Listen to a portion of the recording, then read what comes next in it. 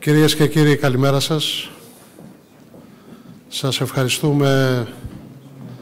Good morning, ladies and gentlemen. Let us thank you warmly for attending the second day of this great conference put together by International New York Times. This is an energy forum regarding the wider region. Just like we said yesterday, we hopefully have managed to strike a balance agenda-wise. And hopefully that goes for yesterday's program and today's. So today we are going to have 3 panel discussions. The first session concerns the restructuring of the national electricity market.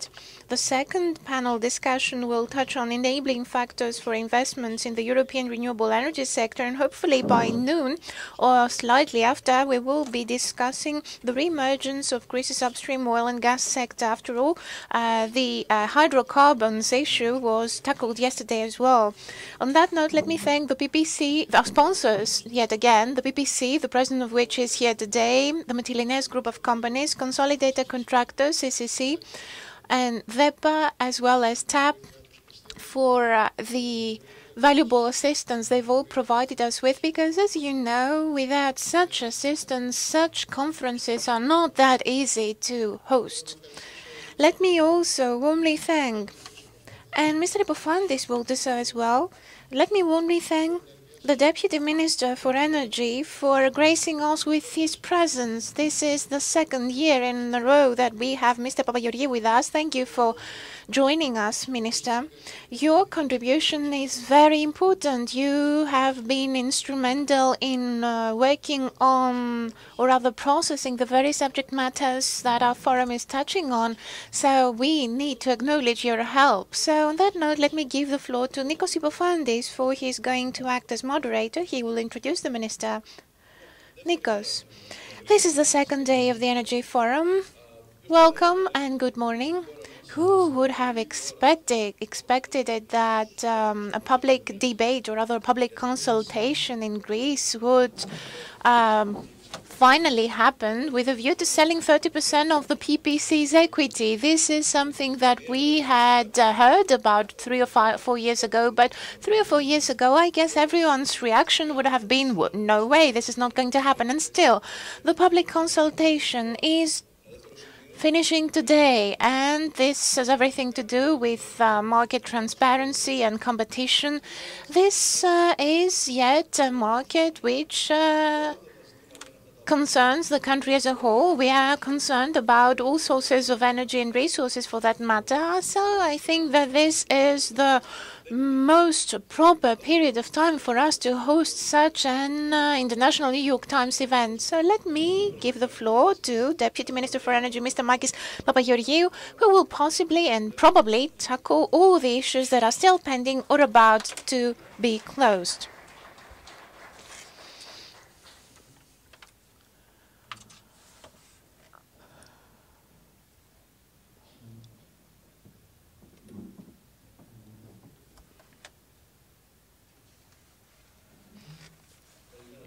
Good morning, everyone.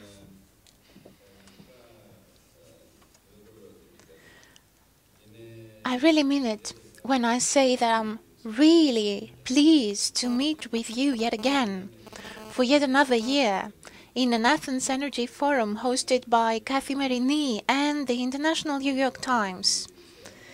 For my part, let me also express my most fervent wishes as concerns the new era that the International New York Times are embarking on, and I'm sure that the paper will still continue to be at the heart of international developments, for it is also getting power and heavily counts on the precious legacy of the International Herald Tribune. Ladies and gentlemen, dear friends, recently, we have been witnessing a series of events and developments which cause concerns and worry all of the public opinion worldwide. The Ukrainian political crisis has, and this applies to the globe, brought back on the table the issue of energy security. For energy security is fundamental to avoid international crisis since crises, for their part, impact on welfare for the states and the well-being of people as well as growth and development. The struggle to achieve energy security clearly is the fundamental factor that shapes policies, which in turn shape the new energy map. And this is indeed an approach that will possibly become more intense in the near future. Today, Europe is surrounded by an ever-increasing feeling of insecurity, especially on its borders, because of developments in neighboring countries such as the Ukraine. But all the way to the south, we are adjacent to politically unstable areas and regions such as that of southeastern Mediterranean. In light of recent developments, which we're all aware of, and that is why I'm not going to elaborate on developments we've seen recently. Now, in light of recent developments and events, energy is acquiring in the minds of everyone worldwide, including the public opinion, the role which I guess we all agree within the confines of this hall that it should play. What I mean is this energy should be a factor for convergence and not be turned into a zero-sum game. Energy should spark or provide solutions to conflict resolution. Energy shouldn't be a destabilizing factor, nor should it be a cause of tension which eventually hurts everyone. Last year, as you probably recall, right here, we were talking about TAP and the Southern Corridor, and we were talking about the vision of the European Union for Greece, amongst others, had fought really hard for these pipelines to happen. And by having TAP and the Southern Corridor, we expected that Europe would be supplied through alternative sources. A year later, a year after our meeting, the implementation of the TAP and the Southern Corridor is visible. And we ought to acknowledge that this is a great achievement on the part of the Greek Prime Minister and the Greek administration. Now, this is about to happen, both pipelines, that is, or rather the TAP and the Southern Corridor. And now we are talking about how we could possibly capitalize on such a success so as for such new pieces of infrastructure to act as a lever for growth and help further upgrade energy infrastructures within the wider region of the southeastern Mediterranean. And this is not just about the fact that TAP is a European project. And let's not forget that the International Energy Association has characterized TAP as the biggest such investment in this field. After all, TAP is also creating new economic, financial and trade synergies, which could involve new investment projects that will eventually help upgrade the energy infrastructure of the wider region overall. Let's not forget either that this is a project through which, for the first time in Greece, we're going to have 1.5 billion euros invested. And this is private equity, private funds, and this is a direct investment. And this has never happened, not even in countries which are neighboring to Greece and have similar capacities. Given this point in time, there's a need for balanced energy prices. And this need for cost-effective prices is coupled with the need to ensure the stability of international relations. As a result thereof, it's now clear that the region of the Eastern Mediterranean is playing a key role with a view to achieving security in energy supply for the wider region. But the Eastern Mediterranean as a region has a key role to play, geographically speaking, as regards, moreover, production and transportation. Greece now has a chance to become a critical link in the new energy routes, which will unite the East and the West, but also Southeastern Mediterranean with the rest of Europe. Greece has now an opportunity to enhance and increase its role as an energy hub and a strategic point of entry for energy networks. The selection of TAP was the first great step This was the passport, quote-unquote passport, that Greece was given, and now it's on the international energy map. Now, obviously, in order for us to achieve our great targets and goals, we need to pick up speed and work even harder. We need to proceed and help materialize investment projects that are in progress. They're about to materialize, that is, such as the IGB, the new Greek-Bulgarian pipeline, the interconnector that is putting in place a necessary channel for the Balkans. There's also the third terminal in Revithoussa, which will further prop up the energy needs of both Greece and Europe as a whole. Moreover, the upgrade of Revithoussa is also offering scope for improving further competitiveness in the gas market, since there will be ever more increasing opportunities in this market through LNG. Given Greece's geographical location, this is indeed a key for forthcoming developments in the next few years. And indeed, the discovery of new reserves and fields of hydrocarbons in the wider region, in Israel and Cyprus, as well as in Greece. And you're aware of the fact that we had certain companies explore the reserves, and we have further exploration happening. Now, all of the aforementioned, coupled with the projects that are currently being studied with a view to taking advantage of existing hydrocarbons, can further improve the role that the Eastern Mediterranean as a region can play, and of course the role Greece can play, since it will not just be a source of supply, but it will turn into a hub, an energy hub for the region and Europe.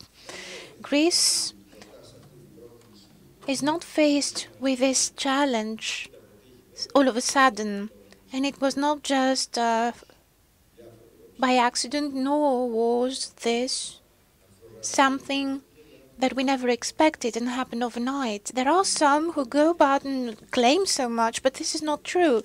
So nothing happened overnight, nor have we come to this point randomly. You see, international energy policies are not elaborated on in advance. We always publicize the outcomes thereof.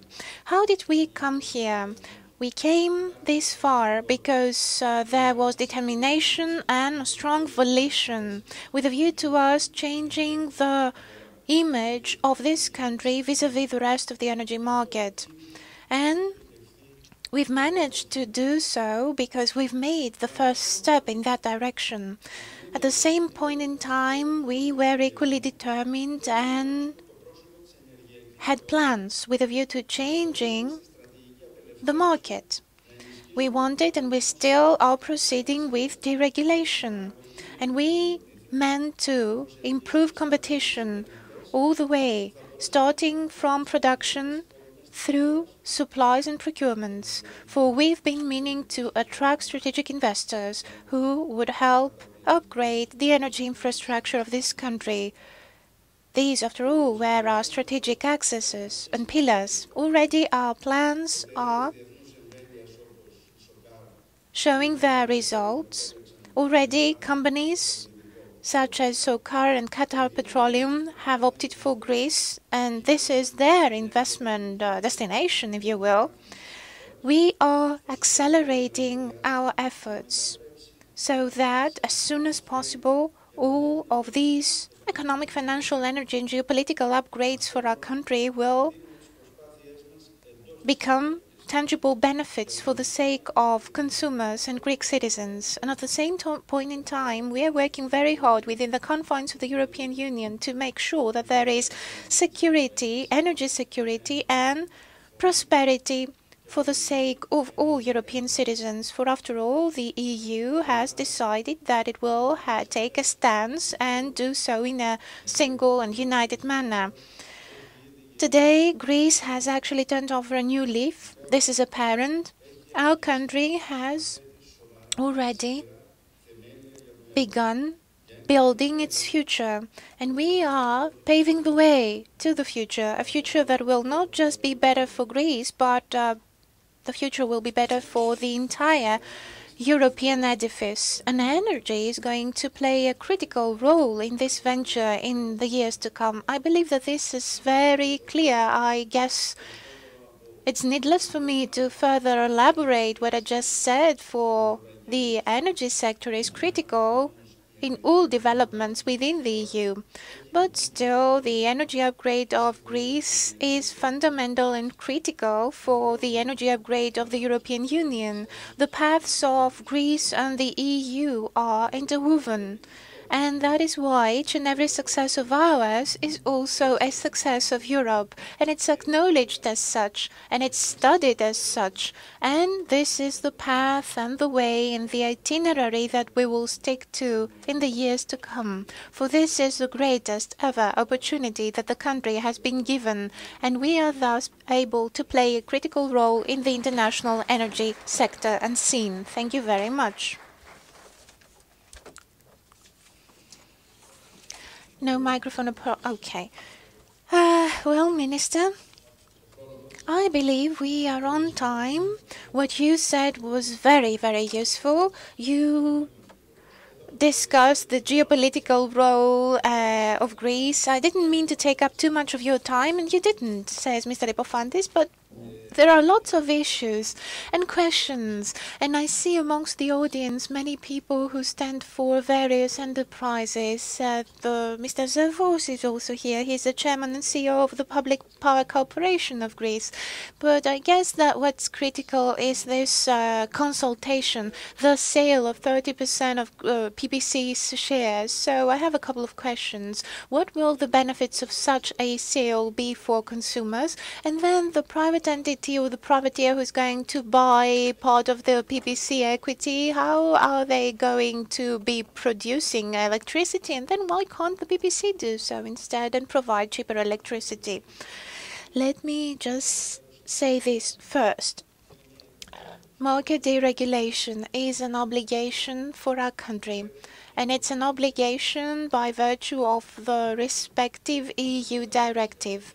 So it's indisputable. Since we made up our minds about being EU members for the past 30 years, it's obvious that we need to abide by the rules and regulations of the EU. The best possible way for us to abide by such regulations and make sure there's healthy competition for the Greek market, we believe, lies with the model which is currently being followed.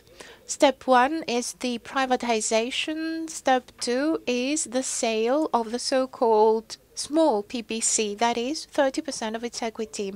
Now, we are doing so to achieve two goals. First, we will thus ensure there's healthy competition. We are deregulating the market. The PPC is a big company. It's a good thing it's a big company, but then again, bearing in mind what the relevant directive stipulates, the PPC in our case and its peers elsewhere have to just confine themselves to having 70% of the market, and that is why we are selling 30% of the equity and with us creating the so-called small PPC.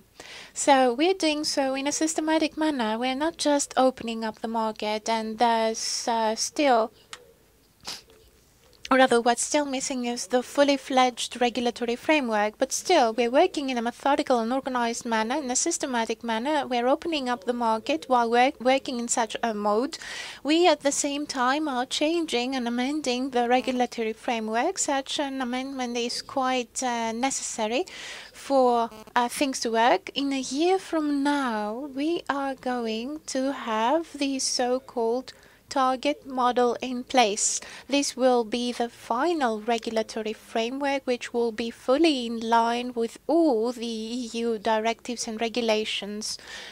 As of the moment, as of the time when we will have the regulatory framework, when we will have the competition, when we will have possibly more companies and entities set up, and I'm not just referring to production or merchandising or marketing, there will be more players, if you will, and clearly this will mean benefits for consumers.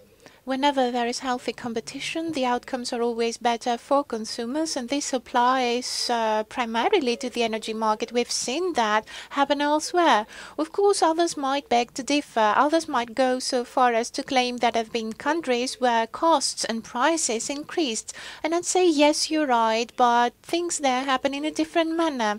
Wherever the model that we are subscribing to has been applied, wherever this system and method was followed, the results and outcomes were positive for the industry and consumers.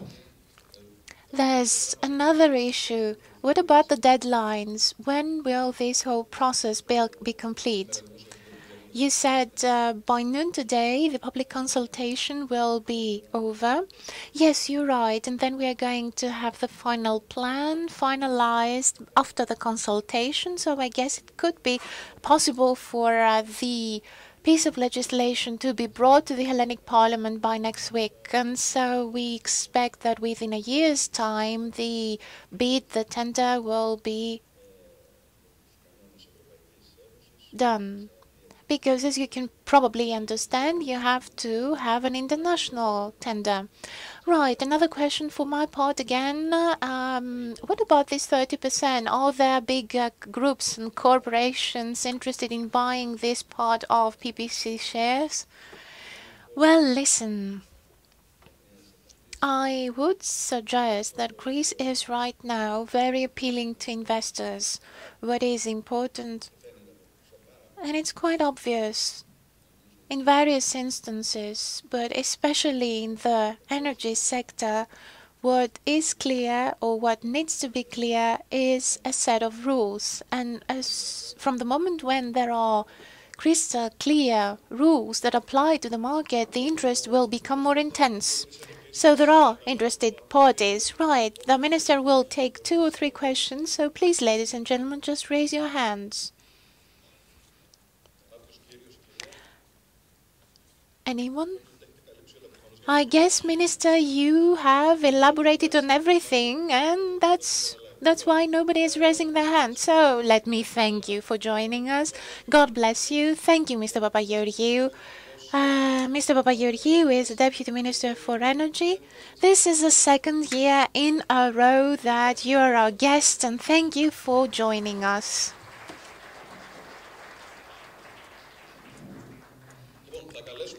Let us now invite 2 guests who I expect will somehow leave their mark on the 2nd day.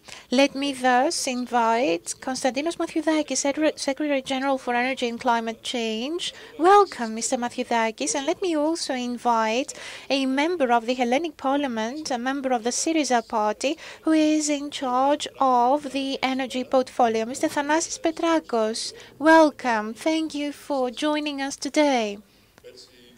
A year ago, we had various representatives from Syriza amongst the audience. This year, you're here with us for the panel discussion. Let's start with Mr. Mathiudakis' presentation first.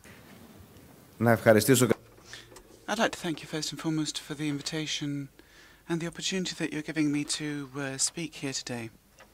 I would like to say that a speaker who addresses a conference after a lot of people have actually taken the floor before has the problem that a lot of the points that he wants to say have already been raised. However, there is an advantage that you don't have to repeat them.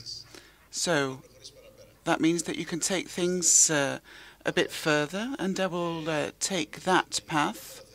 I think that the more general issues that are related to policy have already been talked about by Mr. Venizelos, Mr. Miniatis, and Mr. Papageorgiou.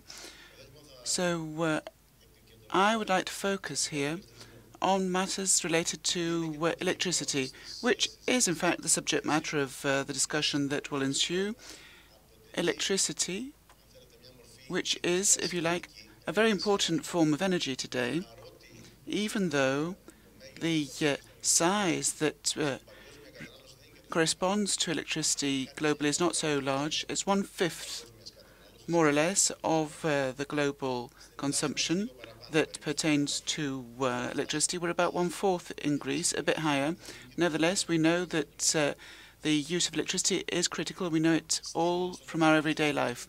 Now, in this sector, we have the general principles applied. These have already been discussed. I'd like to remind you the two main targets to ensure a good level for the possibility of all consumers to use electricity. And I'd like to remind you of electricity poverty, and this is a target to address it, that is, and the important role that it plays in competitiveness. That means the enabling of productive activities, and this is very important for prosperity, and this links up to jobs developed when the productive activities are competitive within an economy. So the subject matter has to do with the energy infrastructure, and one could very well say that these are developed in three sectors. One is electricity generation and the related infrastructure, conventional or RES. So RES are in fact part of the balance now. We see that there are those infrastructure that has to do with the transport of energy from production to consumption. So here we have the transmission infrastructure and then distribution. Hence, we're talking about the distribution which brings electricity to each and every user. So these are the three sectors of energy infrastructure that have to be developed and are being developed. And we will try to actually discuss all three. Now, a critical role is played by the transmission infrastructure. They play a very important role because, on the one hand, they give the possibility to develop new sources. I'm referring to RES here. That means that we can actually transmit the energy from remote areas to the consumers. And then also another very important characteristic is that they interconnect the countries. They are the ones that permit electricity to flow from one country to the next, and in this manner we are able to balance out problems that local systems might have, but also we can have single markets, common markets. And we see that we have the target of the single European market, so we know that this can only reap benefits for the consumers, which has to do also with affordability of the energy and with the security of supply. So we see that at this moment in time, I'm talking about the cross-border infrastructure, cross-border interconnections. So these play, in fact, a critical role in ensuring the security of supply, especially in the European context. Now, we could well pose a question here. The question mark that we have here is, where will the money come from? So how will we find the money to do all of the above? The needs and investments for the development of the energy infrastructure for Europe for the next 7 years are about 1 trillion euros. So from these, 200 billion are estimated to be invested for cross-border infrastructures for transmission. And we see that Europe, as you well know, has kicked off the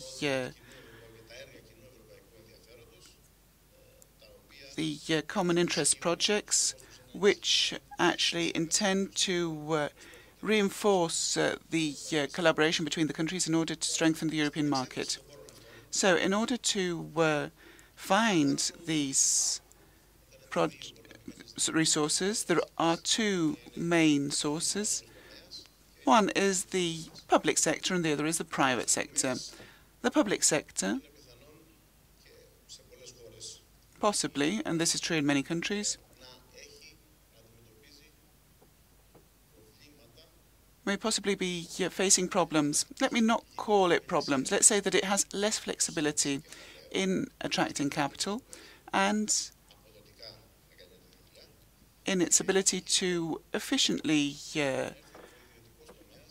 use these capital. And that is where the private sector can play a role and contribute. The private sector has characteristics that permit the efficient use of capital in order to deploy them for infrastructure development. And this is not simply new infrastructure, it has to do with modernizing the old infrastructure.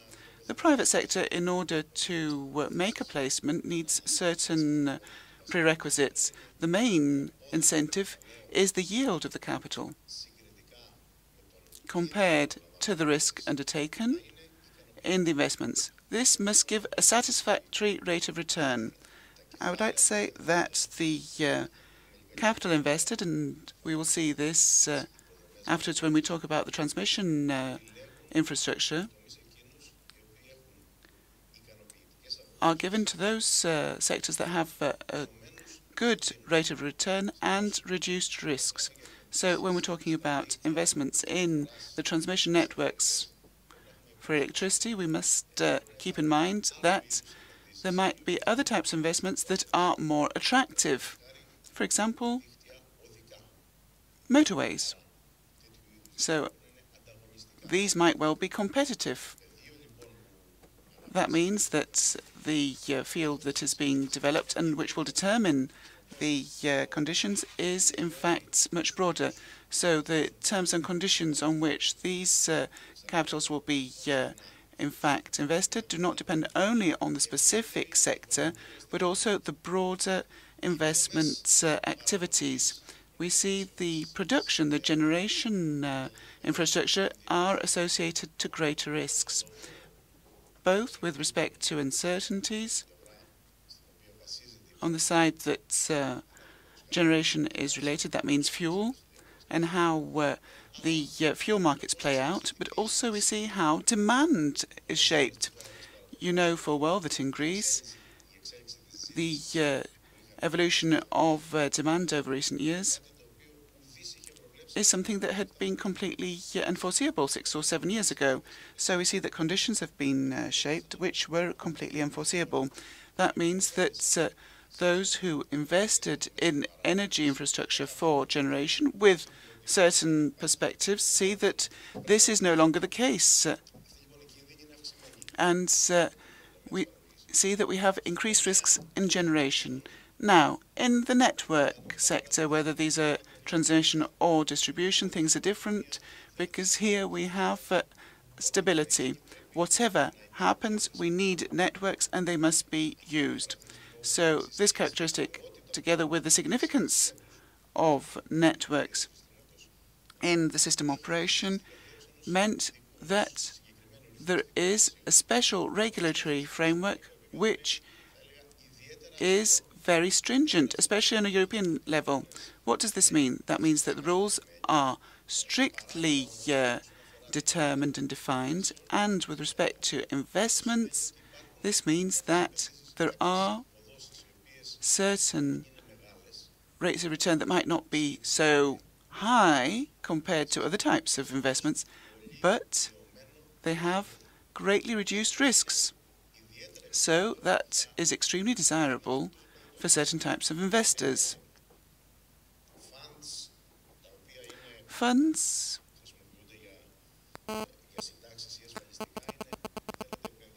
that are used for pensions and social security actually pursue such types of investments which are long-term investments and stable ones. I would like to give you a figure which was mentioned by a major fund representative in the conference organized by the European Commission. He said that at this moment in time there are available globally approximately $65 trillion for investments from such investors. Let us not forget what I said before. that these investors do not only consider the networks and energy infrastructure, but all types of networks. Now, let's come to what is happening here. I would like to give you an overview of the developments in these sectors in Greece. I think Mr. Papageorgiou has actually given us quite a bit of information with respect to PPC, so I will not broach this matter. I would supplement perhaps his answer to Mr. Ipofani's question that competitiveness can create conditions and does create conditions that are good for the end consumer. This is a fundamental principle of theory, but what is key is the existence of sound competition. Sound competition. I would like to actually underscore that. It shouldn't simply be on pretext. It must be sound. I don't think I need to delve further into this. I think that one can read a lot of handbooks of economic theory and find more on the subject. Now, with respect to generation, I think that you know how the case stands.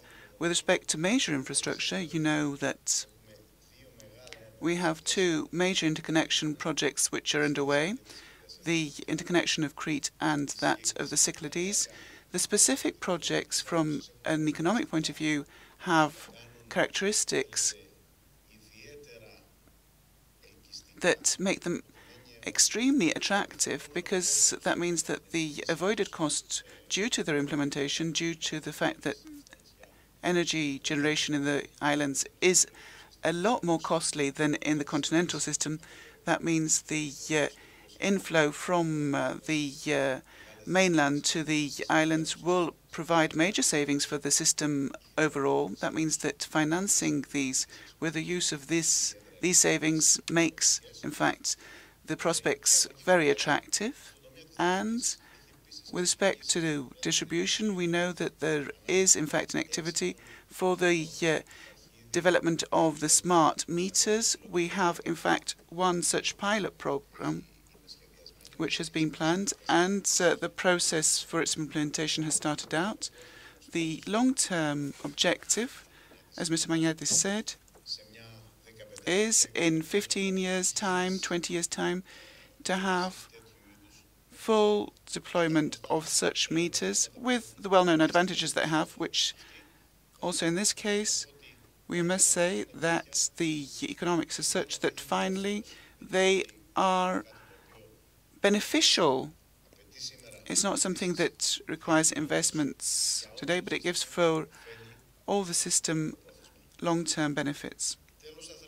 Finally, I'd like to say two things with respect to the community projects of common interest.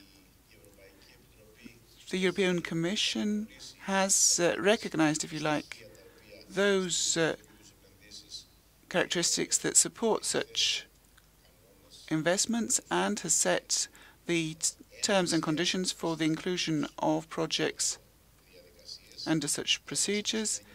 This inclusion means that they will be supported by the Commission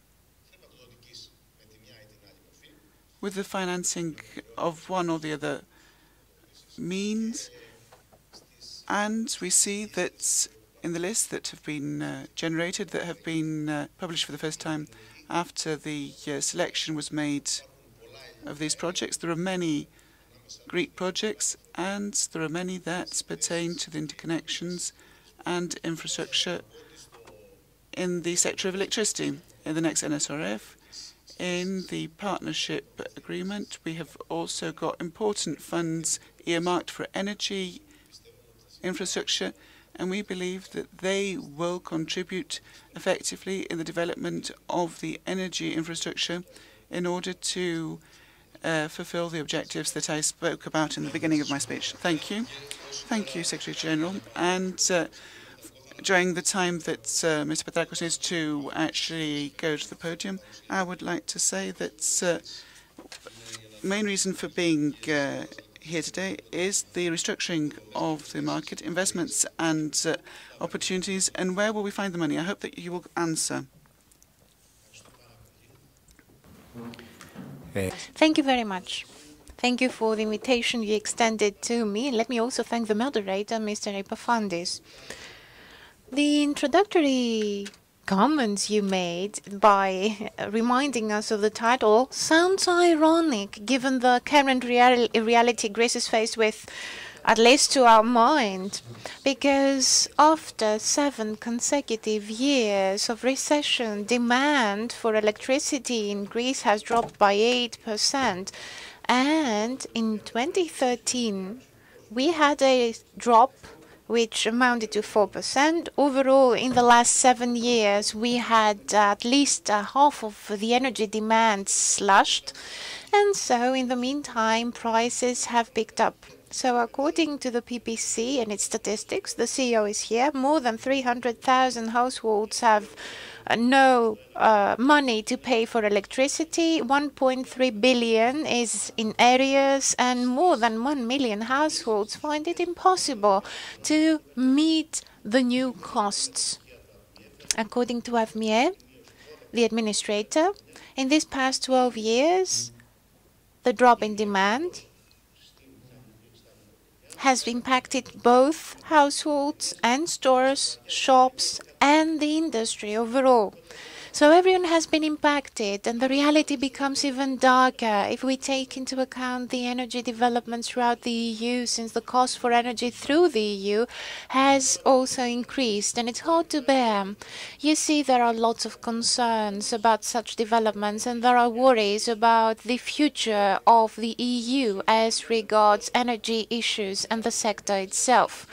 According to the Energy Committee and a respective report they submitted to the European Parliament, this energy crisis should make the EU reconsider its strategies and policies, and also reconsider not just trading and marketing rules, but also what it's going to do about carbon dioxide emissions and greenhouse gases, the thresholds that have been set.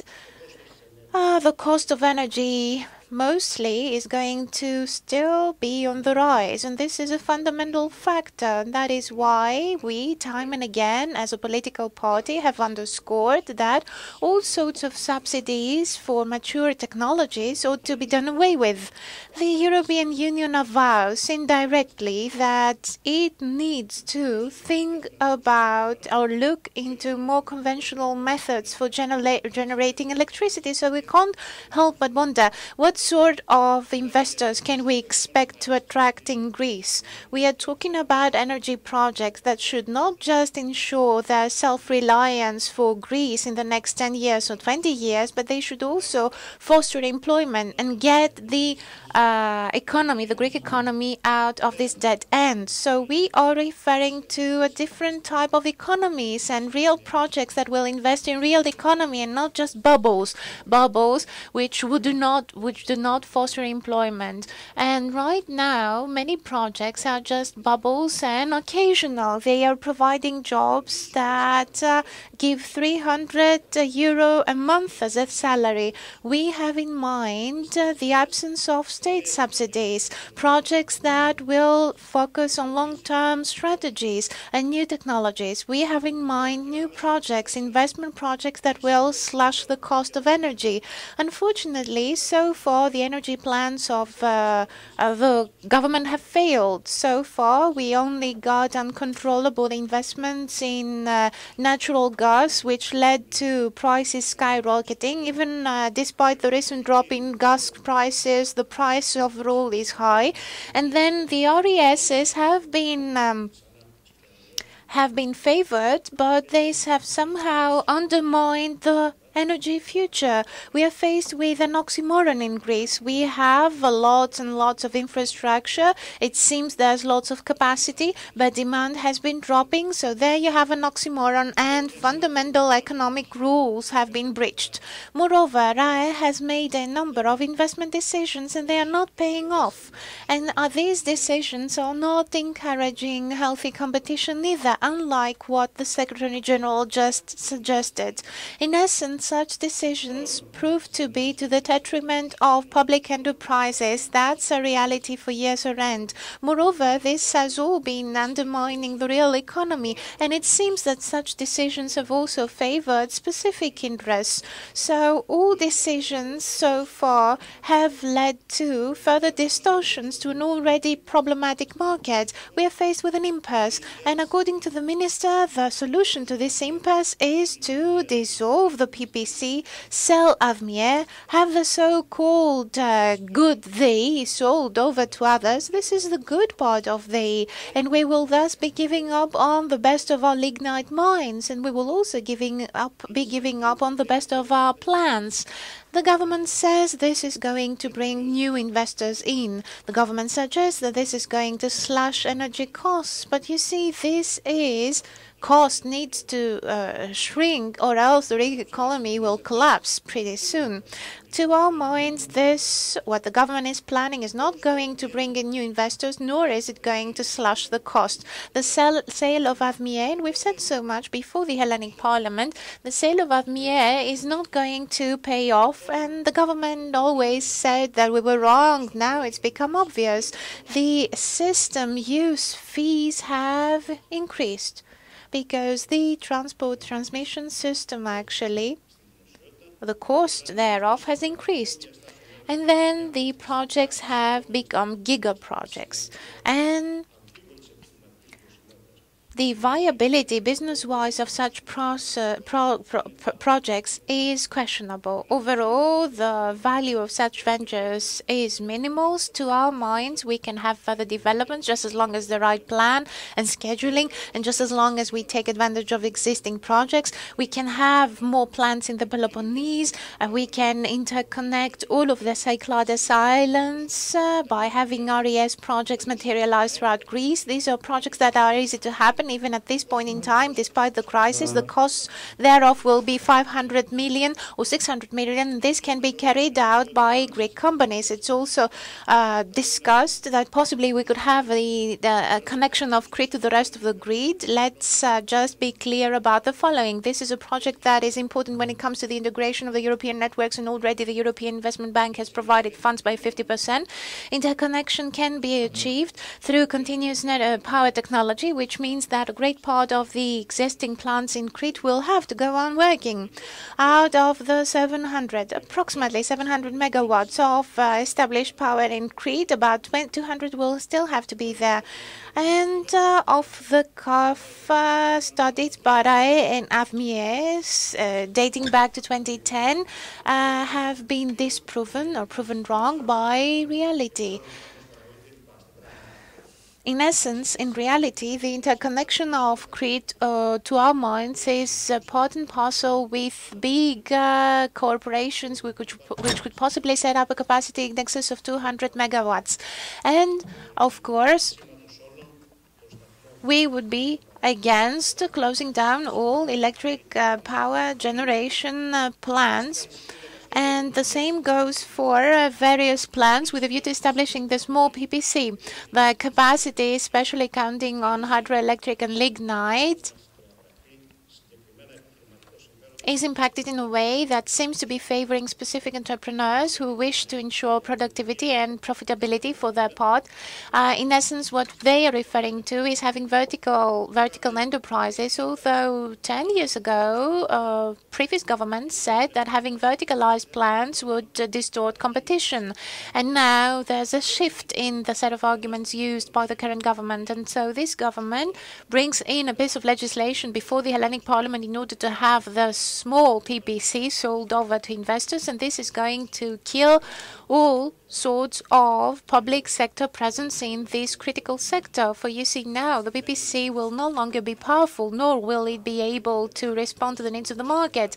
The RES infrastructure and projects and the private projects that have been licensed uncontrollably have been for quite some time now, will just lead to having a PPC that will be the last resort for certain peak times. And now the PPC will lag behind. It will have obsolete plants. Various of its plants and units will, by the year 2019, close down too. the assets of 30% of the assets of the PPC will actually be given over to private entity or private investors, but there's no need for such thing because moreover the clientele, the client base will also be handed over to the purchasers of the small PPC, but this is actually in breach of the statutes of the PPC. For example, there is Article 8, Paragraph 6, according to which there will be no contracts signed between the new PPC, the small PPC, and the workers. So as a result of this new structure and these new deregulation steps, the market is being distorted, and now the PPC is faced with increasing costs and shrinking sizes. On top of everything, we are faced with yet another decoupling or cessation, if you will, because there's also a fuel mix issue, which will become ever more important due to the presence of the small PPC. The rest of the PPC will be less competitive. Let us not dwell on the fact that to our minds, this sale of equity is not an investment. You just have a change or switch of ownership. The owners are being replaced by private entities. There's no entrepreneurial risk involved, as the Secretary General said, because there will be no new infrastructure either. So this makes it no investment project after all. Let's not also dwell on the fact that in Ptolemaida we have yet another plant.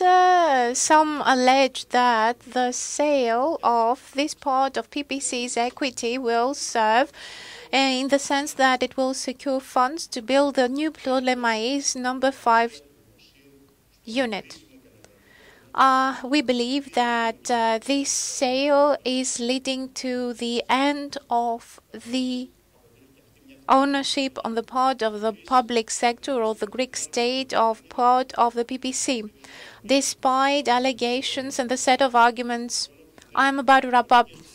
Says the speaker, we also are faced with the costs for alleged new technologies that the citizens will have to pay a high price for. I'm not going to dwell on the set criteria that was used in order for such choices to be made and such decisions to be taken. What is imperative today is to slash the cost of energy, and that is why it's imperative that we have a new policy which will be unlike the current one. We have to change the neoliberal liberalization policies that have been followed, despite what has been alleged by those who endorse such positions. The sector of energy, or rather energy consumption, ever since the market was deregulated, was on the rise, but now that costs have picked up, there was a decrease. Energy capacity has improved nonetheless in the past 12 years or so. So there are renewable energy sources, there is the PPC, there are private entities working in the field of the natural gas market, there are low costs there are also approved grants and subsidies, and 49% of the PPC indeed has been handed over to private entities. So the famous deregulation that we have to proceed with, because this is an obligation we have vis-à-vis the EU, has materialized, and there's no further scope for more deregulation. So we as Syriza say that it's important to slash costs, but we have to make sure that the PPC will hold on to what it has, and the government has to pitch in. We can slash costs by changing the energy mix. There are various modes and ways to do so. We can change the rules for the maximum price. We can do away with grants and subsidies. We can do away with subsidies for natural gas or oil that is used for electricity generation, and so on and so forth. What is called for at this point in time is a new plan that will focus on the following. First, we have to make sure that we change the energy mix. We also need to become less dependent on natural gas in order for us to use natural gas not for generation of electricity, but rather for the households. We also have to save energy and use intrinsic resources, always adhering to strict environmental standards. We have to replace the old units with modern units. We also have to do away with market mechanisms that encourage state subsidies, we also have to find ways in order to prop up the households and the industries without doing anything that is detrimental to the PPC. And we also have to make sure that we proceed with certain privatizations, but not proceed with the privatization of the small PPC. And we certainly have to do something about AVMIE not becoming private. Thank you very much. Thank you very much. I think that he has actually described things in the bleakest of ways. I think that Mr. Mathiakis has noted some things that he wants to actually comment. Mr. Mathiakis, I wanted to say that certain information that was given, you must say that with respect to Crete, funding has already been given. I didn't know that this had actually come to pass. So please give me the information. Mr. Petrakos, please take a mic to respond. I know that there is no such thing. So do you have some information that it has secured funding with respect to the interconnection of Crete? I thought that you were aware of it, that you knew it also. I'm not aware, says Mr. Mitsotakis. Mr. Petrakos, it is in the pipeline. It's in the discussions, and we see that we are in fact on the way for securing it. It's amongst the common interest projects. Until securing the financing, I must say that the two things are actually very far apart. It was actually for Cyclades that I was talking about securing the financing, and Crete is amongst the common interest projects. Mr. Mitsotakis, another point. I think that we have to be very careful when we're talking about points. You made a comparison that we're actually selling 276 to receive 660.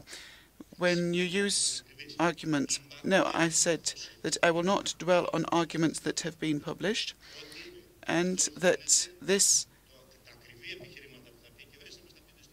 is, or rather, we're going to hear the exact arguments of the government in Parliament, but we say that there are comments about the privatization of PPC, and I said that such an argument would not stand the test of public debate. I want to say that when one actually tallies and makes the calculations, one has to be very careful, because a hydroelectricity that does not have water might have 300 megawatts installed, but nothing is actually generated. When it rains, we might have a lot of energy. If not, we might not receive any power. So when you make such comparisons, you have to be very careful indeed, because you can be greatly inaccurate. But this is a more general remark, because we hear many things of such a nature said. We know that the specific hydroelectric ones, apart from one or two small ones, are of a particular value, and we know that they have a multiplier effect. And this is also true for the agriculture economy. So the hydroelectric powers, which are part of a small PPC, do not only generate power, but they contribute also to the increase of farming production.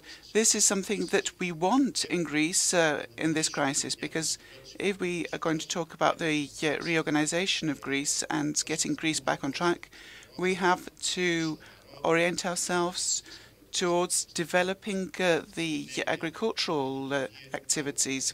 So that is why the hydro generation and the direction towards creating such projects whose added value remains completely within the country, and at the same time they contribute to agricultural production, is of great importance and value. As you know, that power generation, you know full well, Secretary General, is the cheapest. Mr. Petrakos, you said before, I don't know if Mr. Mathiakis has anything else to add. Yes, I would like to add something that was mentioned with respect to the interconnection of Crete.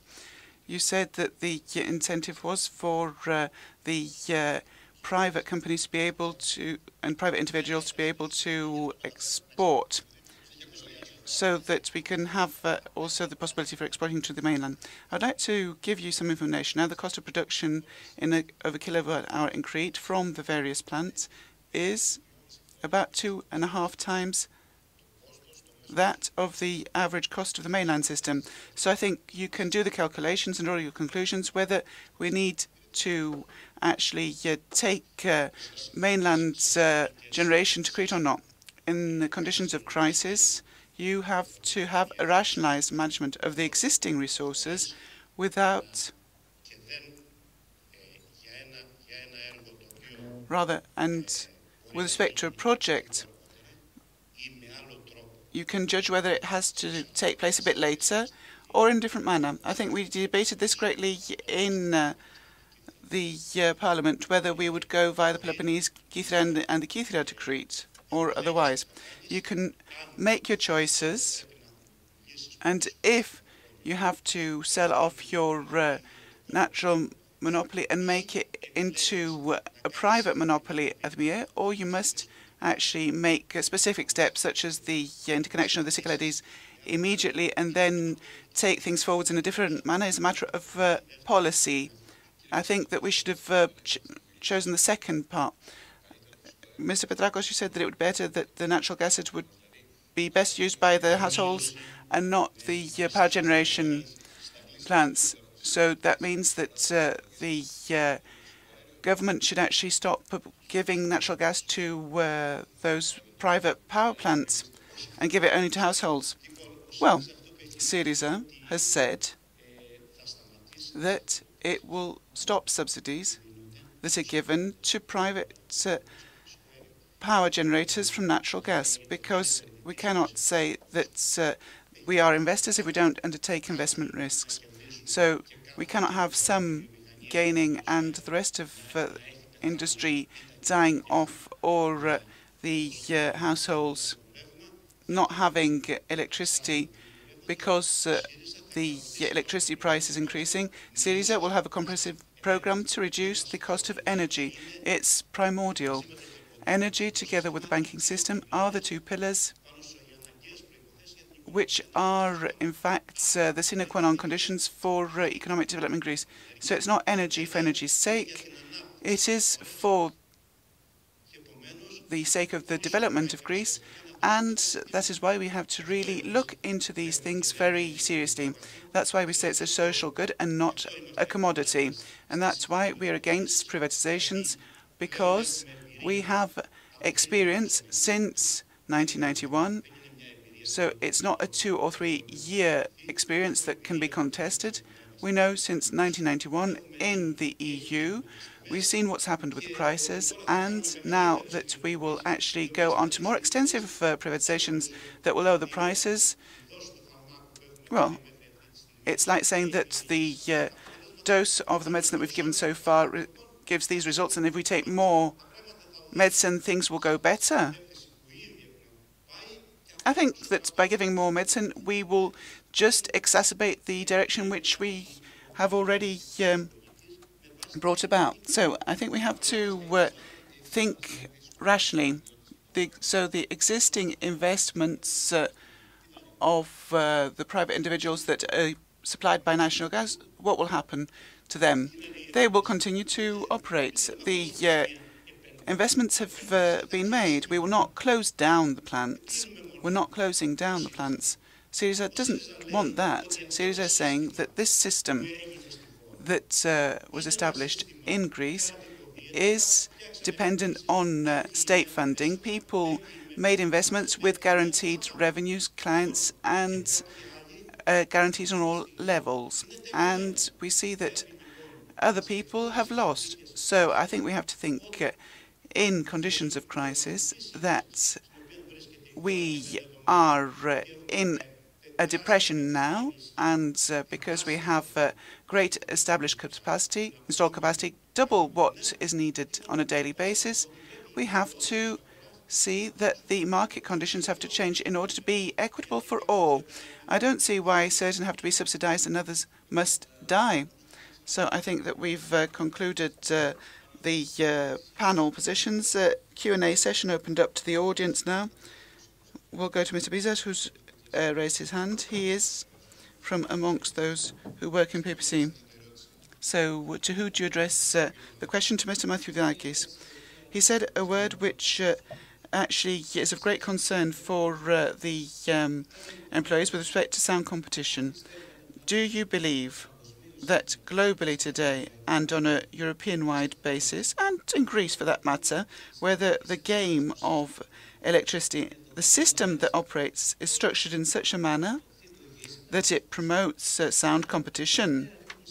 If the latest regulatory provision made for PPC to finance industry, does this help promote sound industry? Is it not, in fact, a state subsidy and manipulation of the market? And as we're talking about sound competition, I wonder, and I would like your answer, if I were a private company or individual, why should I be interested for sound competition?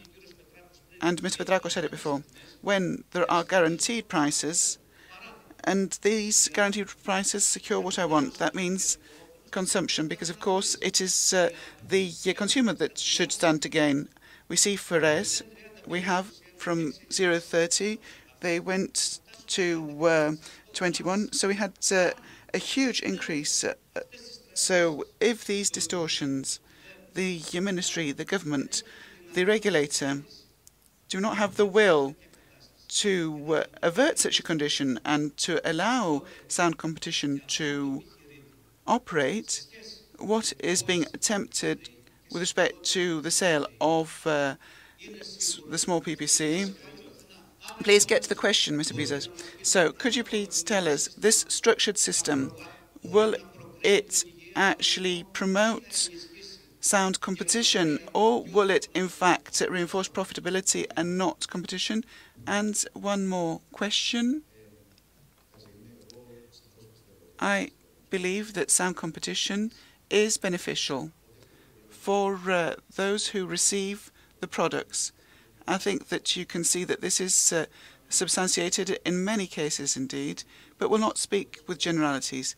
In many countries, in most European countries, there are markets in which more than one generators and suppliers of electricity are active, and things actually are going well. But you know that cost does not depend only on competition, and it depends on other factors such as the cost of fuel. I'd like to say the following, that in the US, deregulated markets par excellence, the cost of electricity is less than half that of Europe. This is, of course, not due to the fact that they have competition alone. This is due to other factors also, and the existence of certain cheap fuel. So when we are comparing prices and you're saying that they're rising or falling, we have to take everything on board. I believe that sound competition, yes, indeed, is very beneficial for the consumers. I also believe that there are distortions at this moment in time, but we have to pay attention to the following. Something which is a distortion today was necessary a few years ago in order to have the luxury today to say that we have more installed capacity than needed. And as an aside, I'd like to say here, it's not double. I would like to refer to what I said with respect to hydro plants. We're not only measuring megawatts in order to say that we have double the megawatt that I need, but this might not actually be available when I want it. And we know that a few years ago, some measures were in fact legislated which have become distortions today. But we are in fact taking steps to do away with them in order to adjust to the new conditions. This is also true for us. And you know that underway we have the initiative for in fact adjusting things to more realistic conditions. Mr. Petrakos, did you want to comment? He wanted to put a question. Okay. I'm from ECB Europe, Mr. Anagostopoulos. I want to put a question to Mr. Petrakos. I wonder about what you said. I think that what you said was rather contradictory. The interconnection of the islands, new investments, RES, and at the same time doing away with subsidies, not to have stability for any investor, which is something which is common practice in the energy landscape worldwide. In the UK, for example, there was a contract signed a few days ago with respect to a new nuclear plant with guaranteed prices of 2 billion euros. And this is the major investment by a private company after the Second World War. How will we attract investments in Greece in a period of time when we sorely need them if we say that we will not deregulate the market, when we say that any companies that will be established are in fact a bubble? Is there a plan in your party with respect to that? I think that things are simple. In order to define and determine a policy, you must analyze the conditions on the ground at the time. It is 2014. We have a country which is in depression and crises. We see that we have a huge reduction in the GDP, with great poverty in the people and with a great reduction in the industrial production. That means that we need to define a policy which directly will be able to reverse the course that is leading to the desertification of the country. So what is the central point here? To reduce the cost of producing energy in order to reduce the prices. Hence, in the short term, you need to take certain measures, which, at this moment in time, we are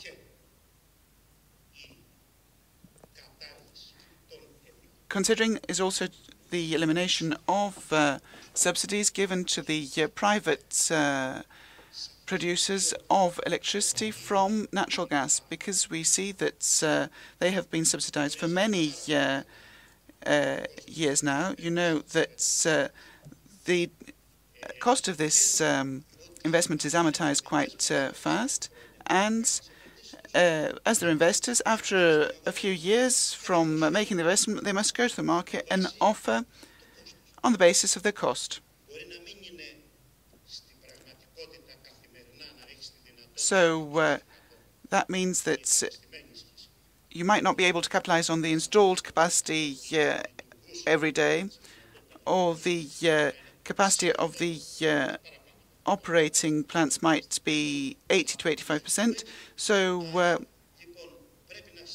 that means that we must support our economy, which is falling apart at this moment in time. And you make choices. So that means that the choices for the interconnection of the Cyclades could very well be done by ADMIE, which was state-run. There was the financing secured, it was profitable, and it could have come to pass. These are investments that could take place and have a lot to offer. So if you reduce the cost to heavy industry, you might also have investments from there. So it's not only investments in one sector, which at this moment in time, I repeat, is that of installed capacity. We have to look at the economy globally. Mr. Petrakos, you want to ask something in order to close the session? Είπε ο κύριος Μαθιουδάκης για την ανταγωνιστικότητα. Well, getting back to what Mr. Mathiudakis said on competitiveness and sound competition, has the market so far been operating within the confines of sound competition? And what about RAE and its role? Right, let's lend an ear to what Mr. Mathiudakis has to say, and we'll close with that one. I believe that RAE is indeed in line with the regulatory framework as far as its scope of responsibilities and duties is concerned. And so it's been operating as it was supposed to operate. Now, when it comes to competition, when there's a given that there is just one supplier for electricity having 95 or even 100% of the market in this country, obviously, interruption by Mr. Petrakos, but you found other suppliers that have ended up in prison.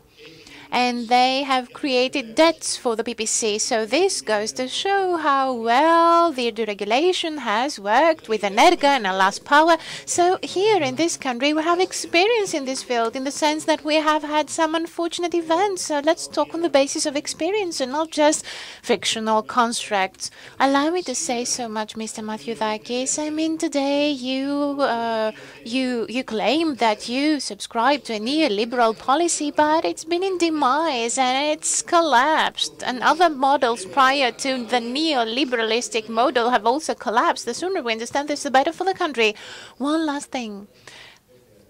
When you have a liberal market, you can just go and take a look at the rest of the neighborhood in Europe, for that matter. In the UK, we have 30 distributors, 4 or 5 producers. Let's see what's happening elsewhere. It works elsewhere, in Germany, in Italy. Now, what Mr. Petrakos said, I think it's not founded, because he says that since there are people who have been incarcerated in Korydallos, the main penitentiary, then all Greeks are thieves. Well, not exactly. In any case, let's just end this discussion at this point. I'm sure you have a debate before the parliament, so you have to rush. Other than that, I guess the audience was very happy in the sense that this was a very lively discussion. Let us now have the next panel. Arthouros Zervos is the chairman and CEO of the Greek Public Power Corporation, or ΔΕΗ in Greek. Let us also invite Dinos Benroubi, who is the executive director of Proteria, as well as its general manager. Ms. Susanne Naes is the head of unit of energy policy and generation for Euroelectric. Mr. David Kerins, who is an economist for the European Investment Bank, and Mr. Ioannis Kabouris, who is a member of the regional group Central, Southeast and SOE. Mr. Kabouris, I guess you will elaborate on your professional identity, and then Mr. Michas, who is a civil engineer for Lazaridis and SIA. You have 5 minutes each for the first statement you will make. The first to take the floor is Mr. Zervos. After the end of those 5-minute long statements, we're going to have Q&A and a discussion. Mr. Zervos.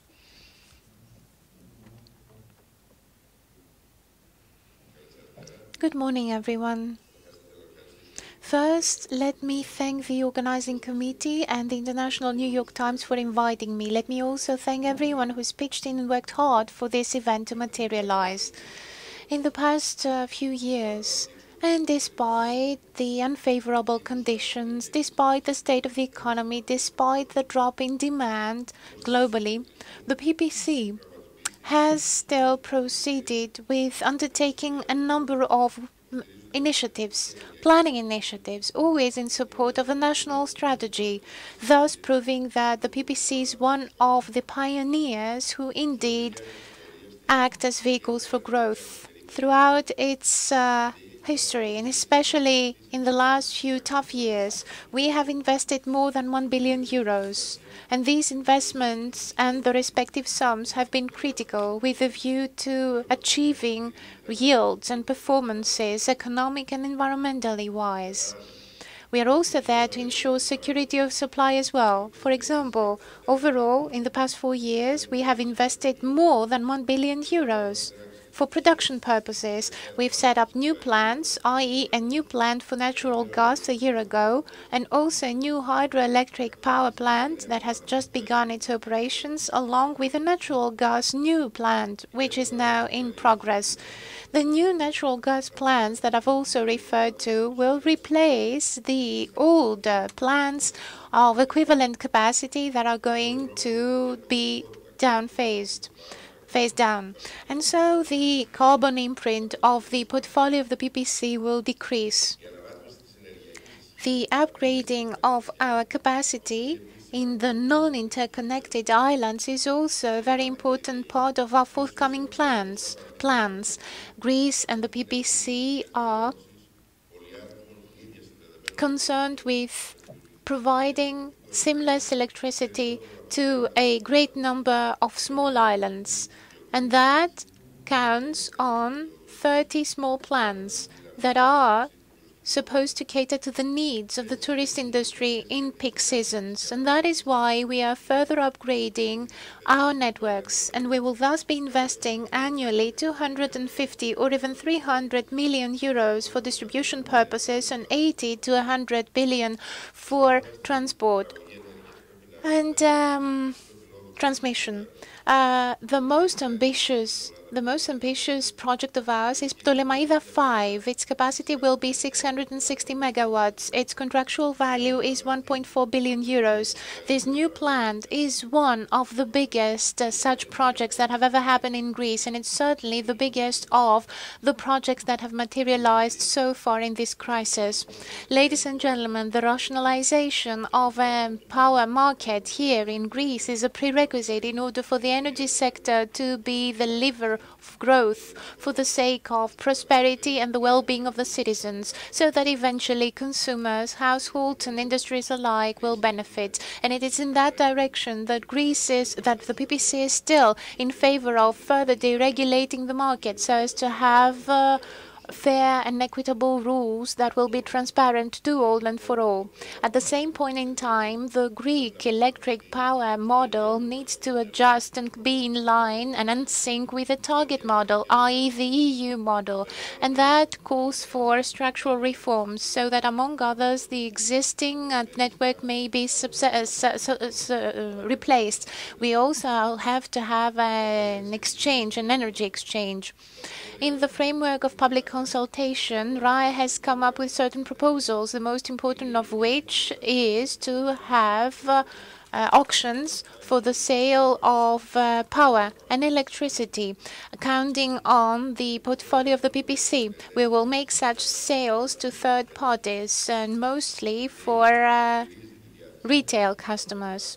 We indeed are in favor of lignite-generated power, just as long as such energy and power be distributed and transmitted to the end consumers, and especially in line with what the PPC has been doing so far, so as for all needs to be catered for. And we also have a respective auctioning of energy and electrical power, so as for us to be fully in line with the cost and make sure that we make a reasonable profit on top of that. It's also obvious that by connecting wholesale and retail markets, rather the connection of those two markets, is a necessary precondition and a prerequisite for distortions to be addressed, since the two markets in essence and in practice are one continuous entity which is described by the term local energy market. We are convinced that compressing the costs for supply and generating power can only happen just as long as there is transparency and an equitable set of rules. Moreover, this will favorably impact in the long run to the energy sector, for this will make investment projects more appealing. And investment projects are needed by the market.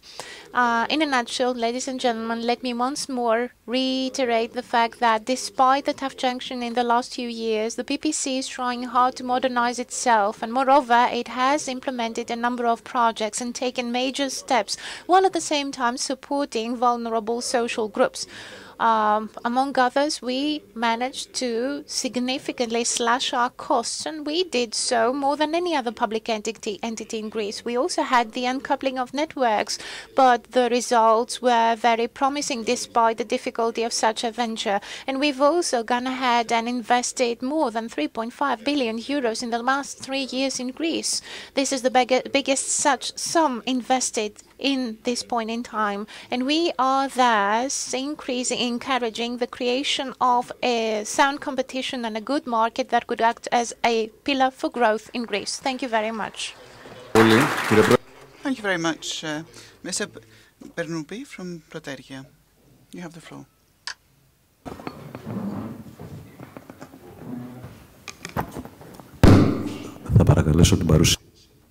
Can you please put my presentation on? Good day. I am going to actually give you certain slides, and I'd like to thank the organisers. Thank you for giving me the opportunity to address you. I'd like to say a few words about Proteria for those who are here for the first time. Proteria is a 100% subsidiary of the Mytilineos Holdings company, and it has all the energy activities under it. We are the largest independent private power producer. We have 1.2 gigawatts installed in thermal and natural gas. We have certain renewables, and these are quite considerable, but not. And we have some wind and photovoltaics. So you understand that we have an idea of what's happening on the market generally. Our investments with our own funds have reached 1 billion euros in the last years. So I think that when we've invested 1 billion euros from our own money, we actually have something to say about the matter. So after the BBC, perhaps we're together with Hellenic Petroleum, one of the major investors in Greece in this sector. Proteria is also active in international energy trading, and we have recently started operating in the retail market with the hope and prospects that there will be competition here. We have 3 plants. I will not dwell on this, but I think here we should say that at this moment in time we are actually constructing wind parks. That means that we believe in what is happening in Greece, and we believe in the decisions reached by the government with respect to all points. These are our plans. Now, my 5 minutes start from now, I hope, and with a tolerance of the coordinator, the moderator. And I would like to say what I said last year and what has happened. So, last year the question was whether we need to restructure the market. I had said yes for 4 reasons. One was to open up the market to retail, and I don't think that PPC itself does not want the current state of affairs today. And second was for all generators to gain access to all generation sources, whether lignite and hydro or other. And at the moment, there's an uncontrolled front-loaded development of PVs, which will create a problem at a certain moment in time, and that taxation was too high. I had said that last year, and I'd given certain proposals. One was that the privatization of DEPA would, in fact, lower the price of natural gas. The privatization did not come to pass. I don't believe that it's the end of the world, however, because with excellent negotiations between DEPA and the government, we had a very important discount on the natural gas price supplied by Gazprom. This is a success, and I think this helps reduce the price of energy for all consumers, whether this is electricity or natural gas. And I think that in certain cases there will also be increases because we have certain arbitration with borders. So we're pleased to see the reduction, but we must be prepared for all eventualities. We had said and we had proposed that we must actually have the break up into sectors. We have heard this since 2012. We read it in the newspapers. We said not only in 1, but even 2 or 3 in order to have competition. That's the key word. And it would reinforce PPC because it could sell what it has to sell at the appropriate price. You know that we have, in fact, a recent draft law which is under consultation. I think that it's overly short as a consultation period, but of course you can say things of substance in 2 or 3 days, but we will respond to the call for consultation. Is this positive? Yes. I would say that in principle it is positive. I think it's the only way for us to advance towards a true deregulation of the market. And however, we see that the devil is in the details. And the target being, and we do not actually contest it, is to have a equal level or a level playing field in the competition, and it would actually lead to competition retail, and that would in turn mean lower prices to the consumer. So this happens in 80% of the globe. Whether we are in the 20%, well, that is to be seen. So I think that the effort made by the government is a good thing. Which are the issues to be discussed? I think that the mix, as I will show, and that is why I actually made this presentation to show 3 sides, and I will conclude with them. So the energy mix, which actually comes into the small PPC, disregards completely what is the existence of the conditions of the market because there are other players. It's as if there's a PPC alone on the market, and we're simply trying to break it up into companies. The second part that I don't understand is how we will transfer the clients. Obviously, we will hear more about this in order to understand it, but how will you force 2 million clients to change is not obvious. I think that competition will actually mean that the consumers will change hands, and at the moment there's no infrastructure to do so. And loans, this is positive, but how will the banks handle it? The transfer of personnel. Here there is, in fact, a fear. The people who work in companies such as Mytilineos, Titanas, Viohalco are, in fact, unhappy, or they're not paid the 300 euro personnel. This is not the case. We don't have anything against personnel so long as they work and are employees. So we don't have anything against the employees of the BBC, because you must know that the technical staff are amongst the best, and I think that all these points will be resolved. And I would like to show you this slide here. Today we have the large and small PPC. What is the proposal of the Ministry? If you see things in 2015, you see that the proposal is very good. I have two equivalent mixes from this large. What will happen, however, in 2021, we see a lot of the plants of PPC will have closed down. PPC itself says Cardia Mindo. So what will be the reality on the ground? This picture will change, but we see that we'll have Meleda 5, we'll have Megalopolis. Obviously, the private investor will have to do something if there will be plants at Meleda 2 and if the mines suffice. All of this sounds good and well, but there is a but attached. If we look at the market with the coexisting situation, you see that this is not equivalent mix. We're going again to a mix when somebody has 28% natural gas and somebody will have 60.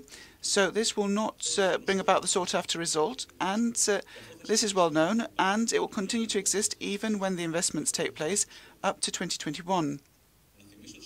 Let me remind you that in the market test that the European Commission had made, this was not done randomly. It had actually considered all these points, and it had also included the various SKAI.gr plants, and it had not included commodity, because in a market where the main players and the non-industry are the ones that have natural gas, to give them commodity is as if you are giving coal to Newcastle with the various assessments that I have to make. So the only way that this can become equivalent, and the European Commission had foreseen it in the market test, is what we'd seen in 2015. And we see that in 2021 this does not give an equivalent mix yet again, but I think that those who are going to get these parts should actually procure to bring about an equivalent mix by taking the appropriate measures. You know that somebody can't actually make certain that everybody has a level playing field in 2021. Now, let's see what the way forward is, but I think time will show. There are certain transitional mechanisms. We said last year that we had the auctions. We said there were NOM type, VPP type, but they did not take place. A year afterwards, we see that these have not actually taken place. We believe that they will happen in 2015, but that might be too little, too late. And I think that there is a misunderstanding here. As this has not happened, this actually means that everything's come to an end. But this is not the case. This does not actually affect the private generators, whether it's a private generator or any other businessman, to actually become active in retail. Will this be the case? Yes. And I think we will have private investors who will opt to do this, but I hope that we'll be very serious in this in order to avoid problems. Now, let's come to the second issue, cost recovery. This has actually come to an end. It is dead and over. So We know the capacity mechanism that went from 45,000 to 56,000. In order for the consumer to have a security supply place, €3 per megawatt hours. I think it's very easy to do the maths. So this is the second slide, which is difficult. This shows what happens in February. It's a mild month, and these are all the natural gas plants throughout Greece, whether it's PPC or private plants. Green are what operate. There's no 30% rules. People enter when they're called upon to operate, and private plants have no benefit from operating, and all these actually operate because the operator actually requests them. They all did, PPC and private. Imagine if they were not green and they were black for certain reasons. Imagine what would be the situation in Greece. Now, I'd like to end with the New Deal, which we, even though we're affected, consider it to be a good and correct measure on behalf of the government. Things have to be put into order. There have been mistakes. We have dragged our feet. But now, realistically speaking, the government has to put things in order. Even though we are affected, we have to say that we support it. Will there be legal complications? But we will not be the ones to put them forth. And obviously, such changes and others that the ministry is discussing actually put a question to the investors, which we want to attract. Thank you very much. Thank you very much. Mrs. Nice, you have the floor. And thank you for all the reservations you have. Ladies and gentlemen, many thanks for inviting me to this conference. I think I'm there a little bit to put the Greek situation in European context. Eurelectric is representing the European power sector and indeed also the Greek Association.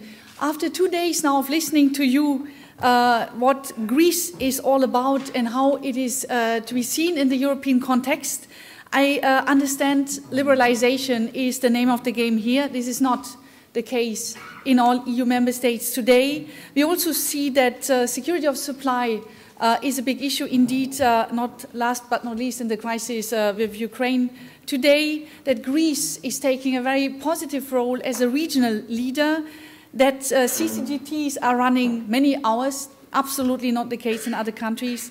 Mr. Petrakos was saying that after 9 years of recession, you've seen a drop of 8% in energy, in power demand. This is also the case in Europe, but not that radical. Let me very briefly say where we are in Europe on investments. The situation, to start with the negative news, is very bad. We've seen, or we see today, 20 gigawatts of conventional capacity standing still. We see that the companies, and this is 90% of European power sector, have lost 500 billion in share value. We're talking about 1 trillion investment, 500 billion have been lost by E.ON, Enel, and all the others. And we also see that regulatory challenges are extremely high. But at once, there's good news out there. There's an energy transition which will put Europe in the front line and makes it already today a leader in innovation and in a new pattern. There's this saying that if Tesla was reborn today, and if he was walking through Europe and the world, he wouldn't be very surprised. Everything is basically the same. We also know that if the same Tesla came back in 20 years from now, he would be extremely surprised, because the supply to demand pattern will have been shifted to a platform model with what we call the new downstream, with smart grids, with e-mobility, with low carbon technologies. You know all of them. It's a new generation, next generation project, an alpine project where we need to find the right costs for this ambitious project. It is costly, but you need to find the right way to do it. We are saying as Eurelectric, the way chosen today is not the right way in many senses. So it's important to ask the right question. I've seen in the agenda, the next panel is about renewables. I would say this opposition between investing in renewables on one hand and conventional on the other is a question of the past. Eurelectric represents, as the Greek companies, everything, all the technologies, and this is not anymore the borderline we should talk about. It's also true that if I quote, I'm a German, so if I quote my German economy minister, Gabriel, he's saying the Saudi Arabia for Germany, the oil fields of Germany is not shale gas, is not oil, but it is energy efficiency. These are the next patterns to come after renewables, and we are already in the middle of that discussion. So let's ask the right questions. When it comes to investments, the right question indeed, ask the banks, ask the pension funds is, are you going into the liberalized market environment? Are you going into the regulated market environment? And we see that indeed the transmission and distribution is much more attractive today than any investment in the liberalized market environment. This is extremely regrettable since the European Commission has engaged in 3 ambitious liberalization phases and today seems to be on a U-turn from this when you see the results. Where do we need the investments from a geographical point of view? We need it everywhere. We need it everywhere and also beyond the EU 28. Has been addressed quite rightly here. There's the energy community out there, also the Middle East and Northern African countries. There's very unequal situations. Let's not see Europe as a besieged fortress. The neighborhood regions are extremely important, and I'm impressed with what I've heard from Greece and your engagement in Serbia, Bulgaria, and other countries. What are the fields to invest in? The trillion was mentioned, cross-border was mentioned, and I can answer only in everything. In the liberalized ones, in all the technologies, in conventional flexibility, into the new in the old, because Europe has an extremely aging park today, and we need to invest to get the flexibility and the backup needed for the renewables of tomorrow. We also need to invest indeed in people, in the cultural change, into IT. We see Google buying Next, and we see the changes in the system. Where are we today in these investments? Eurelectric has done an investment action plan with all its members, and in doing it we have understood, and also with banks by the way, we understood that the single most important challenge is not the missing money, but is the missing trust. The missing trust in regulation. We understand that, take all the examples you can get, Spain and renewables, take upgrading coal plants in Czech Republic, even talk about getting out of diesel generation in Greek islands or other islands in Europe. Talk about energy efficiency. We are stuck because regulation is not optimal today. We need a regulation in line with 30 years of investment cycles, otherwise investors will just look elsewhere. So again, it's not a question of missing money, it's a question of European-wide functioning regulation, which has not worked the last years, unfortunately. What are our recommendations as Eurelectric? Regulatory predictability. This doesn't mean that we need 100% of certainty. All the private investors know that they always have to take risks, but they need to take risks they're familiar with. They don't want retroactive change to happen. Secondly, we need a strong European dimension. We see everywhere in Europe different renewable support schemes, different capacity mechanisms emerging. UK was mentioned here. UK sets up currently a contract for difference, which is even far beyond what we know from renewable support in the strike price at 104 euros, which is incredible. A strong European dimension, even if Article 194 in the Lisbon Treaty gives the member states their say on the mix, but we need the common rules how to manage that mix. We need a strong market-based approach, and I understand that Greece is going for that. This is very important. We need a common policy on ETS and RES, and we need to avoid this boring discussion on re-regulation. This is something, I think, since the ancient Greek philosophers was always in discussion. Is it better to have more market, more regulation? Indeed, for power, you need both of them in the best way articulated. We also need to tackle energy poverty, but not tackle it via regulated prices, tackle it via streamlined policies for those who are really suffering. And last but not least, and here's the EIB, we need innovative financial instruments. How do we get the public-private functioning? And I would point out to the United States here. We've seen there is models also in innovation like APAI, where we have market dynamics in investments, tendering in investments to get the best for the deal. Many thanks for your attention. Thank you very much. Now to the podium, please. David Keynes, economist of the European Investment Bank.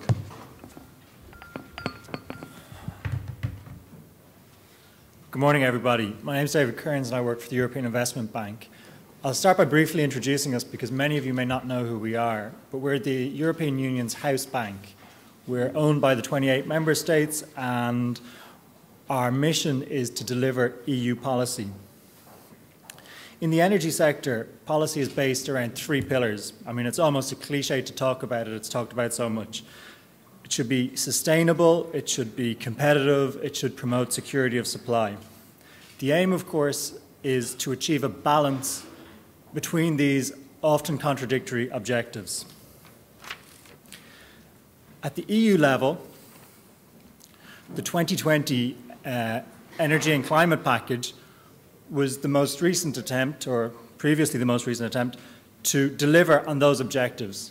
It targeted a 20% reduction in CO2 emissions by 2020, a 20% gain in energy efficiency, and a 20% renewables portion in the energy mix.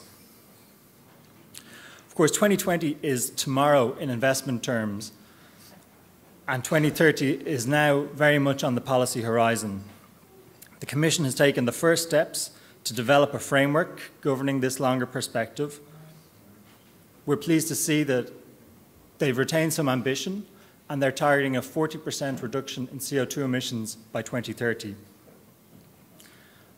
The importance of the emissions trading scheme is being put as the centre of the policy, with some reforms proposed, and renewables are expected to achieve a 27% penetration by 2030. I don't think it's a secret to say that the 27% renewables target is simply the least cost path to achieving a 40% carbon reduction. All these targets, 2020 targets, 2030 targets, require investment.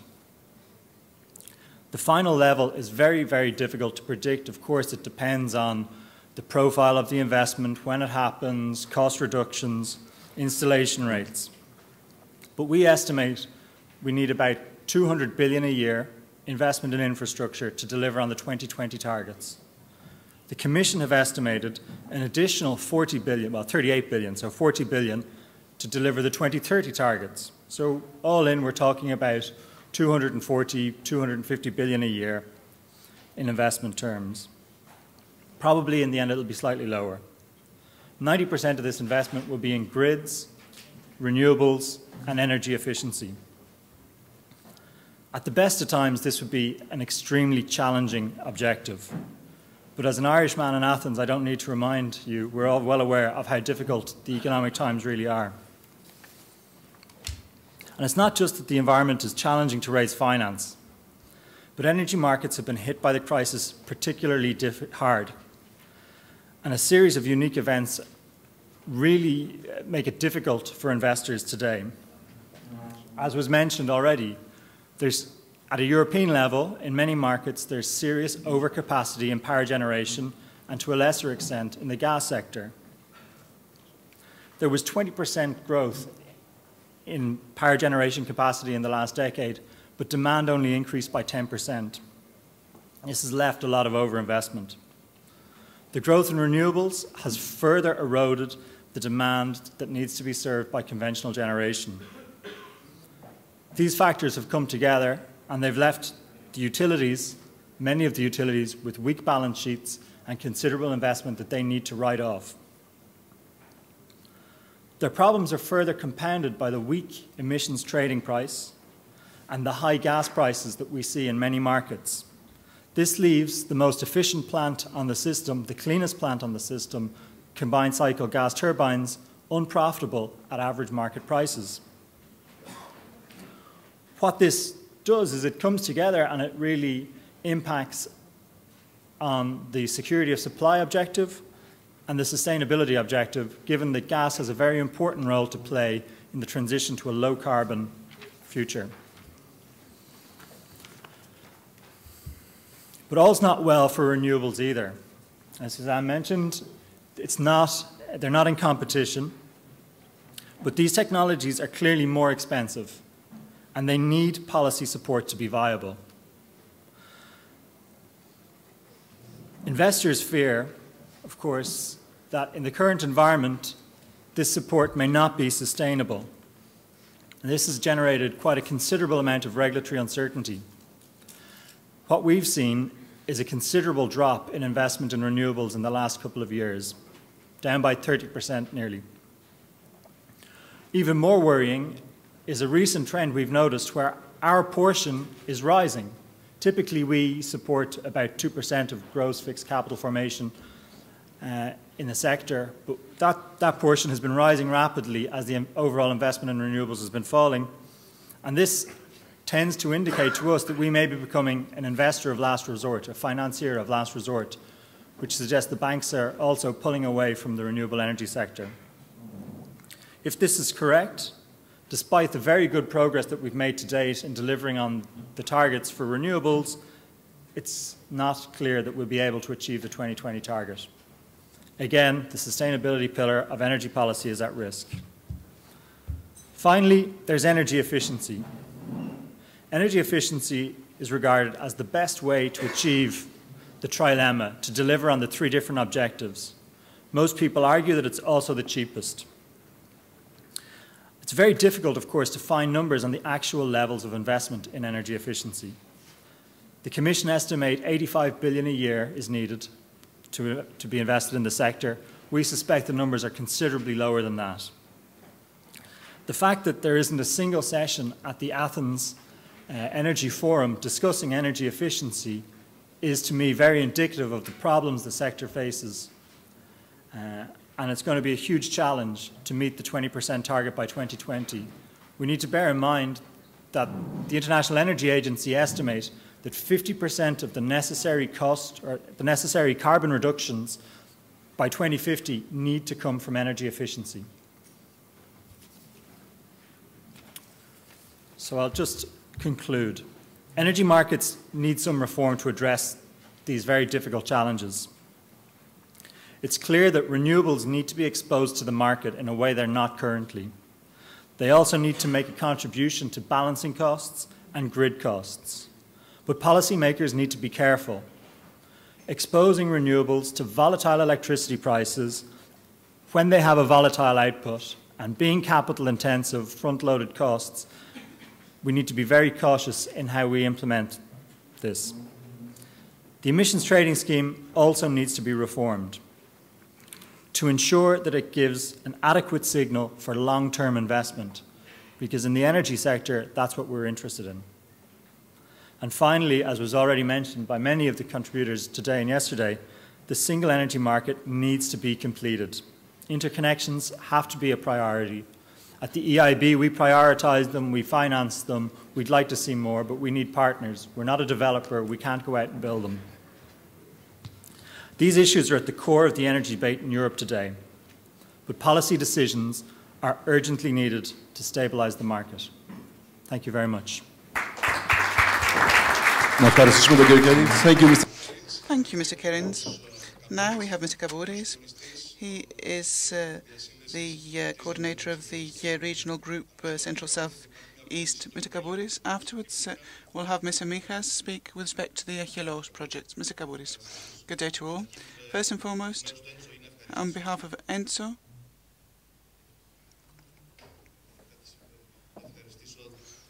I'd like to thank the organisers to inviting us to present the activities we have on a European level. Can I just see the screen here on the computer? This is of great importance for electricity generation, and we have to actually enhance the transmission infrastructure. This has, in fact, a very good role, as the Secretary General very pertinently said before.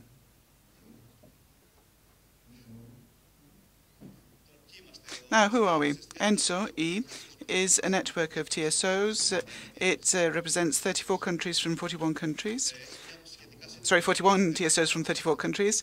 It has done a lot in the 5 years since its establishment. You see that It is the largest such organization, 525 million citizens served. We have, in fact, a huge capacity. We have a lot of cross-border transmission, 400 terawatts annually. It works under 4 commissions with numerous working groups, 40 working groups to be exact. And inter alia, it also has to develop infrastructure in Europe in the coming years. Now, ENTSO-E is not something that we created of our own bat. We had Directive 2009 of 72 and Regulation 714 of 2009 mandates what it does. We have to harmonise the network codes. That means that very soon, and we've actually proceeded in this, certain codes will be regulations adopted by the European Parliament. And the second very important project that it has to do is to issue every 2 years a plan for the next 10 years for the forthcoming network development. Obviously, we are looking at how market integration will come to pass. We have to actually elaborate the R&D plan for the forthcoming years. It's a very important job if we want to really discuss the serious implementation of our objectives. Also, we have the generation adequacy outlook and other similar activities. Now, as of 2013, we have a new regulation which mandates that ENTSO must harmonize the methodologies for the cost-benefit analysis at a union level for the energy system. We'll see what this means afterwards. We see the European Commission has seen very clearly that Europe cannot proceed towards its objectives in a manner other than harmonized. So that means that we'll have to enhance the transmission of capacity, especially when we'll have large amounts of such power. So that means that are being transmitted. So that means that the markets have to be unified in the future. And that's why we have the common interest projects that Mr. Mathiolakis mentioned before. At the same time, we're trying together with the similar agency for natural gas to program the forthcoming investments in a harmonized manner. So this 10-year plan has slowly but surely become the reference not only for informing all the interested parties in Europe, but also it is a tool of the European Commission which is used in order to assess the projects that seek the financing or other assistance of Europe. So what we have in Europe, we have the national development plans, which are binding and issued every 2 years. We have certain regional plans, which are in the ENTSO-E regions, and we have a non-binding 10-year development plan, which actually summarizes the major projects with the greatest impact across the borders and for the entire continent. What's most important is that these projects do not have to do only with the operators' projects, but we have an open process whereby we include third-party projects, and there is equity in actually assessing those also. So it's very difficult to do this task in this huge geographic expanse. That's why we have 6 regions in Europe. We are to the southeast. We're a small neighborhood compared to the installed capacity and how large the market is. We see that we have about 15 countries participating, so they're numerous. Now, so far, we have issued twice the 10-year plan in 2010 and 2012. The next will be issued in December 2014. What have we seen so far? We have seen that until 2020, which was the time horizon that we were actually looking at in 2012, we have certain critical bottlenecks in Europe, both for conventional and RES generation, we know full well that development will be driven by RES. So we see that RES is triggering 80% of asset growth. We have certain key figures that we have seen so far. What have we seen? In order to say that we sustain the same level of security, we need about 52,000 kilometers of transmission lines.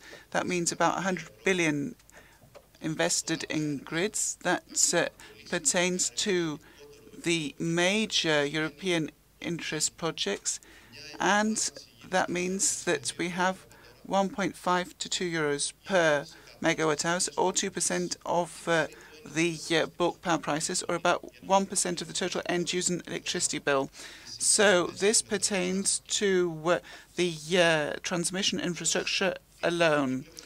So we see here that the greatest needs can be identified in northern Europe, where we have huge development, especially in the North Sea, especially with respect to wind energy. And also in our neighbourhood, we have quite a high amount of investments. So we want to be open to all involved or interested parties in this process.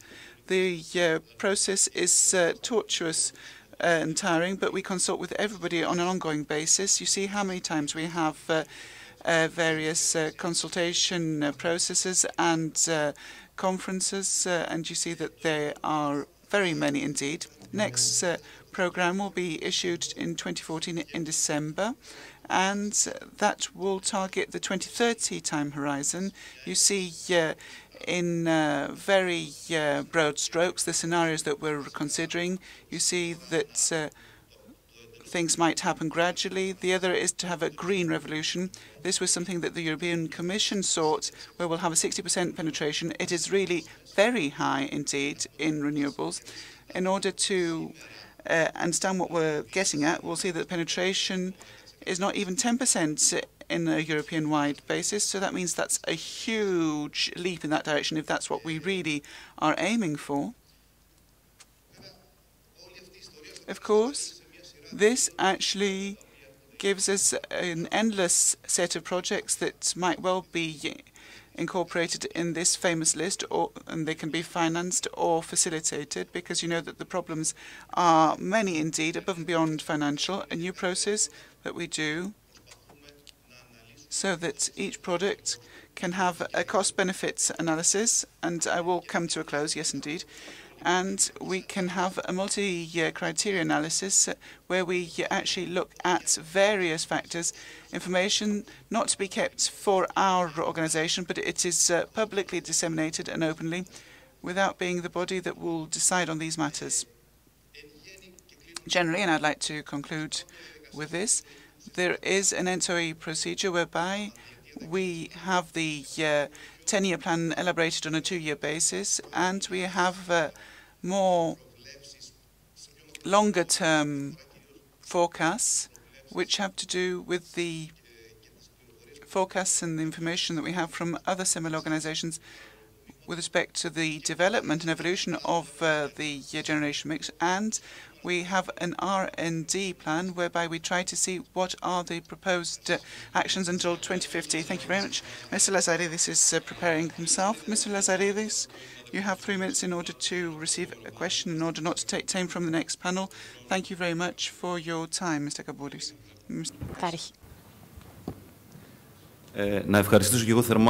Let me, for my part, also thank the organizing committee for providing me with an opportunity to take the floor. And I'm going to tackle an issue which is quite specific. So far we've had discussions within a wide spectrum, but I think that what we're going to talk about is very important nationally. And I'm going to talk about the Achelos River projects and their energy dimension, because I believe that not many people really know how important this project is after all. The Achelos project is well known with regard to the fact that it would call for the diversion of the river. In Thessaly, And there is a number of reservoirs and smaller projects. But you see, this was originally planned not just for the sake of diverting the river, but also for generating energy. Now, based on the old plan, so far we had the Mesochora project. It's turnkey, but then again, there's no productive facility because there are glitches there.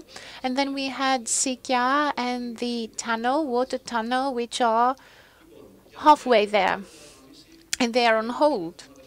For each such project, we've spent 1 billion overall. 1 billion euro has been invested, and the Mesochora has been on hold for a number of reasons. The water tunnel in Thessaly is not materialized because the final decision has not been made so far.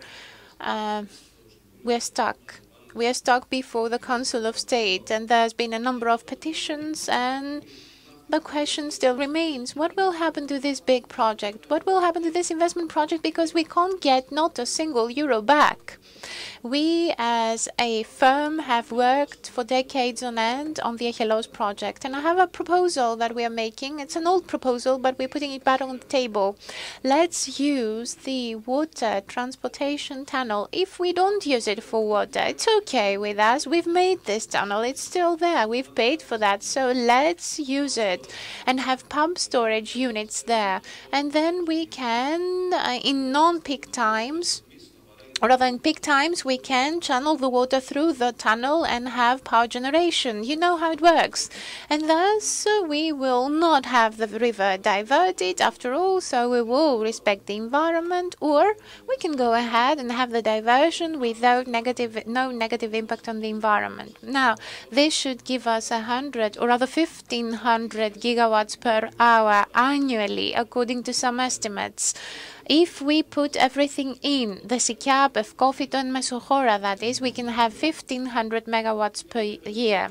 Now, what is called for this to materialize? Well, as I've said, we've already invested 1 billion, and we need 600 million for Mesochora, SKAI and Pefkofito. These are the reverse flow units, and then we have to have the Pefkofito, Mesochora, SKAI and Pefkofito units, though that's another 550 million. Now, this is a graph for you to realize that without reverse flow, we still have, without diversion, but with reverse flow, we can have the 600 megawatts per year, or even go all the way up to 900 plus. And then this is the additional benefit in present value terms. Let's have a look in a dual mode. Blue stands for no diversion whatsoever, and red stands for diversion. And so in the past few years, because nothing's happened, we've lost 130 million. If we nonetheless go ahead, regardless of whether we're going to have the river diverted or not, still within the next 20 years, we can amortize our investment and have yields there. So, in a nutshell, let me urge all the competent authorities and the ministries. The Ministry of the Environment is going to make a decision, a final decision. They have a clear stance on that, but they haven't publicized it and put it in decision terms. And then the PPC and the private entities have to decide whether they're interested. And I'm always here to respond to possible questions. Thank you. You have 3 more minutes at your disposal.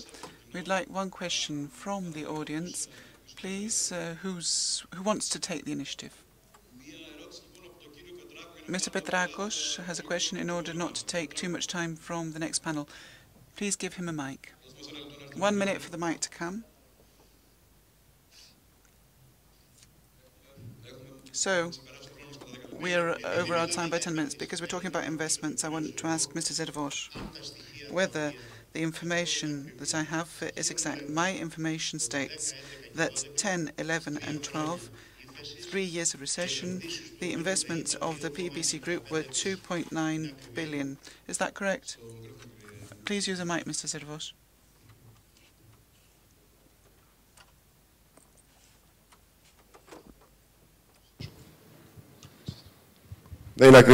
This is correct. It's what I also mentioned.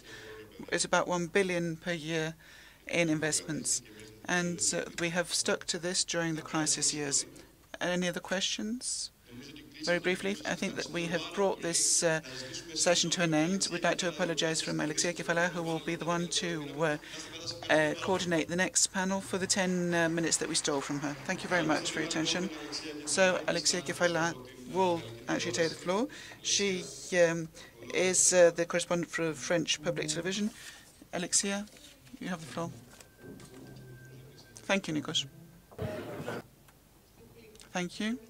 In order not to waste time,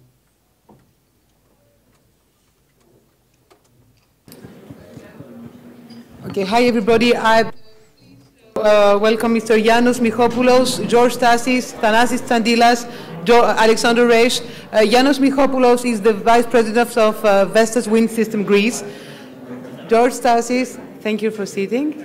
George Tassis is the CEO of Mamidaki Group of Companies. Thanasis Tsandilas, Energy General Director of Rokas Renewables.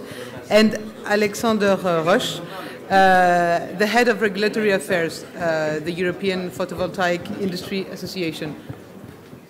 And non mais vous asseyez pas, vous allez commencer en fait. Voilà. And I give the word to Alexander Roche. Welcome, please.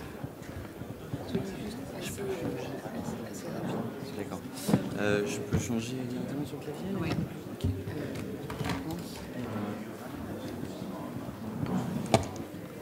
Ils sont en train de... Alberto? Is there somebody from... Υπάρχει τεχνικός σας παρακαλώ πολύ για να μπορέσουμε να προβάλλουμε... we need the assistance of a technical operator to actually show the slides for Mr. Roche. Γεια σας.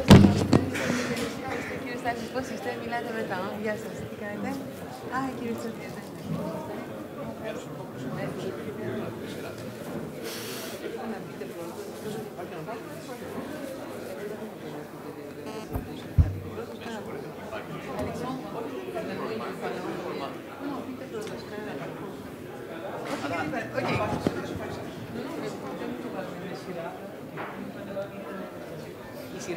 Okay. No, Alexander, you'll talk after. Mr. Yanos Michopoulos will talk first. Please, Mr. Michopoulos.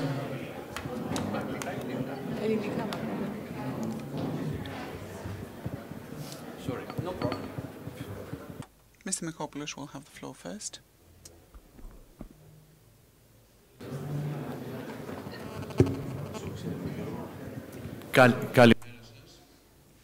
Good day. I'd like to thank in turn the organisers for the invitation extended to us, and I'm speaking as the CEO of Vesta in Greece. Now, I think that it's a shame that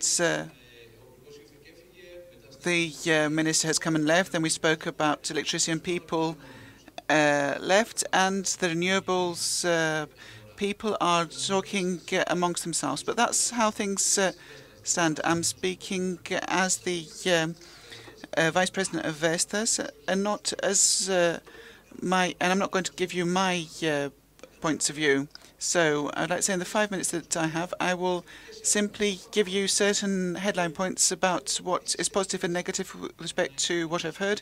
And I would like to actually say that from Mr. Papageorgiou, I said how important it is to have security of energy supply for Greece and for Europe more generally. And we see that what is happening in our neighbourhood shows how important RES is. From Mr. Papageorgiou, I heard about the positive climate that we have at this moment in time for energy investments in Greece.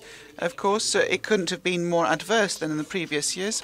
And Mr. Papageorgiou said the importance of the stability of the regulatory framework, because no investment, especially in energy, can happen if the investor does not know the rules of the game. From Mr. Mathiakis, I heard how, and Mr. Kabouris, how important it is to have infrastructure for the transmission of electricity, because indeed, when we're talking about renewables, we see that wind exists in the mountains, and we see that consumption takes place in cities. So you have to transmit energy from where it is generated to where it is consumed. And Mr. Mathiakis actually wondered, where will the money come from? Because we cannot have investment without the money.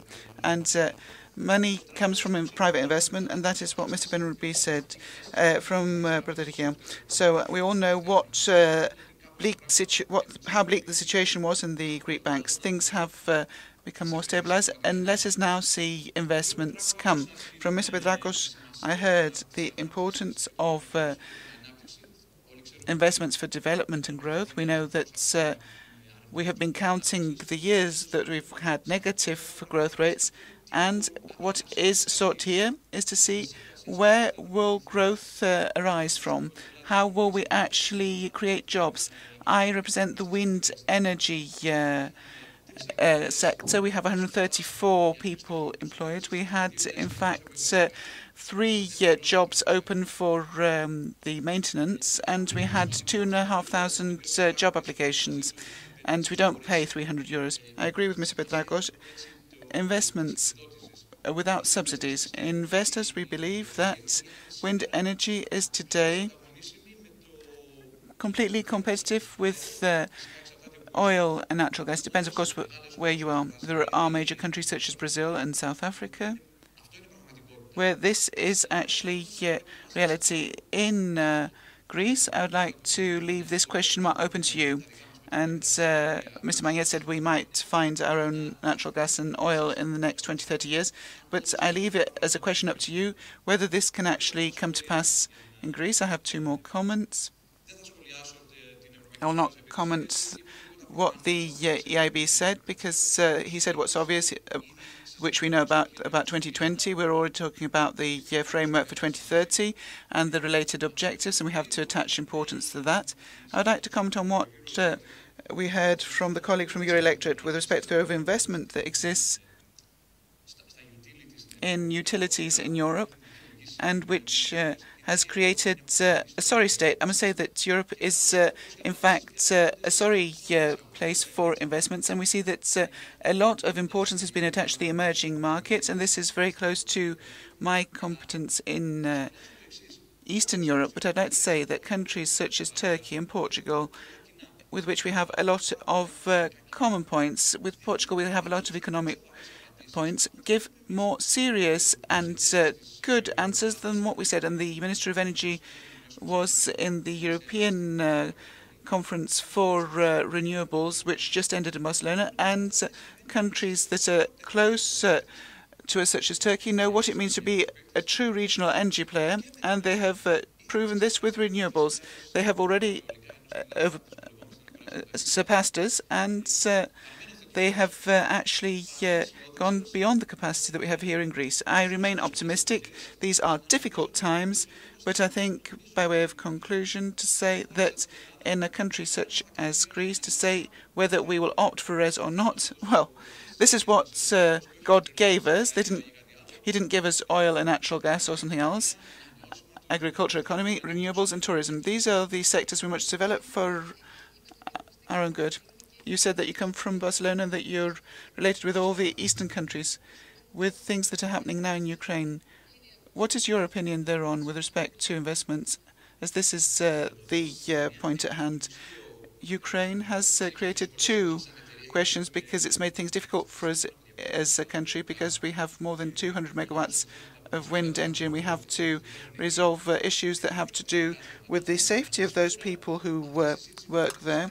And we see that this whole discussion that is happening in our neighborhood, why is this entire story arising between Russia and Ukraine, puts the issue of energy security not only for Greece, but for Europe as a whole, because we depend greatly on the natural gas supplied from Russia. So we must ask, how can renewables create certain indigenous sources of energies in order to bring about security of supply? It's very interesting that you asked me. We see that certain countries that have, in fact, an oversupply of hydrocarbons, such as Kazakhstan, they have oil, natural gas and coal, but nevertheless they want to invest in renewables. Why so? Because apart from the CO2 and the green image, you understand that there are certain areas of the country in which the other sources cannot reach, and it understands that it can use renewables. And the same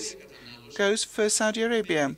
They can use these for domestic consumption and maximize exports from oil and natural gas. In Barcelona, we had the global conference of EVA. Miriam was there and Mr. Servos was there.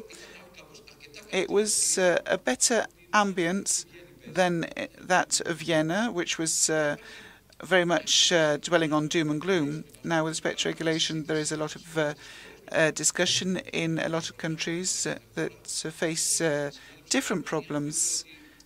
The colleague from Germany said, well, even Germany is revisiting its framework, and the UK, and more so other countries that are forced to do so. But it is considered to be something that can be discussed for the future. And they also looked at energy efficiency, a point discussed. So Barcelona had more optimistic messages to convey compared to other years. But I think it was the smallest fair that we had, and most people, even our bosses, went to Brazil in the middle of the week because in Brazil there's a huge demand for energy and a huge demand for renewables. And I must say, it was Portugal that actually stole the show, and Turkey also. That's very interesting. And I think it is a matter of urgency to find certain solutions at this moment in time. Thank you very much. So, Mr. Stas, you will respond to the same issue with respect to the various forms of energy. Thank you very much. Thank you for the invitation. I think that such organizations help us advance things.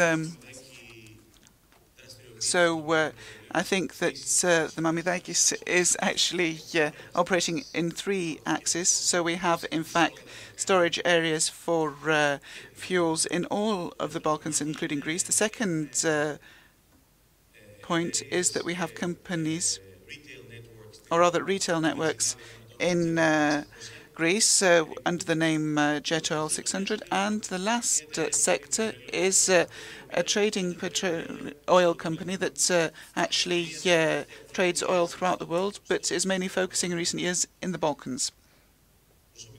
Personally, I come from the international sector of oil. Now, I would like to speak briefly about how we can have investments in Greece and what is required in order to attract these investments. First and foremost, is there interest to invest in Greek companies, especially in the energy sector? We've seen it very clearly. We've seen it with DEBA, with Hellenic Petroleum. In our group, we've received a lot of companies interested in investing, and we see that there is a very strong appetite from abroad to make investments in Greece.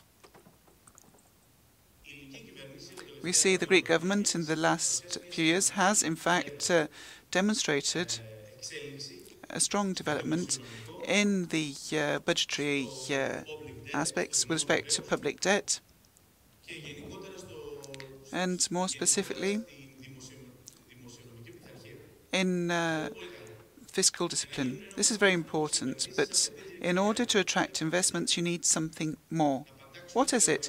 We have to eliminate red tape. So here I have 10 parameters that I would like to give you that shows what makes corporations happy to invest. So what do investors want? First, location. Greece is a very attractive location, and recently we've talked about this extensively. It is a hub.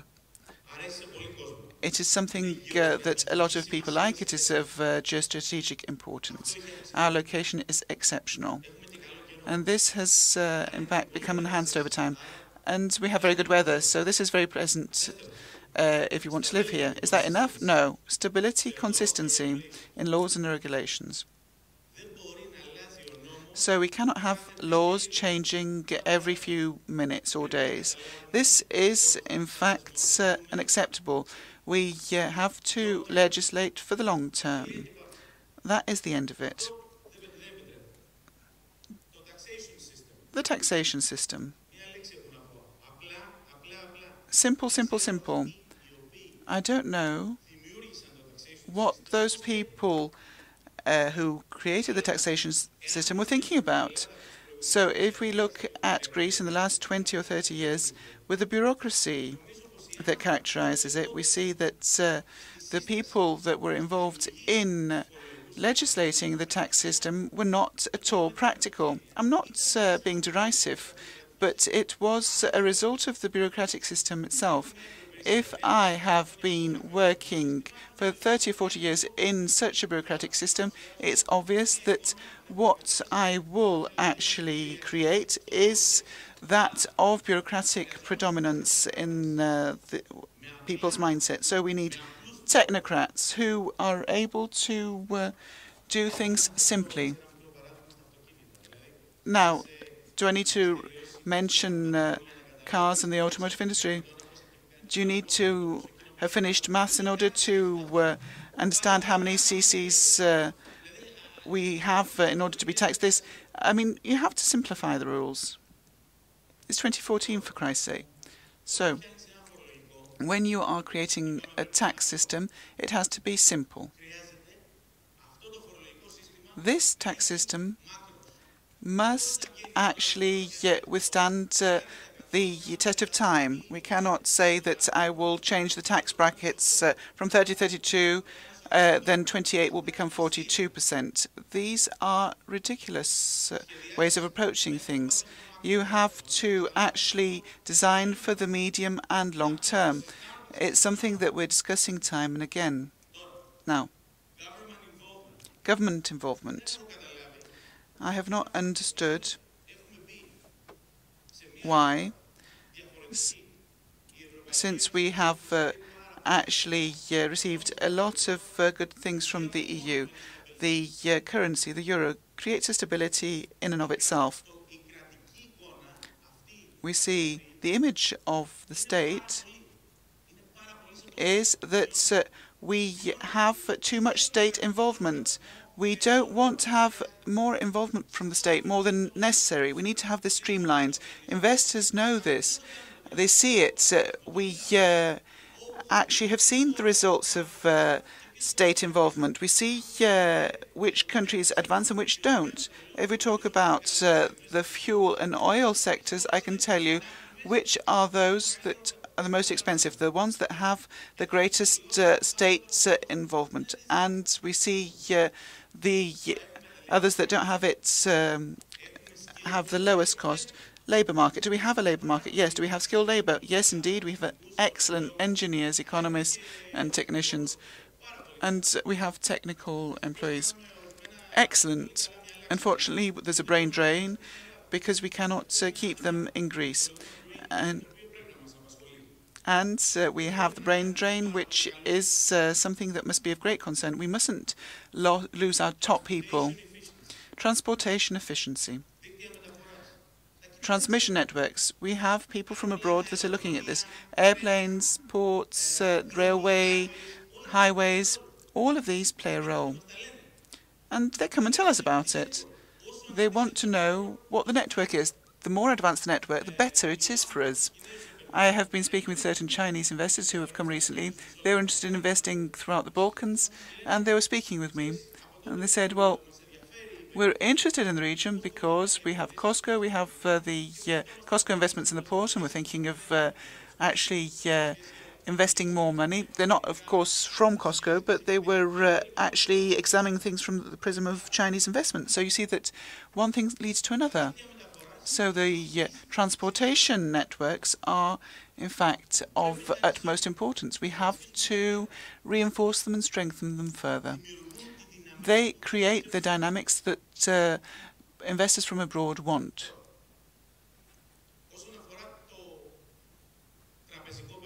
Now, with respect to the banking environment,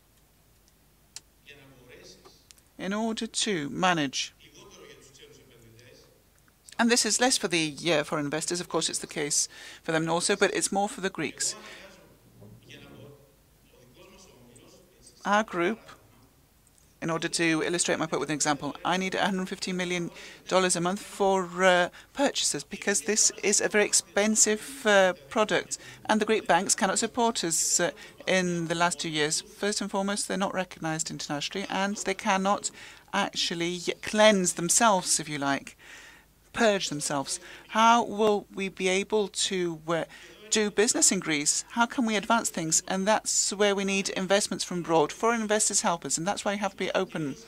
And I must say that in Greece we had family-run companies. This was also true for the Mamidakis Group. This will have to be a thing of the past, however. We must realize that in order to proceed and advance, you need to have the help of foreigners. You need to have the capital and human resources. We need to have people from abroad because we're trying to go it alone. We need to look outwards. We have to see it from all facets. You must see that we shouldn't be demonizing investors.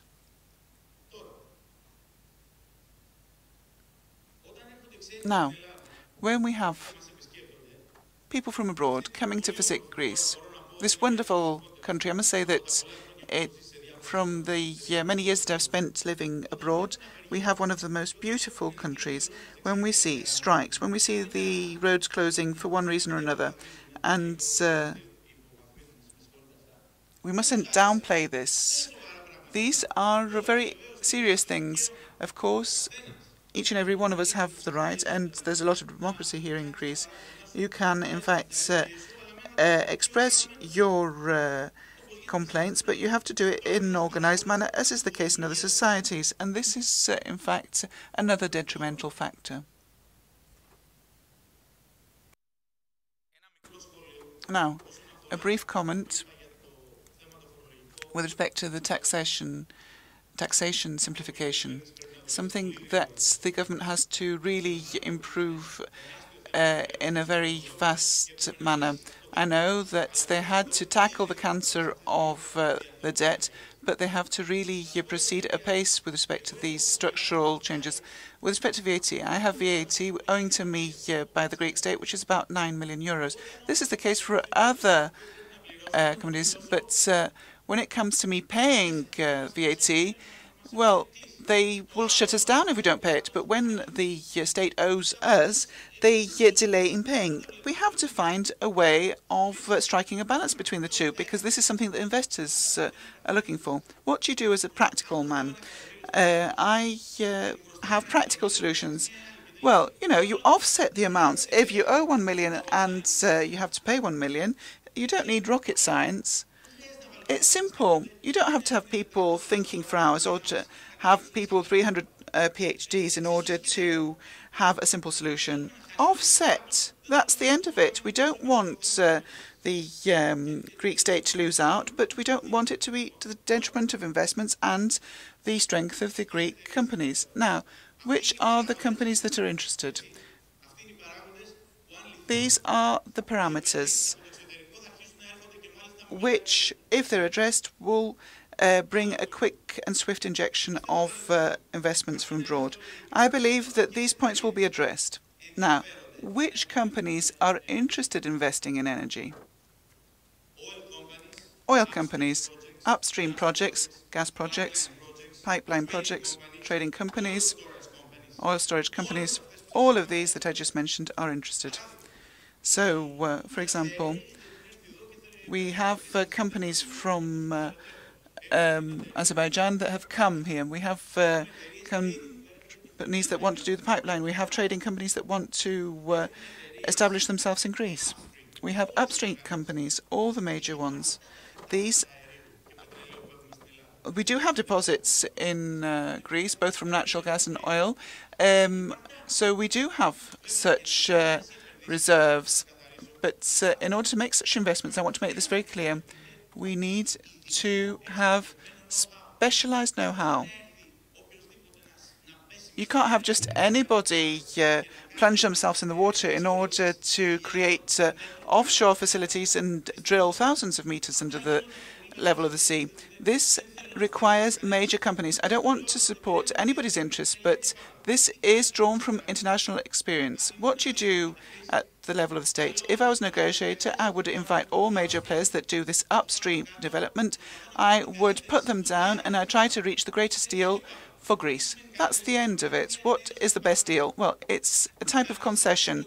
You give them the area and you say that when this gives you this volume, I want this percentage, so much volume, such a rate. Instead of sitting down and actually lamenting your fate, you say, well, this person won't come, this person won't come.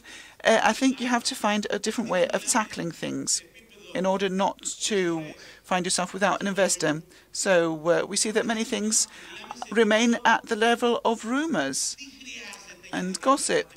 But you must actually look seriously at what you need in order to exploit the reserves. You need 5 or 6 major players that have international experience and are involved in the sector. We have these players, they exist, and you sit them down and you negotiate with them to broker a deal. I have come to an end. Thank you very much. Mr. Tsadilis, who is the Energy Generation of Rockets Renewables. So we are in the renewables, and do you agree with what Mr. Stasis said with respect to the problems that exist with respect to the tax system? With respect to renewables, thank you very much. Now, the problems of renewables are a lot greater, and I must say they exist and they are very tangible today. But we need investments there also. Hence, you need investments there also. Yes, of course. Now, the answer to this session, because it's put in a form of question mark, can we afford it? The answer is yes, indeed, we can afford it. We can further develop the RES in Greece, but we need to do this under specific conditions, under specific terms. Now, I will not take up much of your time because we see that a lot of very interesting interventions have been made since the beginning of the day. And we have also examined the European and Greek perspectives with respect to electricity and specifically RES. Now, I would like to say, first and foremost, if you want me to actually fill in the context with respect to Europe, what are, in fact, the facts in the European energy market? In the last 15 years, Europe, with specific policies, has, in fact, actually depended on the indigenous raw material that it has in order to limit greatly, and it's managed to do this, to limit the importing of energy resources, which obviously cost more to Europe. So that is why it decided, and it depended on RES, and particularly in the most competitive ones, such as wind energy. After these 15 years, and in parallel with certain other factors, we see that the European policy, correctly so, will develop into a more competitive environment, which will in fact be for the entire market, especially the industrial market, where the European Union is going to depend on in the future years, and it must actually make certain that it can withstand the pressures from the industrial countries, so in cluster countries. So it depends on its indigenous resources, and this means that Europe at this moment in time has a reduction of consumption about 8% from 2006 to 2012. So I must say that For Greece, this is almost 15%, a 15% drop in the reduction of electricity, which was done in order to save energy and because of more energy efficient devices, use of less energy, and of course it is also related to the recession. We see that Europe also covers its energy needs with imports, and this is almost at a 58% level, and it wants to keep it at that level or reduce it, because that means that these resources do not make the European economy competitive. So that means that the new policies depend on the competitiveness of industry and hence competitive electricity, security of supply through cross-border interconnections and interconnection of isolated areas, and in addition, something that Europe was and will remain the innovator, the environmental sustainability. So we see that all of this has to be worked on in order to strike a balance from now on, and it seems that Europe will in fact be the one to set the pace by adopting these three policies for its energy policy, these three measures for its energy policy. So which are the factors that have to be unswervingly applied in order to achieve the objective? It is a matter of urgency to have the revival of industry through competitiveness. We see that the energy problem is similar to the problem of the economy, which we see in Europe at the moment. We see the failure to finance, the difficulty of finding capital, and large debt. These conditions exist, and we see that the European electricity companies also find themselves addressing these problems. We see that we have, in fact, a high cost of electricity compared to other countries such as the US, and we see that this bill is expensive, and we see that has been increasing for the last 4 or 5 years, and the increase has been quite significant, not because the cost of production has increased. To the reverse, we see that the transmission costs have increased somewhat, but we see the third factors such as taxation have increased, which arise from other sources, nuisance charges, if you like, that have nothing to do with electricity. So we see issues that have to do with land planning, industrial and economic policies, and we see that these make up 50% of the energy cost, when in the States we see that this is about 10%. Moreover, in Europe, we see measures taken that have aggravated the problem. They have, in fact, created more distortions in order to reverse or do away with the costs that had been incurred. So obviously we have to do away with these points. Something that's very important that's been mentioned today, correctly so, that in order to bring this about, we must actually create a single electricity market. This must be done, firstly, through strong interconnections, cross-border interconnections between the member states of Europe.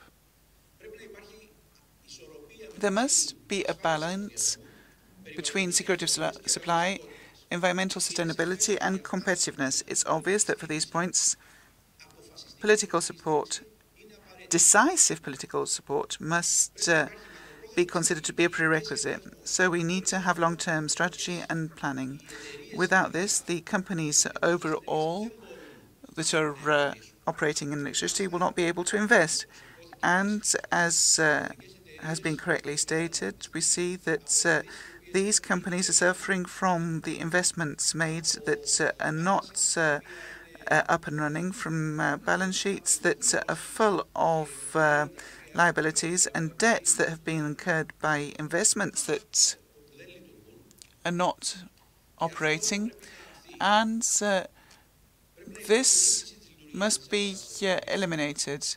We must reinforce the energy market in order to have, and in order to do that, we need a single regulatory authority, and this must be considered to be our ultimate objective. This is how we'll promote investments. This is how we will have a good rate of return on investments, and this must be done in a reasonable framework at a reasonable level. I am actually concluding now. So, which are the factors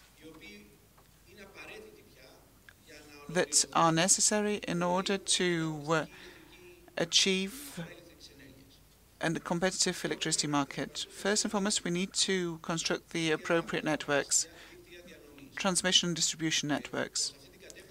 In this direction, we see the European Commission has made the appropriate steps. We have the projects of common interest. For Greece, this is very important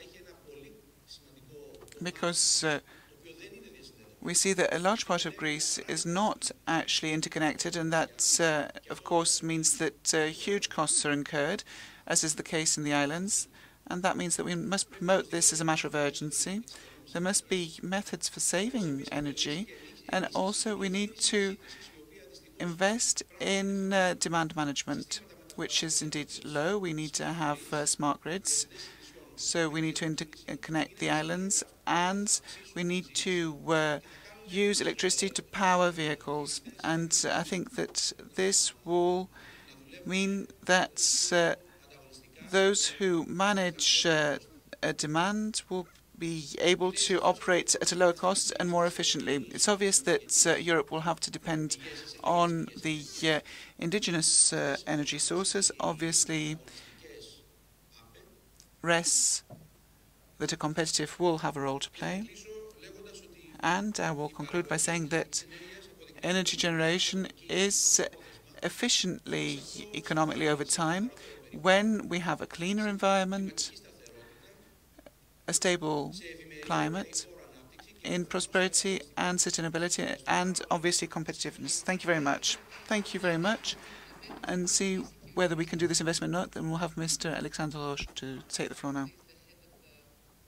Regulatory Affairs of the European Photovoltaic Industry Association. I think you have some slides, huh? It's fine? Okay, great. Thank you, dear ladies and gentlemen. Good afternoon, and thank you for the organizers for inviting EPIA, the European Photovoltaic Industry Association, to intervene today. In the previous panel, we have been trying to understand where the money will come from. I will start by looking back and trying to understand where the money went in the power sector. Just a few words about EPIA first. We are, as I said, representing the interest of the photovoltaic industry in Europe, and we are representing businesses active along the whole PV value chain. So coming to the question of where investments went, you saw on the chart here that basically we have invested in gas, wind, and PV over the last decade. And this graph here is showing the capacities expressed in terms of net added capacity. So indeed, it includes here the 20 gigawatt, which have been most bold in the gas sector. So actually, there were a bit more than 120 gigawatt investments in gas in the EU in the power sector of the last decade.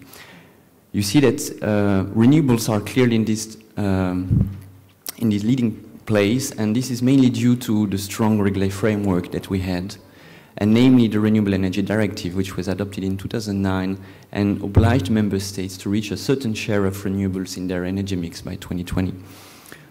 We have, when it comes to PV, 80 gigawatt of PV today, and I would like to use the example of this technology to better understand what are, in our view, the enabling factors to invest in renewables, try to understand a bit also maybe the mistakes which have been done in the past, and finally I will say a few words trying to respond to the question, the provocative questions, can we afford investing in RES?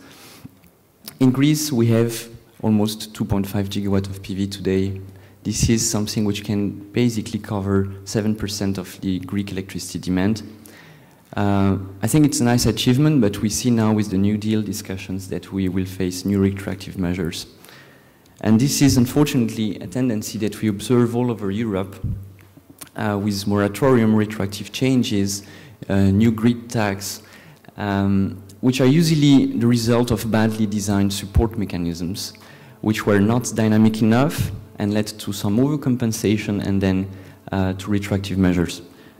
So in EPIA, we are gathering experience on how to frame regulatory support for new technologies like PV. And what is clear, and I hope that this will be taken into account when you will be discussing the New Deal here, tailor-made support is key, tailor-made to the segment, to the market, to the technology, and also a dynamic support is key.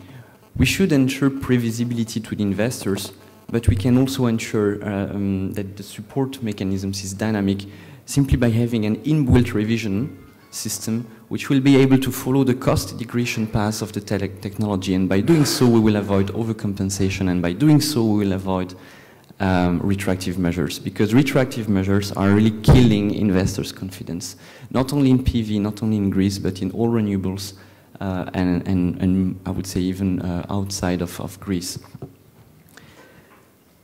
Coming to the question of can we afford to invest in RES, not only we can afford, but we will really reap benefits. If you look at what will happen after 2020, and this graph is coming from the European Commission, if there is no further political guidance, simply the RES development will slump. You see the rate per annum of 6% between 2010 and 2020. We will go back to something like 1% after 2020, according to the business as usual scenario of the European Commission. So we are in front of a new investment cycle. As it was said by the previous speakers, it's true that we have to do new investments. It's a bit contradictory because we are currently in an overcapacity situation with a stagnating electricity demand, but at the same time we have to do new investments to renew the power fleet, to renew the grids, the distribution grids in particular. So the question in front of this new investment cycle is really what matters, and we will not invest 10 times. I mean, we are here talking about investments with a 30, 40 years of life expectancy. So the 2030 deadline is the next deadline, and this is what we are discussing now at the European level, with the European Commission making new proposals, as it was explained by the EIB representative this morning, a CO2 reduction proposal of 40% and a new target for renewables of 27%. Here I should say immediately that in our view this is, when it comes to renewables, far too low, and indeed, as it was rightly said, only corresponds to the level of RES which would make the achievement of the 40% CO2 reduction possible at a low cost. But what is important to keep in mind is that we are not only here to talk about decarbonization, we are here to talk about money, about energy security, about competitiveness. And when you look at the impact assessment, and this is a direct reply to the question, can we afford investing in RES? Yes, we can, because it will reduce our net energy imports. If we have 30% of renewables by 2030 in the EU, we will decrease our net dependency to 81% compared to 2010. If we invest in RES, we will mitigate the enormous GDP leakage that we see today. In 2012, in the EU, we have spent 545 billion euros just to pay our bills when it comes to the fossil fuels imported in our territory. You see here that the more ambitious you are, pushing energy efficiency, pushing renewables, supported as well by a strong CO2 price, you can reach extra savings on our fossil fuels import. And you see as well, and those figures are all coming from the impact assessment of the European Commission, that by pushing RES, you will also create additional jobs. Here in this example, with a 30% share, you will have 600,000 extra jobs.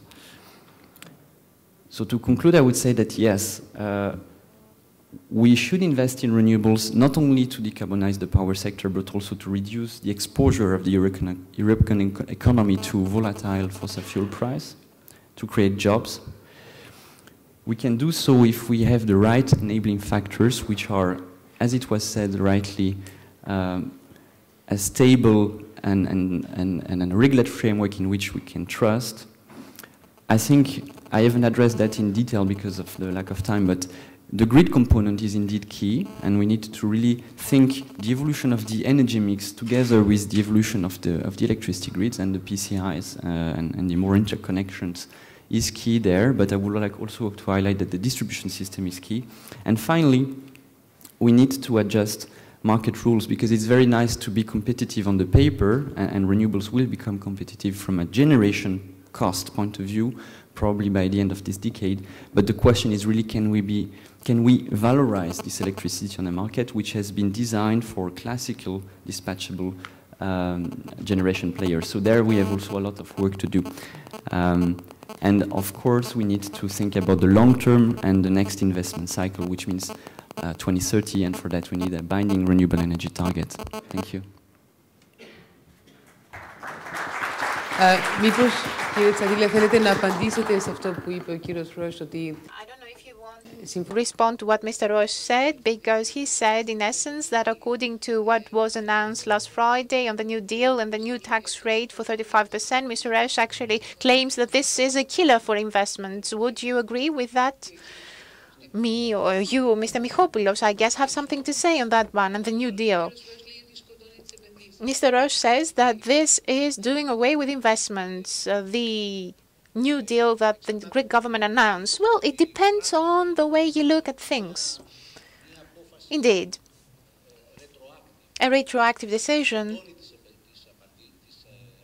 does away with investments. And I think this is obvious. Yes, this applies everywhere in the world. A retroactive decision will lead to instability because it overturns provisions and contracts. And the same goes here. Yes, the same is happening in this case and will happen in this case. But we've come all this way because in the meantime, the wrong policies were adhered to. This is the past. Political support and such policies as of 2006 through 2010 was very specific. And as of 2010, specific decisions were also taken with a view to providing very high incentives. Moreover, technologies were supported, technologies that were then growing, and they were not competitive, at least as far as the current grid is concerned. Well, all those decisions were obviously wrong. And we, investors, see that and know that much because all of us investors haven't received payments for the past 9 months. And in the meantime, it's impossible for us to exert any pressure whatsoever. And it's very tough for us to force our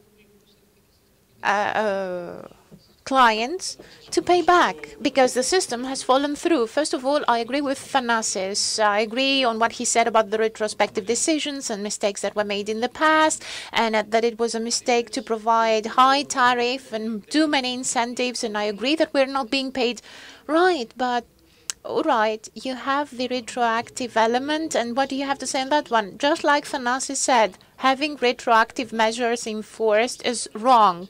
In any case, this is a mistake, and you have to eventually make amends for that.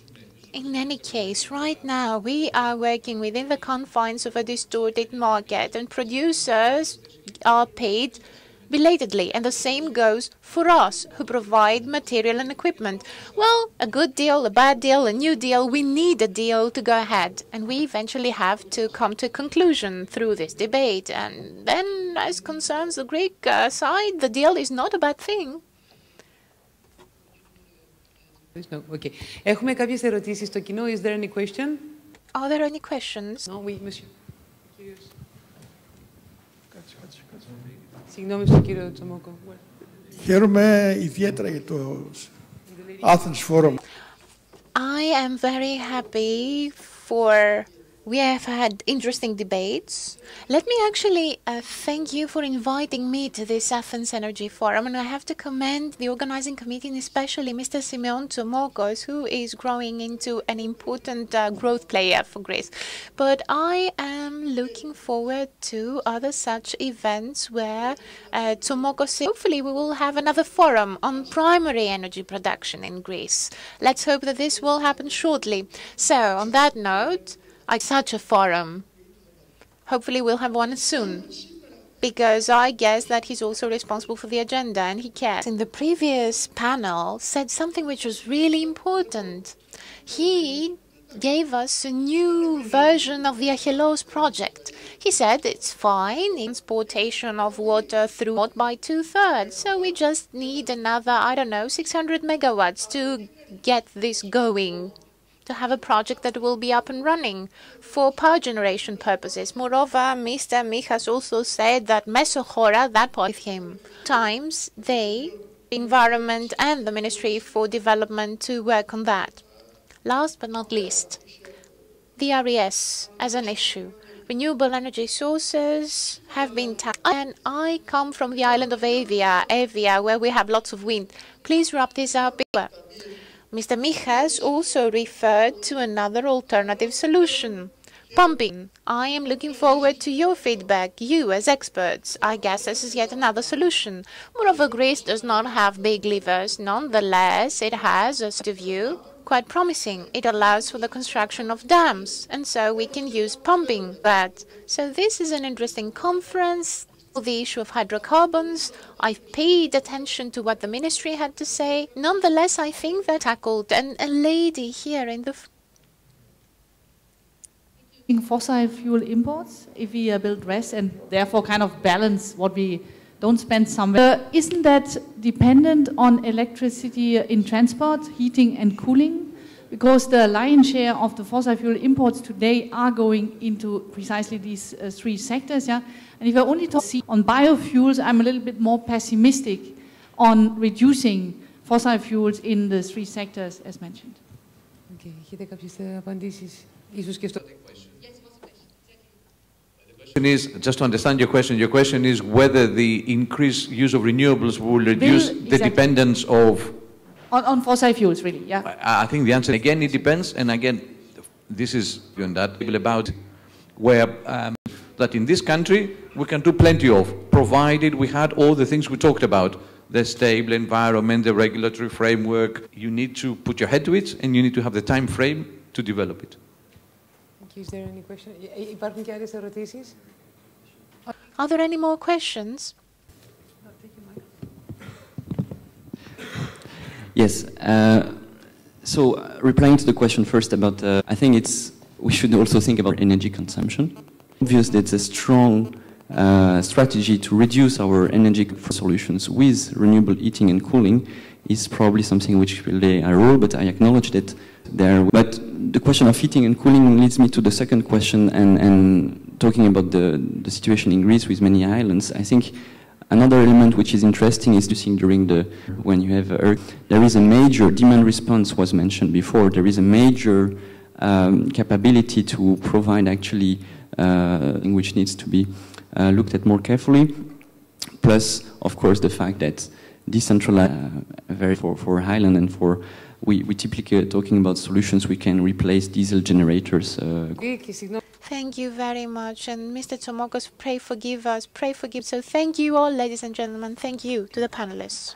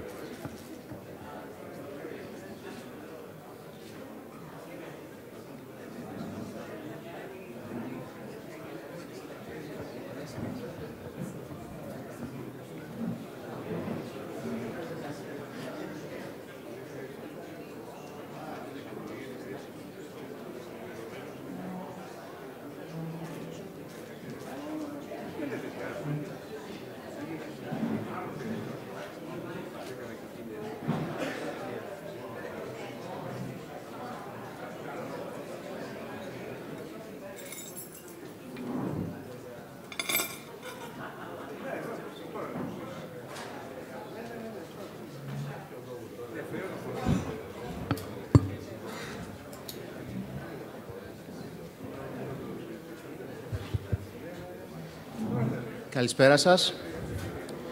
Καλησπέρα σε όλους σας. Good afternoon, ladies and gentlemen.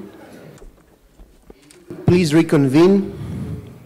We're about to start the final panel of this very interesting two-day conference with an issue of top priority. And we put it at the last panel because we needed to be able to sustain your interest unabated until the end. And the most interesting issue of this panel is that we've been hearing a lot about the importance of Greece re-energizing and re-emerging its hydrocarbon sector, and that would be a crucial part of its economic redevelopment, especially after the memoranda and the austerity packages would be finished. So it would be very interesting to hear the panel of speakers who represent not only the main champions, the main players of the current stage, that is basically Hellenic Petroleum and Energy and Oil and Gas, but also the European point of view as is expressed from Mrs. Niki Tzavela, who prepared the roadmap to 2050 for the European Union through its position and its work in the ITRE Committee, the Commerce Committee, and Energy Committee in the European Parliament, but also to be able to complete this panel by, of course, the participation from senior government officials who are the actual people who are implementing this policy of rebirth of the Hellenic hydrocarbon sector and how important that would be, and also to talk about issues of unconventional energy and unconventional hydrocarbons, which are important, very important in the US, but could be also important for Greece and for Europe. So it is my distinct pleasure and honor to be able to mediate in this panel, and I would like to call to the floor Dr. Niki Tzavela, as a member of the professor. Well, for me, I'm not a professor, I'm a doctor. I'm a member Not yet. of the European Parliament. And that was the second. The member of the European, I'm an academic, I have to put the academic first, that's why. Academic disturbances. A member of the European Parliament, the rapporteur of the Energy Roadmap 2050, as well as shale gas reports for the European Parliament. Would you please take the floor? Thank you. Thank you very much. Dear friends, I would like to thank the International New York Times for the invitation to speak at this very interesting conference, and also to thank the organizers for including me for the second time, the second year, for this energy forum.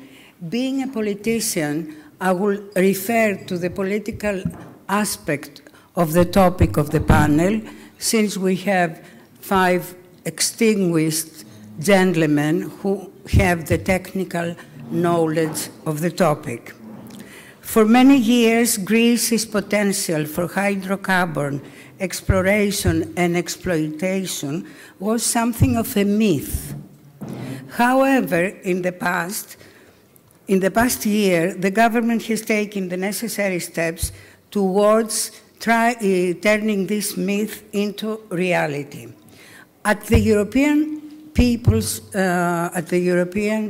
Party conference they had in Dublin 2 weeks ago, it was the first time that the European People's Party, the biggest political party in Europe, referred steadily and officially about the hydrocarbons being found in southeastern Mediterranean, something that had never been in the past before.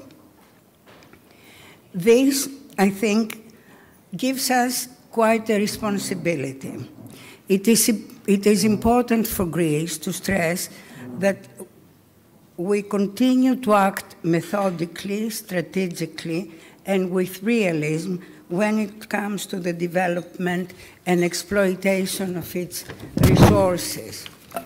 We have to exhibit to the world that we are a well-organized state, so we can take up this huge task. From the European Union, despite the fact that our relations have been overshadowed by the comings and goings of the Troika, there are positive messages coming from Brussels. From my own experience as the European Parliament's rapporteur on the report for an energy roadmap to 2050, and also I was the rapporteur for the European Parliament for the shale gas, I have a duty to remind people that it was through these two reports that the European dimension and significance of Greece's deposits was recognized through the 2050 roadmap report, and second, the shale gas report that I had, the honor to be the rapporteur. It was a report that hadn't been passed through the Parliament for 15 years. The Parliament was rejecting to unconventional fossils exploration and exploitation within the European member states. It was quite an achievement, and this is, we have to count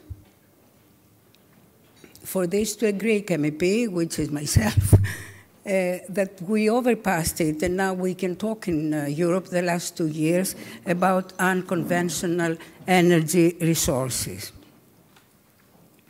It was the first time in the report 2050 energy report that Greece's issue of exclusive economic zones was mentioned and voted by a European institution. Thus, our country has been able to move ahead with a strategy, knowing that it is supported by Brussels. Specifically, the report recognizes the emerging interest in the exploration of oil and gas fields in the Mediterranean Sea, which is the issue that is important to us at this panel. We had very important messages from the European Union that are not to be underestimated in terms of the formulation of political strategies. Following on from these encouraging messages from Brussels, Greece was also handed another significant victory last December with regards to the Saint-Denis Consortium's decision in favor of the TAP pipeline. This further enhances Greece's role on the global energy map, and it sends a strong message to the international community that faith in our economy is being restored, and foreign investors are ready to invest in Greece. The broader picture is that Europe is currently formulating its energy and climate policies for 2030, and the crisis in Ukraine is yet again fueling discussions about how the European Union can improve its energy security and ensure that all member states have the appropriate energy diversity of suppliers and sources. Within the European Parliament, I have been a strong proponent that Europe needs to look to its own indigenous resources, including unconventional sources. Specifically, the development of indigenous resources will lead to the emergence of new trading hubs in the EU and new spot markets for gas and electricity, thus presenting a real opportunity for the EU and the member states to determine their own energy prices, including at the regional and local level. This concept is particularly significant for Greece and highly relevant, especially after the TAP decision. Already, we have become an important transit country. We should look to enhance our position. In the European Union's list of projects of common interest for energy infrastructure, there are currently 12 projects that are relevant to Greece. Two of these projects provide an important role for Crete. To Greece's south, Crete could become an important energy crossroad and an important energy hub for the Aegean Islands. To the north, with all the developments and prospects for LNG, the TAP pipeline, as well as the future potential of the Ionian, I see Thessaloniki as an important regional trading hub for the European Union. Southeast Europe needs its own trading hub that can set regional prices, particularly in these times of economic hardship. This region is the one suffering the most. Having the ability to set out our own energy prices in the Southeast will be a huge boost for the growth of our industries, and it will have positive implications on the everyday lives of the ordinary citizen who has been paying the highest energy prices in all of Europe. Why do I mention Thessaloniki? We always say Thessaloniki is the center, the center. This is a very realistic proposal, believe me. I have thought about it. I mention Thessaloniki not only for its geographic location and the fact that it is the third largest cargo holding area in Europe after Frankfurt and Heathrow. Thessaloniki is also a city of great cultural and historical significance for us and our neighbors. Automatically, the idea of a trading hub becomes more acceptable given the cultural ties. I imagine Thessaloniki as the main trading hub in Southeast Europe, with another two virtual hubs, if we can think about it, Sofia and perhaps Ankara, for the business market, for the business world. Until now, our neighbor Turkey has been promoting itself as a new energy hub and also route, transferring energy from south, east, and north. And I would say that Europe already has one monopoly, namely Russia's Gazprom. And as Europeans, we ought to be wary about creating another transit monopoly if it is only Turkey. As I said before, we need a real solution to energy poverty, energy pricing, and energy costs in Europe's southeast. And for me, this has to come from within Europe and not the neighboring countries. Finally, a word on the East Mediterranean gas pipeline, which is on the projects of common interest list. The launch of a feasibility study has been announced along with a call for tender. I think the timing of this announcement tells us a lot about the EU reaction to Ukraine. Now more than ever, the European Union understands the need for increased energy security and energy diversity, not only in terms of suppliers and sources, but also in terms of routes. Since the East Med gas pipeline has only been examined in terms of potential sources from Israel and Cyprus, I would like to add that any feasibility studies that will be undertaken should certainly include the potential of gas from Greece, and more specifically, the deposits south of Crete. We need to link Greek hydro to the developments in the Eastern Mediterranean.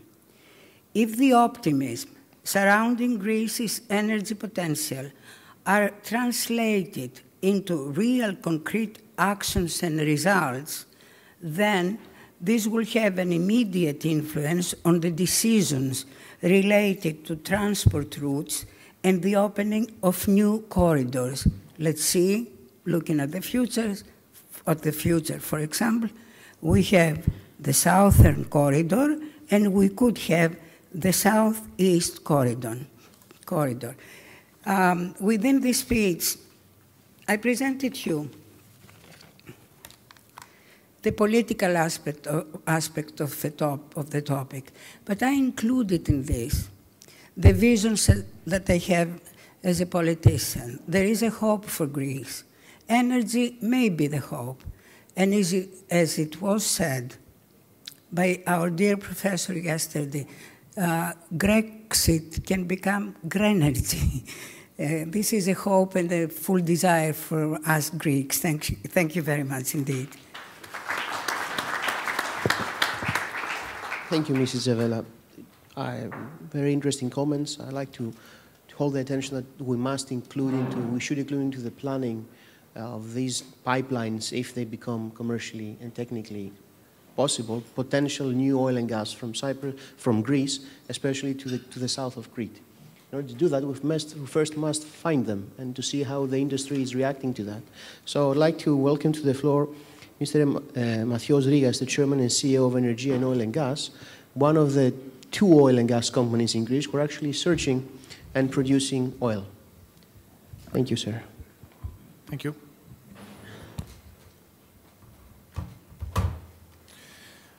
Thank you very much. It's been a long day. I know it's the end. We have 5 or 6 minutes, so I'll try to be very brief. We had a very interesting perspective on the political side of the energy sector. I'll try to give you the business side and how we in the industry view what's going on in the oil and gas sector in Greece. Very briefly, I'll cover what we've been doing, just to look at an overview of what has happened in Prinos, because I think that plays an important role. Our investment plan, because at the end of the day, this is what it's all about.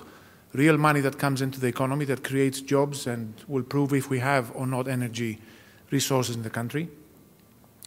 The exploration play that's developing, and I was yesterday in London attending the Apex conference with 600 geologists from all over the world, and there's a very interesting play that is developing in the entire region. And last but not least, what are the investment opportunities in the next few years and beyond? I'll very briefly look at the past, because I think we have a lot to learn from it. And I break it up in 3 major periods. 74 to 98, when the discovery of Prinos was made, the development of Prinos and South Kavala by the Canadian-led consortium and APC, 100 million barrels of oil produced, 850 million cubic meters of gas from South Kavala. We had an international bid round, 2 more discoveries, Epanomi and Katakolo. The freezing of the Aegean, the exploration assets in the Sea of Thrace. And then the international companies started to exit. Enterprise, Triton, they left. And in 99, also the Canadians left Prinos. And since then, for a period of, I would say, close to 15 years, the market was effectively closed. There was the oil and gas was not on the agenda. There was nobody to push the market forward. We had serious reputation issues with Prinos in the international markets. When we took over Prinos, we had to face people that have told markets that they found 1 billion barrels in Greece when they had drilled dry wells. So we have to be very careful when we use numbers. We have to be very careful when we use reserves and when we create expectations. And this is a very difficult industry and a very risky industry. We have to remember that. And the political will, I think, was not there. There was nobody to push the agenda forward. As we heard before from Mrs. Zavela, the market is opening. We bought Kavala Oil in 2007. The government supported us by extending the Prinos licenses. We have now 25 years to produce the remaining oil and gas in our region. We drilled 10 wells in the past 7 years. We brought 4 jackups to Greece. The government brought a new legislation in place, Law 4001.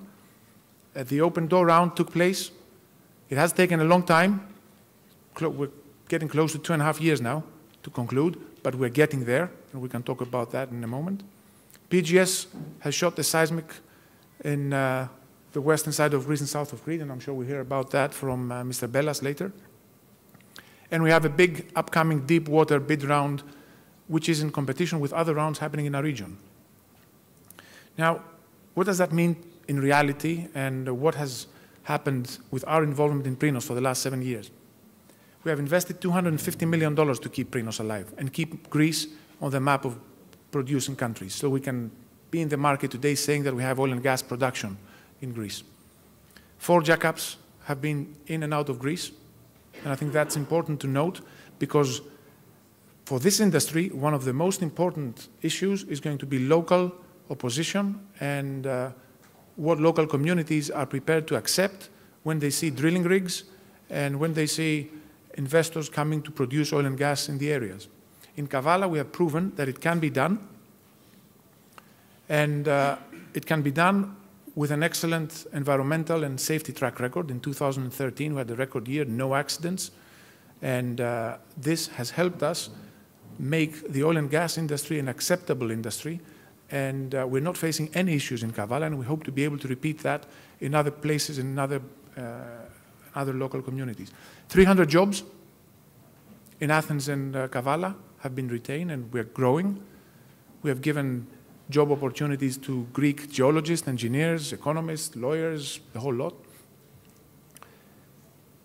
A lot of people are asking, what does that mean to the local community? Well, more than 80 million euro has gone to the local community in Kavala. Salaries, local suppliers. 40 million has gone to the Greek state in various contributions. And this is in a company that has yet not returned any money to its shareholders. It's still in the investment phase, from a very small production coming from Prinos. So I think these are realistic numbers about what can be expected to come to local communities. Now, what have we achieved in Prinos? When we took it over, it had 2 million barrels of recoverable reserves. Everybody thought that this is a field that is dying and has no further future. With the investment that I mentioned earlier, today, recoverable reserves of Prinos and recoverable reserves of Greece, and I specify the word recoverable reserves because a lot of people talk about numbers, billions of barrels, trillions of cubic feet. We have to stop this discussion. Reserves is a very specific number, and the only reserves we have in the country are the ones in Prinos. Everything else is potential resources that we have to prove if we have them or not. Now, that has happened. We didn't do this alone. We've built strategic partnerships with major companies. We brought BP to Greece, who are buying all our crude today. We brought Third Point, that is a big US fund who invested into our company in 2013. And I think that was a major success for us. In the middle of the crisis, we managed to attract foreign capital into Greece. Schlumberger is a strategic technical partner, one of the major companies. Our 2 partners in the joint ventures in Yana and Katakolo, and Ocean Rig, another company owned by Greek interests, which we set up a joint venture with to go for the deep water blocks in Greece and in other places that we will be aiming. These are very important. We need to build strategic partnerships if we want to open this market. It cannot be done by Energean and Hellenic or anybody else that is here alone. We need to bring foreign partners, and we need to accommodate the needs of those partners. We are a country that has not yet proven that we have substantial or huge oil and gas reserves. Now, investment plan, what we plan to do in the next couple of years. Start with our core business. 160 million is planned to be invested for the drilling of more wells in Prinos. Prinos North, the development of the Epsilon field, the satellite field. Production is planned to increase by more than 4,000 barrels over the next 2 to 3 years. Starting from a recoverable reserve of 27 million barrels, we need to produce those reserves. Yanina, which has been awarded to us, and we are very close to signing the contracts with the Greek government, with our partners. We have an investment plan that could reach up to 35 million euro in the first exploration phase. This would include seismic and drilling 1, maybe 2 wells to prove the exploration play that was left unfinished by the previous owners. I remind everyone that in Giannina, the area was held by a company called Enterprise. They left back in '99. They left a lot of unfinished business and a lot of unfinished exploration business out there. Katakolo, this is yet to be awarded to us, but the committee of the ministry recommended to the minister the award to be made to our joint venture. It's a small field, but a very, very important one for the deep water round that is coming up. It's the only other field that could come into production in the next 2 to 3 years. It's a proven field, small reserves, 3 to 5 million barrels, but it could be flowing oil, and we hope to be able to put in production by 2015 or 16. And last but not least, the deep water round. I'll let Mr. Bellas talk about that. There is interest for the area, but it's deep water, and deep water means a lot of investment and very high risk. Now, I mentioned a little bit about exploration. Most of you may have not seen pictures of seismic lines, and this is one from Prinos. But this depicts the Prinos field within the seismic. We have reprocessed the seismic in Prinos, and we've identified 2 new structures, and you can see from the size that these could be the size of Prinos. We will be drilling wells to prove if these structures exist, and this for us means that there's more oil to be produced from Prinos, and that's why we're investing and continue to invest in the area. Now, what is interesting is what is developing in the East Adriatic. This is not just Greece. Montenegro has a bid round which is going on. On the 15th of May, bids are due in the Montenegro bid round. Croatia, yesterday in London, announced that they're opening a bid round. On the 2nd of April is the opening. So the whole area is emerging as a new exploration play. And this is something that we have to take advantage of, because the major oil companies that we hope to attract into the country want to see size and scale. They are not satisfied by looking at projects of the size of Katakolo or even Giannina or the other projects, and that was proven by the open door bid round. We did have interest from foreign companies, but we did not see the Shells, the Totals, and the Exxons of the world. There's a long way until we can prove that it's worth for these companies to come and invest here. We have found, these are analogs, you can see here, and the picture is the picture I took when I visited Giannina on the right-hand side, showing oil seeps all over Giannina. So in the area that we have, we know that oil has been generated. Whether it has been trapped and it's commercial, it remains to be proven. It's not going to be easy, and I've listed here the main challenges that we are facing today. It's extremely difficult, if not impossible, to raise finance in Greece today. Banks in Greece are effectively closed. International banks don't want to touch Greek companies yet. There's no infrastructure. If you want to find a drilling rig or any service companies, you have to find them and bring them from abroad. Significant delays in obtaining licenses and permits. And that's something that we need to work with the government, otherwise we won't be able to do anything. The public sector does not understand what business timetables mean. It has taken 2.5 years to finish the open door tenders. This doesn't give the right message to the international markets. We're finishing, but we have to get faster. It's very important to have continuation in the ministry and the administration of the oil and gas sector.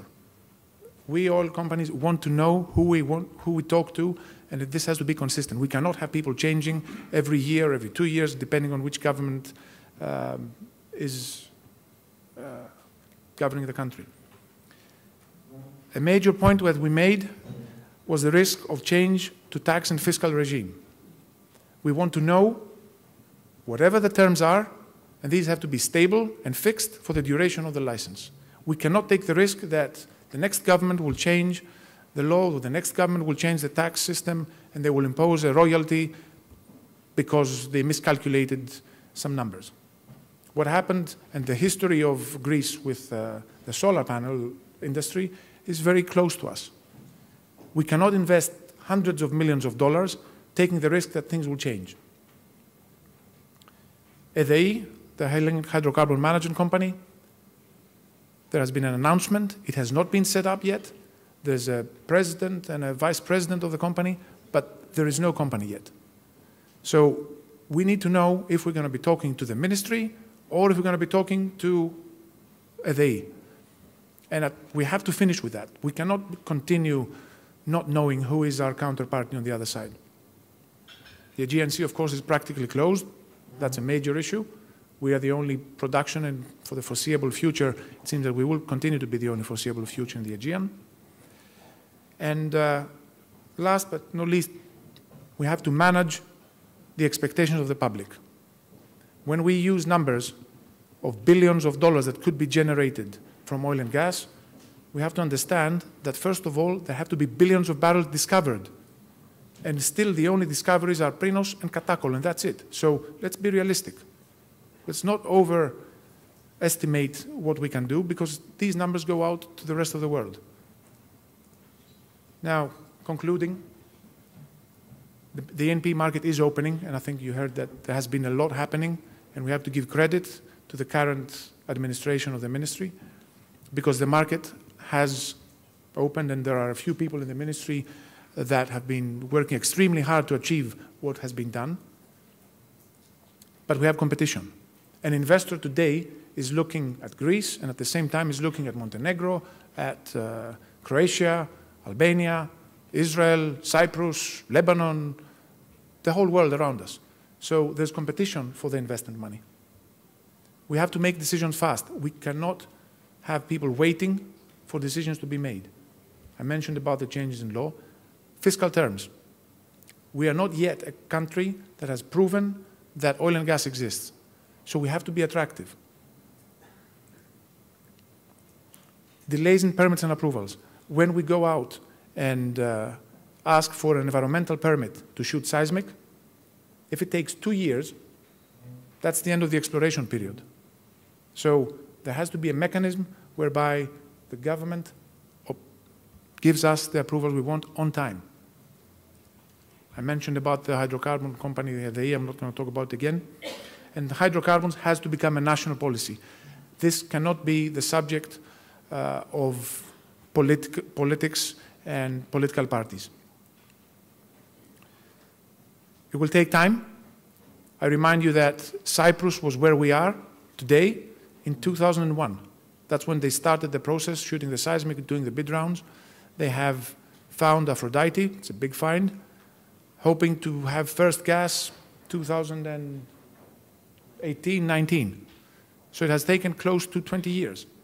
We will not see gas from deep water blocks flowing in the next 2 to 3 years. We will not see drilling rigs coming in the next 2 to 3 years. So we have to be patient. And finishing, oil and gas is only found through the drill bit. It's not found with announcements and conferences. So we have to attract investment and money. Most importantly, we have to be able to maintain this environment. This is our environment in Prinos, close to Thassos, and these are the conditions that everybody has to respect if we want to see this industry growing, because the single drop of oil anywhere in Greece will mean the closure of the business. So we have to be extremely careful how we treat this investment in oil and gas. Thank you.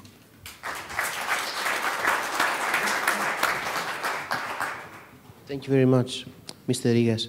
I'd like to call to the floor Dr. Grigoriou from Hellenic Petroleum, which is the largest upstream developer in Greece and a historic Greek company in terms of oil, to give us your perspective of what the industry, the stage of the industry and the progress as you'd see it. Thank you very much. Good afternoon, ladies and gentlemen. Thank you for inviting us and giving the floor in this high-class event. As you are aware, Hellenic Petroleum is by far the leading industry in the oil sector. And actually, the story of Hellenic Petroleum in upstream is closely connected to what it has been done in the country the last 40 years, because before privatization was a state company.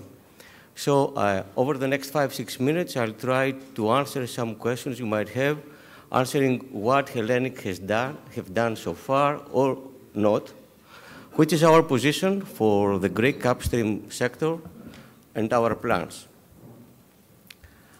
I'm not going to go through the Holy Bible, so don't worry. Just to remind you that the state oil company, DEP, was established back in 1975, and gradually the Greek state granted to DEP 26 blocks, practically all the oil promising areas in the country. So DEP, acting as operator with its own geophysical crews and drilling rig, shot more than 60,000 kilometers of seismic and drilled 75 wells.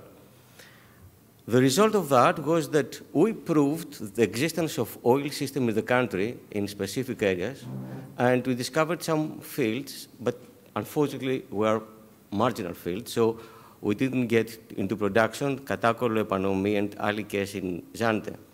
In 1997, together with the Greek state, we released the first international round, and Hellenic, because in 1998 Hellenic Petroleum was merged,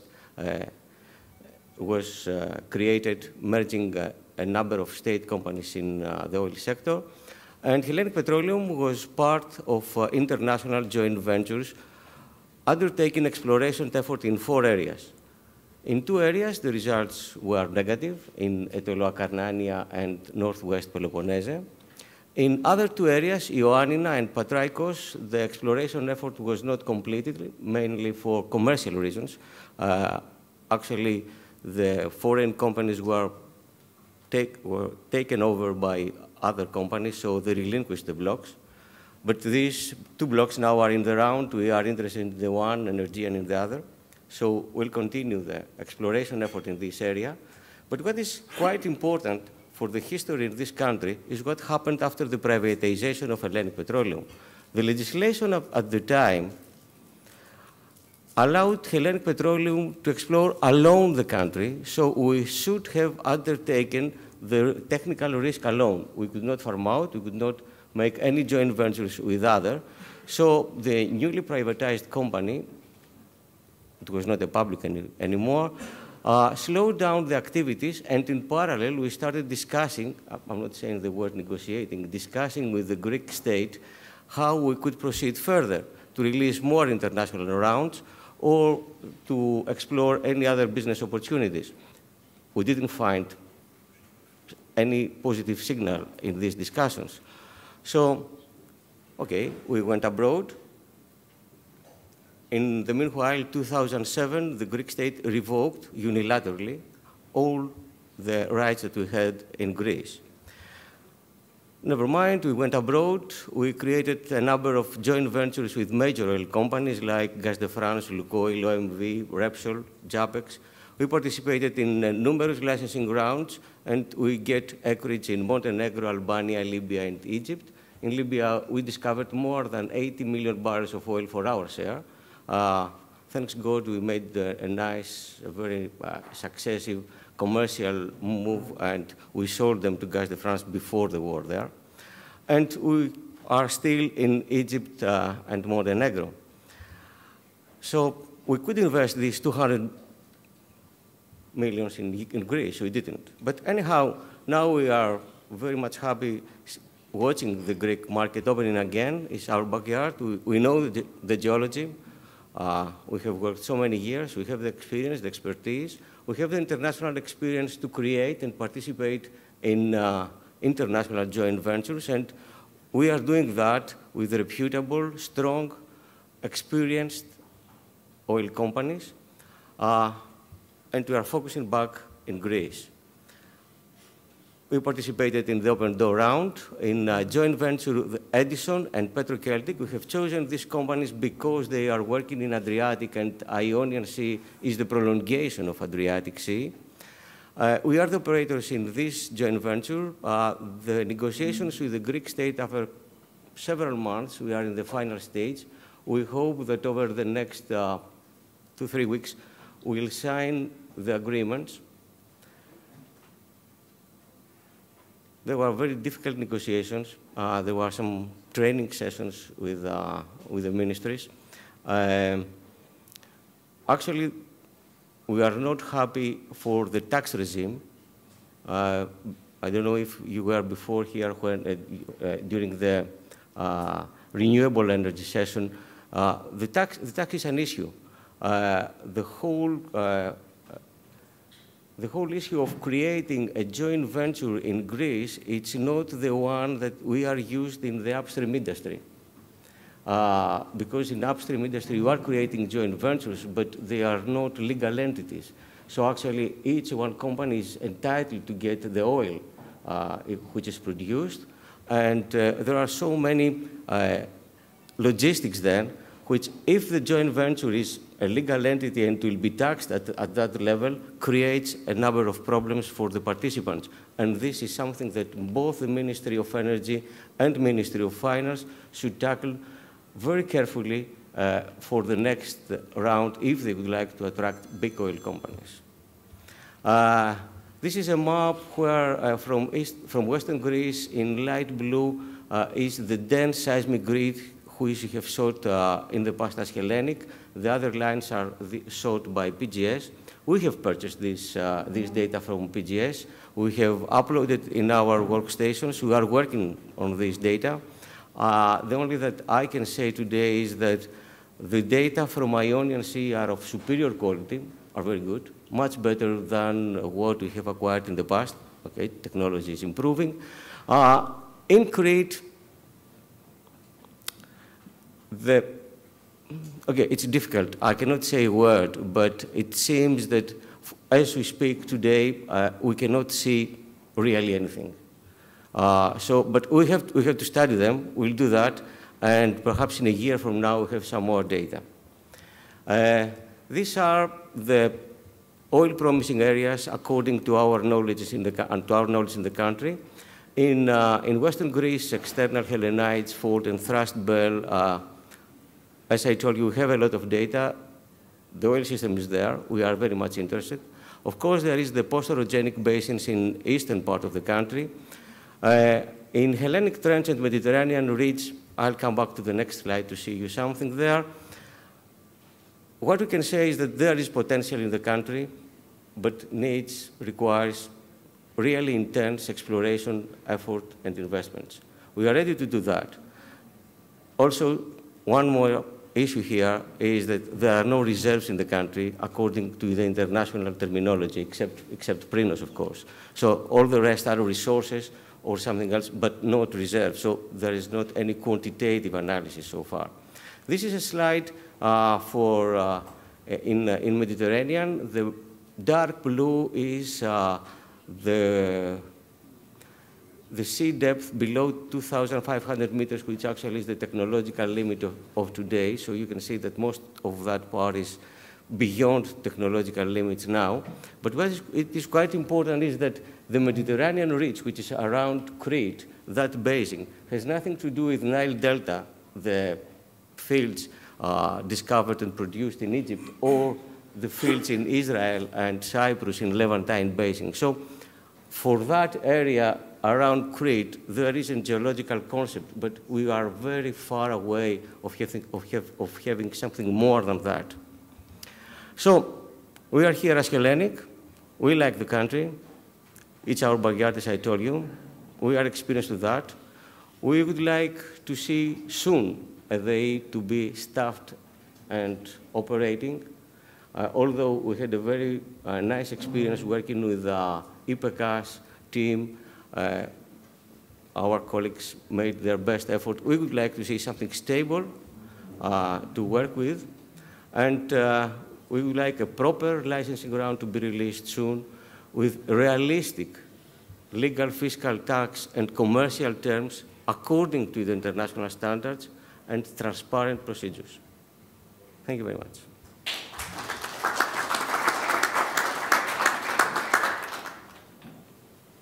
Thank you very much, sir.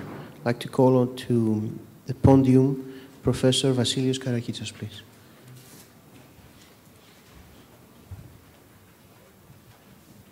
I'm going to present the Western Greece and Ionian Sea conventional and unconventional hydrocarbon potential.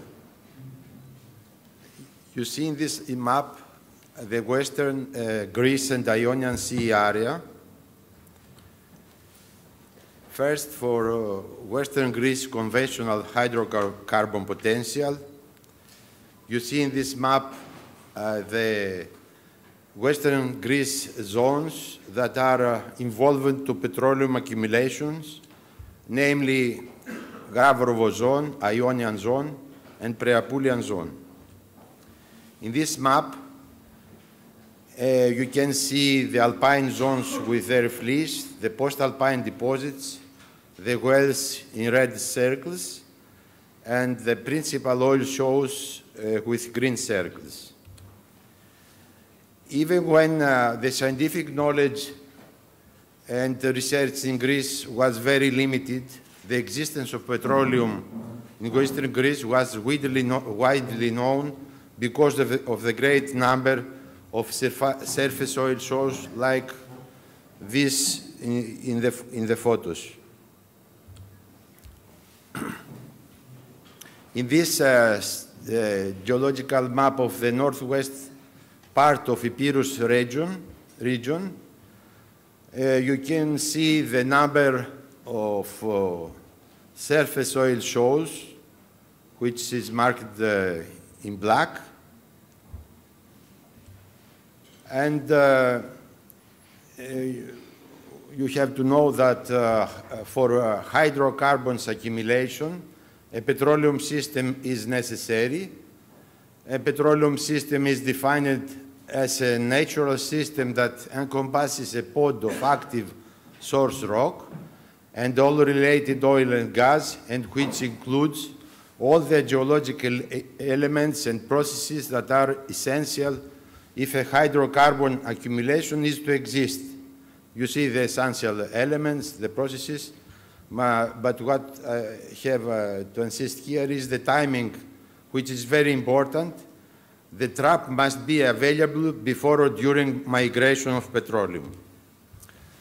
Systematic research since 1960 has proven that Western Greece contains major petroleum systems which extend into the Ionian Sea.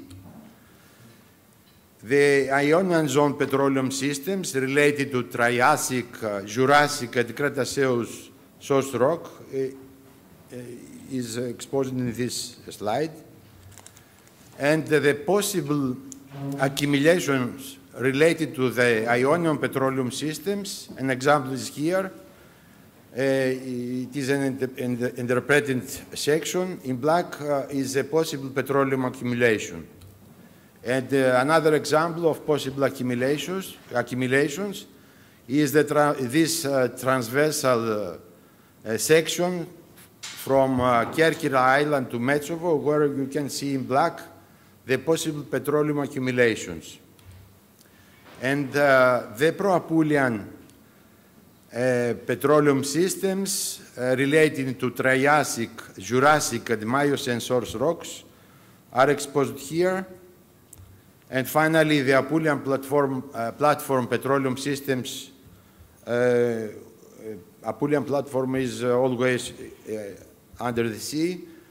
These systems are mainly related to Triassic source rocks. Possible accumulation related to the Ionian, Preapulian, and Apulian petroleum systems. You see here the location of published seismic lines in the Ionian Sea. And here we have the interpretations of these seismic lines, where we can see the major Ionian Sea declines, which are promising for petroleum accumulations. And the last one is in the south, where you can see also in dark gray the possible hydrocarbon accumulations.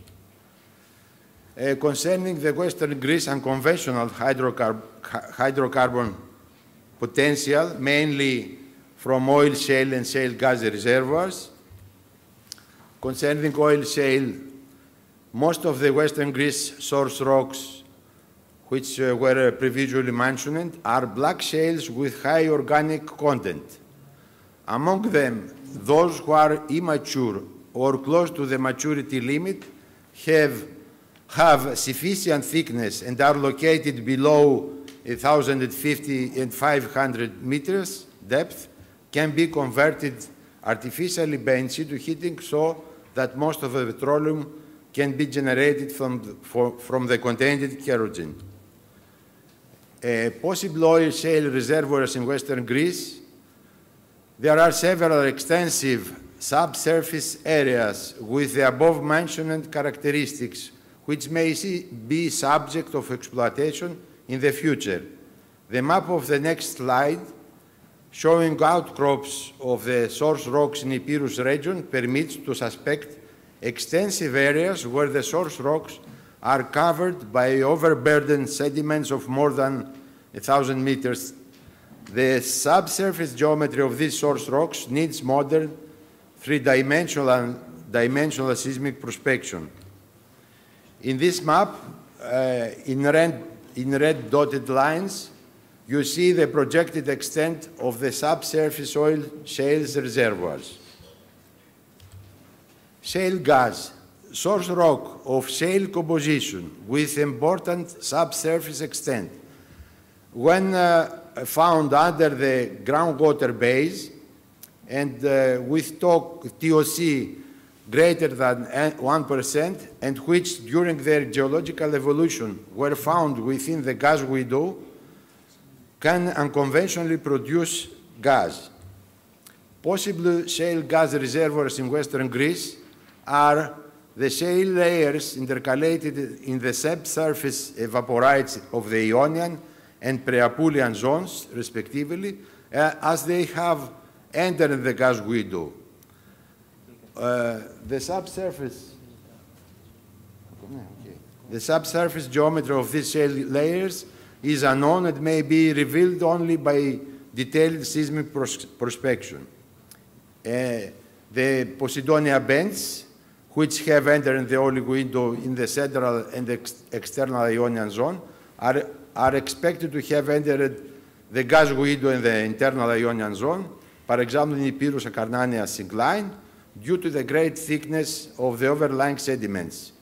Fleece only is more than 4,000 meters. For the same reasons, the latter may sometimes happen even to the Vigla shale member. Finally, the source rocks of the Ionian zone that are found in the lower tectonic block of the thrust duplexes, because the thrust duplex duplicates the thickness of the overlying sediments to the lower block source rocks and their possible entrance to the gas window. Here, in red dotted line, is the projected extent of the subsurface shale gas reservoirs and at the right outcrops of organic rich shale formations. Hydrocarbon production assessment concerning conventional hydrocarbons, thickness, subsurface extent, and organic matter content of the Western Greece mature source rocks show that they have produced more than 30 billion barrels of petroleum. If we consider that only 1/3 of the above amount of petroleum is trapped in exploitable accumulation, this is a quantity that corresponds to at least 10 billion barrels. This amount is much greater if we add the hydrocarbons produced from source rock found deep into the Triassic evaporites or below them, but there are not sufficient data concerning the volume of the responsible source rocks to make any reliable assessment for the produced hydrocarbon quantities. Concerning the unconventional hydrocarbons, Western Greece holds significant oil and gas shale reservoirs to be exploited through unconventional means. Ongoing conventional petroleum reservoir exploration will simultaneously provide the subsurface geometry of the unconventional reservoirs and consequently a reliable assessment for their hydrocarbon potential. Conclusion, Western Greece and the Ionian Sea contains major petroleum system with important source rock, reservoirs, and excellent seal formation. Possible hydrocarbon accumulations are the large onshore and offshore surface anticlines in areas which retain the flissoid cover and the subsurface anticlines found below the major underground thrust zones, promising subthrust plays. Western Greece holds significant unconventional hydrocarbon reservoirs. Ongoing conventional petroleum reservoir exploration, especially three-dimensional seismic prospection, will provide the subsurface geometry of the unconventional hydrocarbon reservoirs. But their exploration should follow that of conventional hydrocarbons to benefit from the anticipated technological advances, eliminating environmental repercussions. Thank you. Thank you very much. I'd like to call to the floor Mr. Vassili Nikoletopoulos. He's Managing Director of Natural Resources Greece. He will give us a greater overview of unconventional and gas resources in Europe, our region, and then focusing on Greece. Thank you very much, sir. Hello, thank you for inviting me. This is the subject, unconventional hydrocarbon potential in Europe and Greece with a question mark, towards a new energy map in line with the title and the concept of this conference.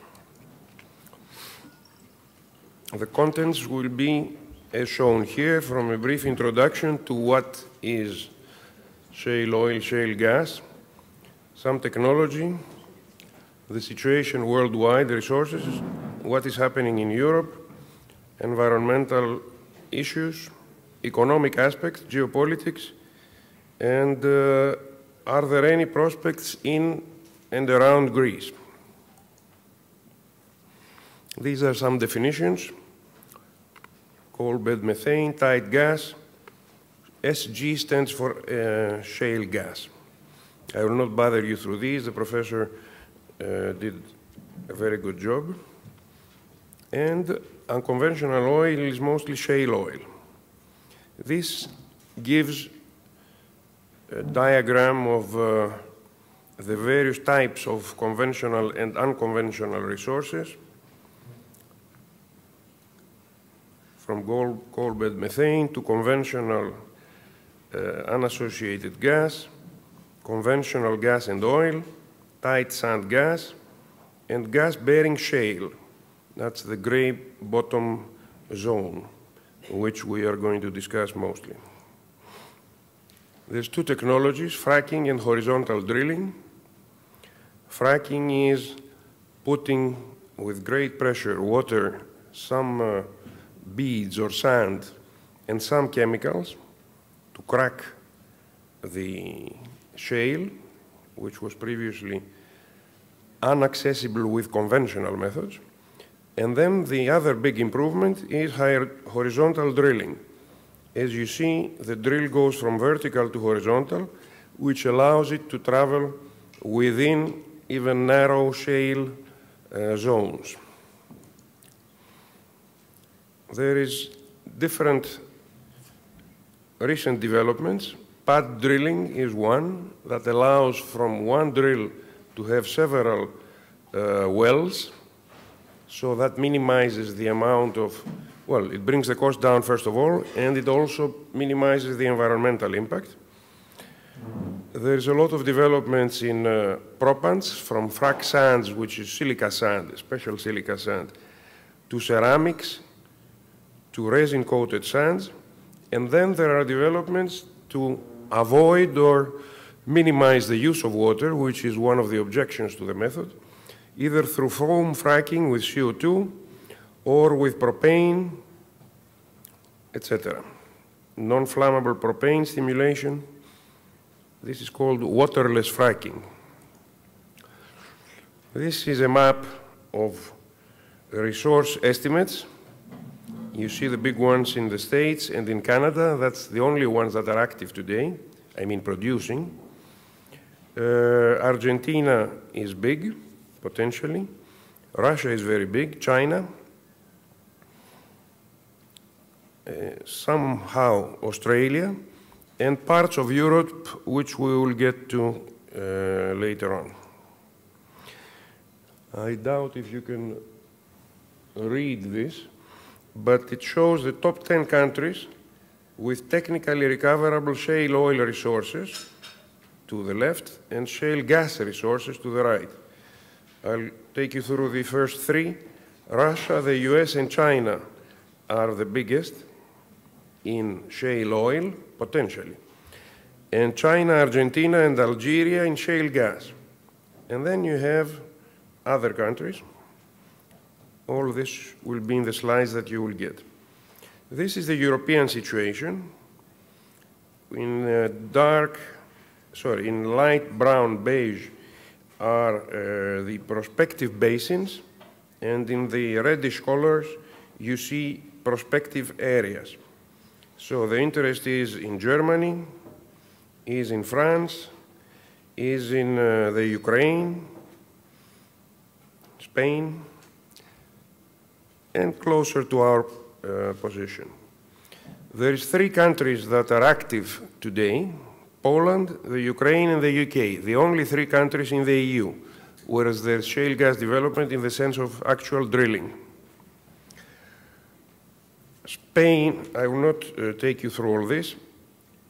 Spain has a central government that is in favor, some local ones are not. Denmark is in favor and has issued 2 licenses to Total of France.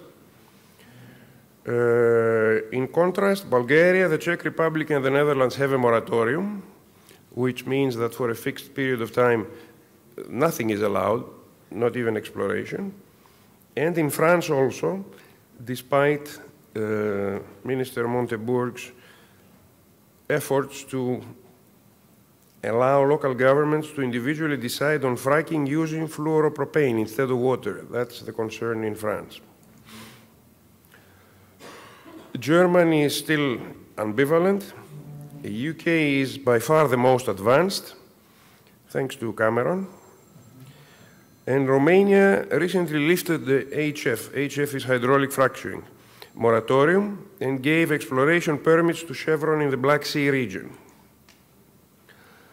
Some politics that Mrs. Davella is well aware of and responsible for. Let me summarize. The position is, for the moment, that the European Union has decided not to have a centralized policy. They are decentralizing the decisions. Of course, they are working on environmental rules and regulations. The European Parliament, this is Mrs. Zavella's report that we heard about. And a few days ago, the European Parliament excluded shale gas, 2 days ago, from tougher environmental codes.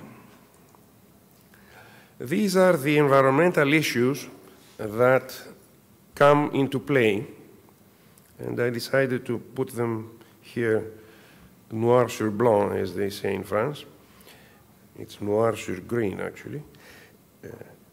Water contamination and water depletion is the main concern in many countries, including France and some Arab countries, because they don't have the water. Seismic risks, there have been reported some low-level seismic activity, and that is the main concern in the UK. Of course, impacts on landscape and land use, like with mining, like with any other industrial activities. And then we have smaller concerns, I mean, less vocal concerns and maybe less important, like some air emissions, methane leaks, if something goes very wrong, and some radioactivity, like with everything that comes up from the depth, there is some radioactivity sometimes. Of course, the IEA keeps mentioning that the US shale gas boom decreased CO2 levels over the last couple of years because it has replaced coal and other technologies. Now we come to the very important economic aspects. The US shale gas and tight oil has changed the global energy markets, has changed, or not will change, has changed. And natural gas prices have gone down, and energy-intensive industry that originally left the US is coming back, including a $6 billion petrochemical plant owned by the Saudis to be built in the States to take advantage of the cheap feedstock.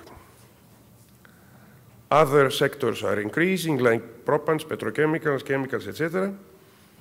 But of course, I have to be, again, balanced, that the earnings and the free cash flow are not there anymore. The industry in the gas part, not the oil part, the gas part is a victim of its own success.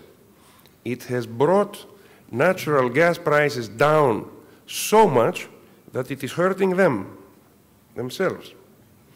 And as a result, yesterday it was announced that Shell abandons fracking, it goes out yesterday. For the shale gas boom in the States or anywhere to be sustainable, they need higher prices.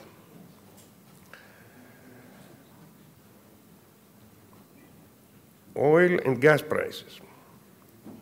And another very important aspect is, which was mentioned yesterday by our American colleagues, let's call them, that the exports of shale oil and shale gas are not free in the States. There is some kind of export license. It's a very complicated system, at least to me. Sometimes it's a decision by a minister, sometimes it is a veto by the president. And there is also an internal lobby. Our friend Mr. Liveris of Dow Chemicals is very vocal in saying that shale oil and shale gas should not be exported from the States because that will increase domestic prices and will reduce the comparative advantage of the petrochemicals in the States. This is the summary of what is happening. This is the revolution. You see that in 2000, natural gas prices started in the States, which is the red line, and in Europe, which is the blue line, at around 3.5 or something. And today, look where they are. In the US, exactly where they were, and in Europe, 3 times that much. There is a huge competitiveness gap. And of course, there is lots of geopolitics, mostly having to do with import dependencies. The Russian geopolitical influence can only be mitigated with cheap domestic gas and oil in Europe. Now, whether that will be produced in Europe with unconventional methods or imported from the States, that is to be shown.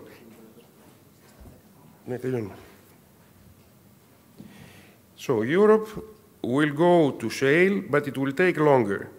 One big reason is that private mineral ownership is not existent in Europe. These are some statistics that show US gas imports, some more geopolitical aspects that affect even Iran. The oil embargo in Iran would not have been possible without the backup of this. And this is the last slide, coming closer to where we are. The Ukraine has a very large potential, probably the biggest in Europe. The recent events cause some question marks. Turkey is already exploring, either in southeast Turkey near Diyarbakir and in eastern Thrace near our border, potential in Bulgaria, in northern Thrace, but there is a moratorium. And in Greece, there are some encouraging preliminary findings in not only in western Greece that the professor mentioned, but also in Thrace, the Greek part of Thrace, Limnos, Kavala, Prinos, Axios, and Grevena. This is a map that shows where these are in the Thrace region. And some conclusions. Fracking is a real revolution. It is already a huge advantage for the United States. It is a victim of its own success because it caused the price to drop so much. Russia, Qatar, Norway in gas, and Saudi Arabia for oil are not very happy about these developments. Europe is years behind and might never catch up. For Eastern Europe, and we see that in the Ukraine, it is seen as a tool for independence. China and Russia are getting in the act as producers of shale oil, shale gas. Turkey and Bulgaria will soon develop this, and Greece is a question mark, as is often the case. Thank you very much. Thank you. Our last speaker, but certainly not least, is Dr. Spiros Bellas. He is the Petroleum Directorate of the Ministry of Environment, Energy and Climate Change, and he's one of the people, the very hard-working people, as it was mentioned, who are doing the very hard work to try to re-energize and resurrect the Greek hydrocarbon sector. Thank you, sir. You have... May I have the presentation, please? So thank you very much for the invitation here. I'm here on behalf of Professor Stamatakis, who was initially invited, but the last 3 days is running the APEX, from the American Petroleum Geologists Association, a congress in London. So from Tuesday to Thursday, Professor Stamatakis and a team from the ministry is in London to promote our licensing round, which will come in the next. This is a small, brief history of the hydrocarbon exploration. We're not going to stay here because I think audience is tired and we don't have much time.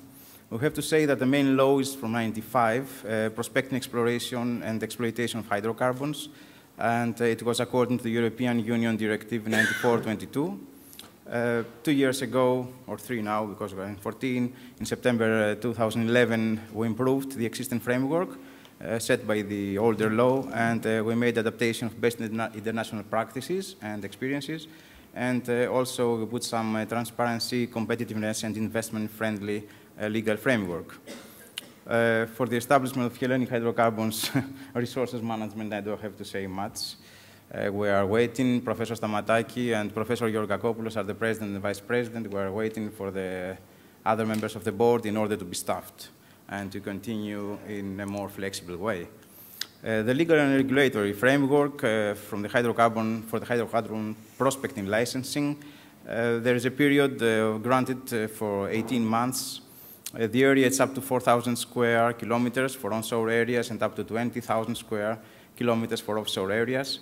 There are no limits in case of seismic and other geophysical and geological survey method for non-exclusive use, which was the case which were used later on by PGS, which Mr. Rigas mentioned before. The resulting data shall be property of the state, and no privilege is provided to LSE who is holding a prospecting license. Going further to the legal and regulatory framework, considering the exploration, the exploitation, E&P licensing. In the international tender, there are 3 cases, 3 options. The first is the official invitation to tender, the licensing round, which we are going to follow now. The second, the application by interested parties, which is called individual initiative. And the third is the open door invitation. The first 2, they have to be submitted after submission of this invitation. We have to wait for 90 days, minimum time, for submitting bids. For the open door invitation, we have a submission in every semester, so every 6 months, and deadlines the 2nd of January and 2nd of July. So according to the last open door, which we started, the last open door deadline was on 2nd of July, so there wasn't 2.5 years after finishing the agreement, but it's about 1.5 years. We have to say further that the exploration stage is divided into stages and phases. The initial period is 7 years for the onshore areas and 8 years for the offshore areas. There could be an extension, which can be approved up to 50% of the initial period, and any other extension requires the resolution of the Ministerial Cabinet. Exit, of course, is possible at the end of its phase. Contractual terms and conditions. The exploitation is based on an approved development and production plan, which is submitted by the lessee, of course. The initial period to look for hydrocarbons is 25 years. There is an extension of 2 times 5 years in case that is needed. And this is subject to renegotiation, the agreement terms, and signing of a new agreement, of course. The area is, exploitation area may be up to 100 square kilometers and can be in some special case extended to 200 square kilometers. There is a safe termination, remove installations, and to restore the environment to its original condition within a period of 6 months, and perhaps sometimes it's going to be needed somewhat time. The fiscal regime, biddable and negotiable terms. The fiscal regime consists of special petroleum profits tax of 20% plus a regional tax of 5%. So the total tax is 25%. The regional tax is going to the provinces, stis peripheries mas in Greek, to our peripheries, and no other tax is imposed. Considering the biddable and negotiable terms, a minimum exploration work program, of course, is very, very much important for us. The financial guarantee is a second, but a very important also issue, and the royalties which are imposed on a sliding scale. They are tax deductible, and they are based on objective criteria of ratio of gross cumulative revenues to cumulative cost, the so-called R factor. There's a depreciation escalation between 40 and 70%, and signature and production bonus, which are not recoverable. Relinquishment is ranging from 20 to 50% of the original contract area at the end of its phase. And the minimum annual training of human resources, because, as you have heard, we are very few people, and we need some more human resources and training. Considering the environment and health and safety agencies, the Greece is, we know, everybody here, that we are a European Union member and is committed to all relevant international protocols, agreements, and European Union legislation. We actively encouraging best oil practices, and we are adapting, I belong to the committee or a working group, adapting the new 2013 directive for the offshore safety. This is very much important, and we'll have to conclude in about a month from now. Licensees are bound to follow and to comply with the results and recommendations of the strategic environmental assessment. We are further committed to protect and preserve the environmental and cultural heritage, and which is a very important issue, of course, for Greece, to involve positively the local communities in the dialogue to revitalize the upstream industry and maintain the quality of the country's touristic product. Everybody knows that we're a touristic country, but we have to develop both sides, not only the touristic issue, but also the hydrocarbons issue. And I think Mr. Rigas previously have shown that we had no environmental issue and no problem in Kavala and Prinos field the last 20, 25 years. So I think we have to trust some people. They are working and operating the systems the last 25 years, and to be sure and to persuade also the local people that we need this development also for employment. Considering the offshore areas, this is some geological issues that Professor Karakitsous have come in detail. There are source rocks, reservoirs, etc. We don't need to stay there. Here is, we can see the fields that are discovered and are operated now and exploited either in Albania or on the other side on Italy. And of course, you have shown them also in another slide. This shows the relation of the geology and of the hydrocarbon potential of other countries that surround in Greece with our reserves and perhaps structures that we are going to identify. What we have conducted, and was also Mr. Rigas previously mentioned, is the PGS. We had a multi-client seismic survey, 2D seismic survey, which was about 12,500 kilometers long, are the red lines here. And what we do now is that we combine this new data, the 12,500, with the reprocessed legacy data. So the legacy data we already had, we reprocessed 9,000 of them, and also we conditioned some 9,000 of the others. All together, they are going to put in a cube in order to have a 3D explanation, interpretation of the whole area. And they are going to be presented in various data rooms in London, Houston, Oslo, and of course here in the ministry premises in Athens. In about a week from now, we are going to have the full cube. PGS is coming to install the conditioned legacy, so we're going to be ready because everything is going, it has to be matched together and it's very difficult from the algorithms. So we have also 11 offshore wells which are going to be tied with the seismic lines and interpretation report which will be conducted from PGS and BaseShip in cooperation, of course, with us from the ministry, and is going to be ready in May. You will see it afterwards in the next timetable. This is the time schedule. So completion of the seismic data in January 2014, just a month ago. Was ready the processing generation of the Greece mega project, which has been started, and it's in a week it's going to be ready. Operation of data rooms, they are already operating. Interpretation report, which I said before, it's going to be ready in May. And the hydrocarbon potential assessment study, which is also going to be ready in May. In this way, we are going to be ready to make delineation of blocks by the end of May, a notification to the European Union Gazette scheduled for June 2014, which is important, and we have to follow the European Union obligations. So, following all these activities, the new round expected to be launched in the third quarter of 2014, I suppose by the end of September. And it's going to be open for at least 3 months, but we hope and we suggest to keep it open for at least 6 months in order to give time for the companies to be prepared, to have a look at the data packets and to come to the managerial decisions. What is very important is why in Greece, why for somebody to come in Greece. So we have a very promising hydrocarbon potential and prospects. We have known hydrocarbon systems in Katakolon. You've heard already in that area, and you have heard also all the oil seeps and the appearance of hydrocarbons types on the surface. We have significant regional hydrocarbon analogs and fields in Albania and southern Italy.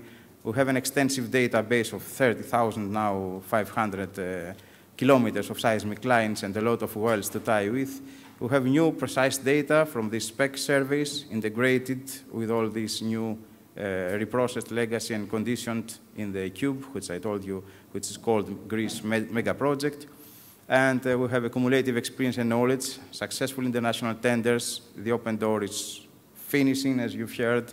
We are ready to finalize and to sign the agreements. That means in about a month from now, at latest, I suppose, we are going to be ready. And we have an updated, transparent, competitive, and investment-friendly legal framework and fiscal regime, and an excellent environmental record in ESP, commitment to all international protocols, agreements, and European Union legislation. At the end, we're an attractive area for exploration and investment opportunities. We have to take into account the TAP project, which perhaps we have heard a lot, and some other projects considering LNG stations and other things, which you have also heard yesterday and today morning. So I will conclude. Thank you very much. It is important for us. We have done a lot the last time. We have a very restricted human resources in the ministry and much more restricted in the technical issue. And we are trying our best, perhaps sometimes even working more than 12 hours per day and in the weekends. And I hope that we will be successful in the new licensing round. And we're waiting for the companies to make joint ventures or to come alone and to invest in this new licensing round. Thank you very much. Thank you. Thank you very much.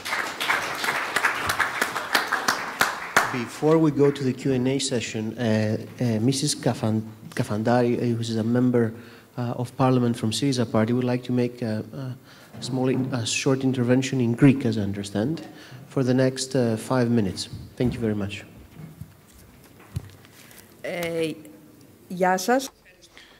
Thank you very much for giving me the opportunity, because I actually stated that I wanted to speak off the agenda, and I'm going to speak as an MP for Syriza, but also as a geologist with respect to what we have just discussed. I will not talk about the issue of the seismic surveys and the drilling for hydrocarbons, but I would like to say that we've asked of the competent commission of the Parliament for Mr. Magnatis and Mr. Venizelos to come to inform us a month ago and to hear certain things that were discussed here today, but we have not received an answer so far, and it's not yet taken place. But today, I would like to speak with respect to the shale gas fracking. So I would like to say that this is a major issue which has been heard internationally. For EU, security of supply is the most important thing. So instead of the policymakers looking at how they can shape a new energy policy, which could in fact lead to us stopping our independence of fossil fuel by creating biomass and from various sources and RES, I think that the policymakers were in fact under the glamour of the success of shale in the US, and we're talking about a new El Dorado in Europe, and we are talking about other such issues, but we see fracking that is used in order to be able to exploit shale gas is something that has a lot of risks. There's a change of land use. That means that we have water depletion. There might be radioactive substances which might contaminate the groundwater. And we see methane, and we see 3% methane leakage, and we know that it's one of the most important factors that expedites climate change. And of course, in fact, the International Meteorology Organization agrees with me. We see that methane emissions have in fact been on the rise, and we see man-made emissions have gone beyond the natural emissions. And of course, CO2 is an important matter also. Now, with respect to fracking, we see that we might well be using too many chemicals and inducing seismic earthquake activities. We see a huge number of chemicals are used during fracking. We see that there are complaints even by the Commission that we do not know the chemical composition of the materials used in fracking. Now, do we know the repercussions that certain of these will have? Here I would like to say, for this exact reason, the European Commission on the 22nd of January gave a recommendation with respect to environmental protection and the protection of climate from fracking. It actually issued certain measures that the member states should adhere to. By way of indication, I'd like to say environmental impact study. We have to control the water and soil at a local level before the work commences in order to be able to monitor changes and to be able to be alert for risks, to inform the public about the chemicals used. Now, the member states must, within 6 months' time, to monitor this recommendation to see how it should, in fact, be implemented where fracking will proceed, because there are certain countries that have decided to adopt it, and there will be a table of performance, and we see that the repercussions will be measured by the European Commission. We believe that the induced seismicity is very important, and we see that, according to certain scientists, this has to do with the fracking process per se. So we see that there were 1.6 to 2.6 Richter scale earthquakes in areas where such surveys were taken out. And we see that there was even a greater earthquake in Ohio, and certain certainties believe that it is the exploitation process that is behind that in the enchained oil recovery with compressed CO2. Can shale gas, however, save Europe, or is it one more feu d'artifice So we see that I don't think it will give energy independence to Europe, because we see the depletion of the reserves. We see 20% of the wells in Massachusetts has been depleted in the last 15 years, and we see the cost is increasing because we need to have thousands of new wells drilled in order to have the appropriate production, and we see that Europe does not have the reserves of the US in oil and gas, cannot achieve the prices that the manufacturers in the US have due to the co-production of both gas and oil. And we see also that it's very difficult to compress shale gas. So by way of conclusion, I'd like to say that the Greek presidency must, in this semester, to put the issue of shale gas forward in a very serious manner, and that we must avoid to use it. And it must adopt the example set by France, which is one of the countries, I think it is the third in possible shale gas reserves, and since 2011 it has prohibited something like that, in other words, shale gas mining. And Bulgaria. Well, these are two countries that are still resisting. For all these reasons, I would like, by way of conclusion, to say that this is a very important matter indeed. We see that the European Union is making certain small steps towards that direction, but we believe it must be stronger. We must advance because we know that we must also look to the environment above and beyond the economy, and we must actually hand over a good environment to our children tomorrow. And thank you very much for allotting me this time. Thank you very much. Okay, I have two introductory questions for the majority of the panel, but especially for Mr. Grigoriou, Mr. Rigas, and Mr. Bellas.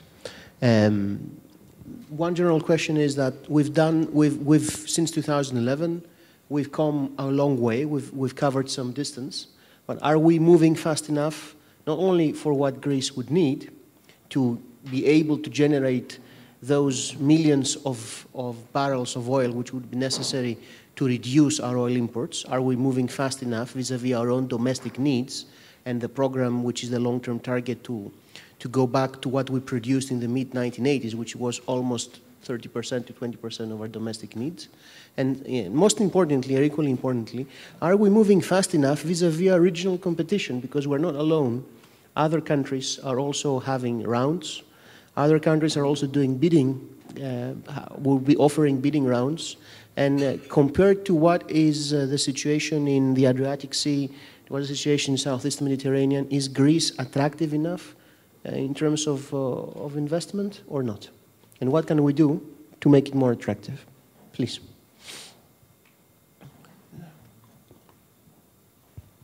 That's a crucial question. We are not moving fast. We are not. We are waiting the aid to be staffed 2.5 years. And all the oil industry would like to see a regulatory body operating. The people in the ministry are trying to do their best, but it's not enough. So we are hoping that this will be improved. That's the one. I think that currently there are more than 120 blocks on offer in the Mediterranean region, either through licensing rounds from country states or from other oil companies, which means that the competition is there. So we would like to be attractive. The fiscal regime is not bad, 25% tax and royalty-free as a competitive item. I think is encouraging. But what we faced during the negotiations with the Greek state was rather disappointing. The negotiations took a long time with no reasons. Practically, we do appreciate that FAA is not there, so we negotiated with an investment committee, an approval and evaluating committee comprising for 17 people, which was quite difficult to negotiate with having and on the other side of the table, 17 people. So that's an issue which is not attractive at all. And recently, as I told during my speech, we discovered that the tax regime is not also very attractive. The people in the Ministry of Finance were willing to do something, but I think that the general Greek tax law has so many constraints for the foreign investors which make our life really difficult.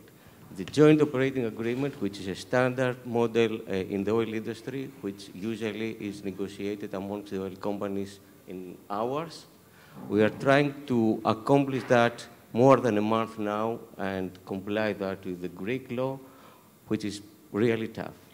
So we have to do a lot, and we have to do soon.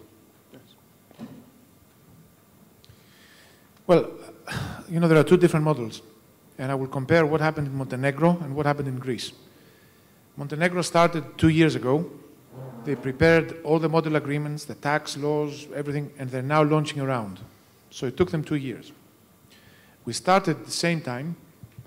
We didn't have everything ready, but we figured it out on the way, the Greek way. That's how things work.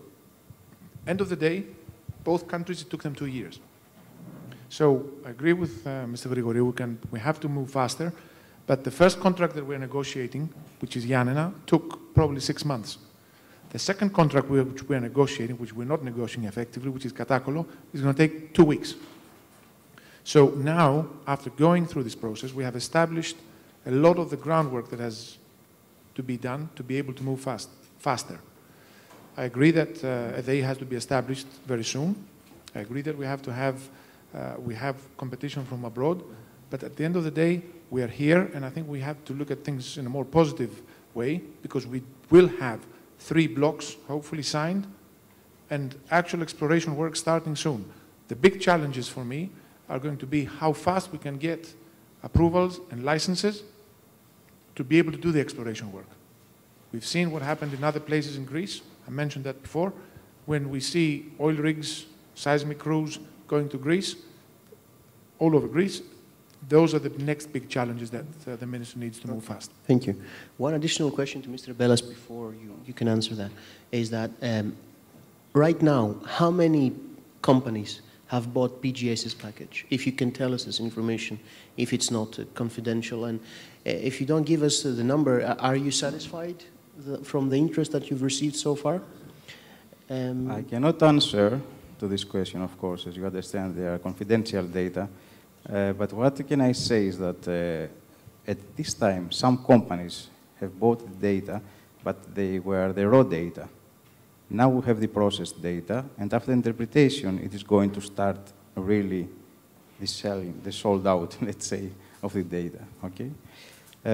So coming to the previous question, I think, okay, that it took us a lot of time to finalize. Of course, I cannot say something about the Ministry of Finance, because I'm a geologist, so we were ready at least 8 months ago with our negotiations and our researches on the bids evaluation. But what can I say is that, as Mr. Rigas also mentioned before, now we have, or we will have in a week or 2 weeks, ready the agreements, the model agreements for the next areas in the licensing round. That means as for the Katakolon area, for the next also licensing round, and for the blocks they are going to be awarded, we're going to be ready in about a week or 2 weeks after the bids evaluation. That means we had to prepare something after 15 or 20 years of time, and now we are ready. It was closed, there was a silence in the hydrocarbons area, we had nothing previously done in these 20 years, so now we moved forward, perhaps not so fast as we would like to, but as I've told you, there are restricted human resources. Thank you. Thank you.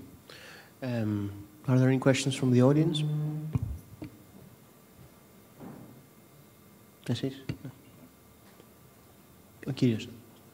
Μια σύντομη ερώτηση παρακαλώ, γιατί έχουμε... Please keep it brief, because we are already running late. Paris Kitsos. Both to Mr. Rigas and to Mr. Bellas. Article 156 of the Hydrocarbon Exploration Law looks like a fast procedure as compared to the traditional one. We learned recently that Energy and Oil, acting together with their partner Ratio Oil, started to use this approaches for two areas, Bay of Orphanos and Thermaikos. What is your first taste being, let's say, pioneers in using this approach? And the same question to Mr. Bellas means if the ministry received similar application from other companies. Thank you. Is there another question, final one from the audience? Thank you.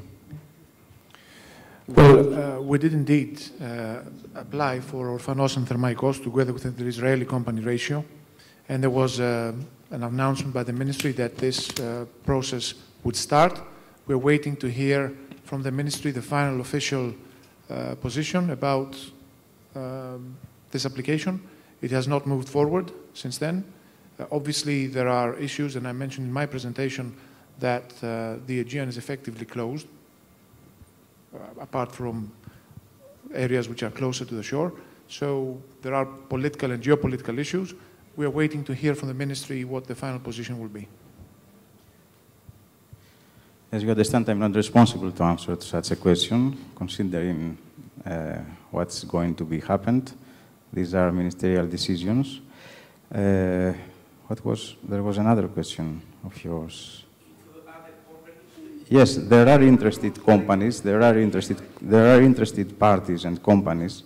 They want to follow this third option of investors' initiative. And there is, I can say not a great, but there is some interest of at least two companies, I can say. Thank you. Mr. Nikonatopoulos likes to make a short...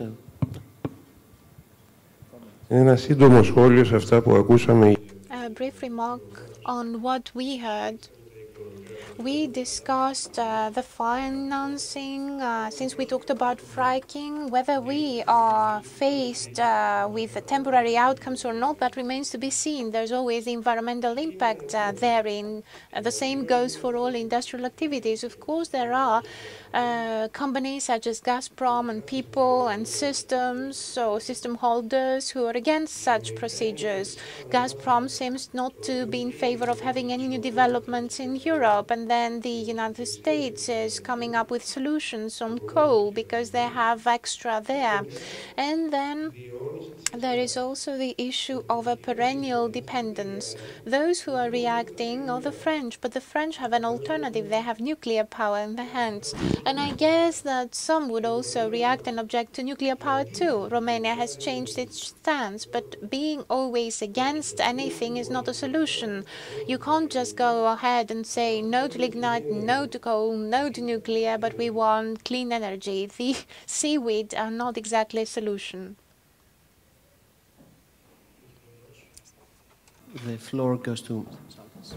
Well, ladies and gentlemen, I just want to thank you. I won't keep you because I know there's a cocktail waiting. But I want to thank all our panelists here now, but also thank you for being here, staying till the end. It's a mean feat to cover oil and gas, hydrocarbons, electricity and renewables in 2.5 days. We have established this as an annual event. And it's very much, Athens Energy Forum is very much integrated in the energy portfolio of events that we do at the New York Times, at the International New York Times. So we hope to see you perhaps in Mexico for our energy conference there in May, May 15, or in Kuala Lumpur for our Clean Energy Forum in November, and our 35th anniversary for Oil and Money in London. Please come and travel with us for more of this topic to be covered. But of course, we'll be back here in Athens next year, same time next year, as this is indeed a very crucial part of the world and a very exciting one. So thank you all, and see you soon, I hope.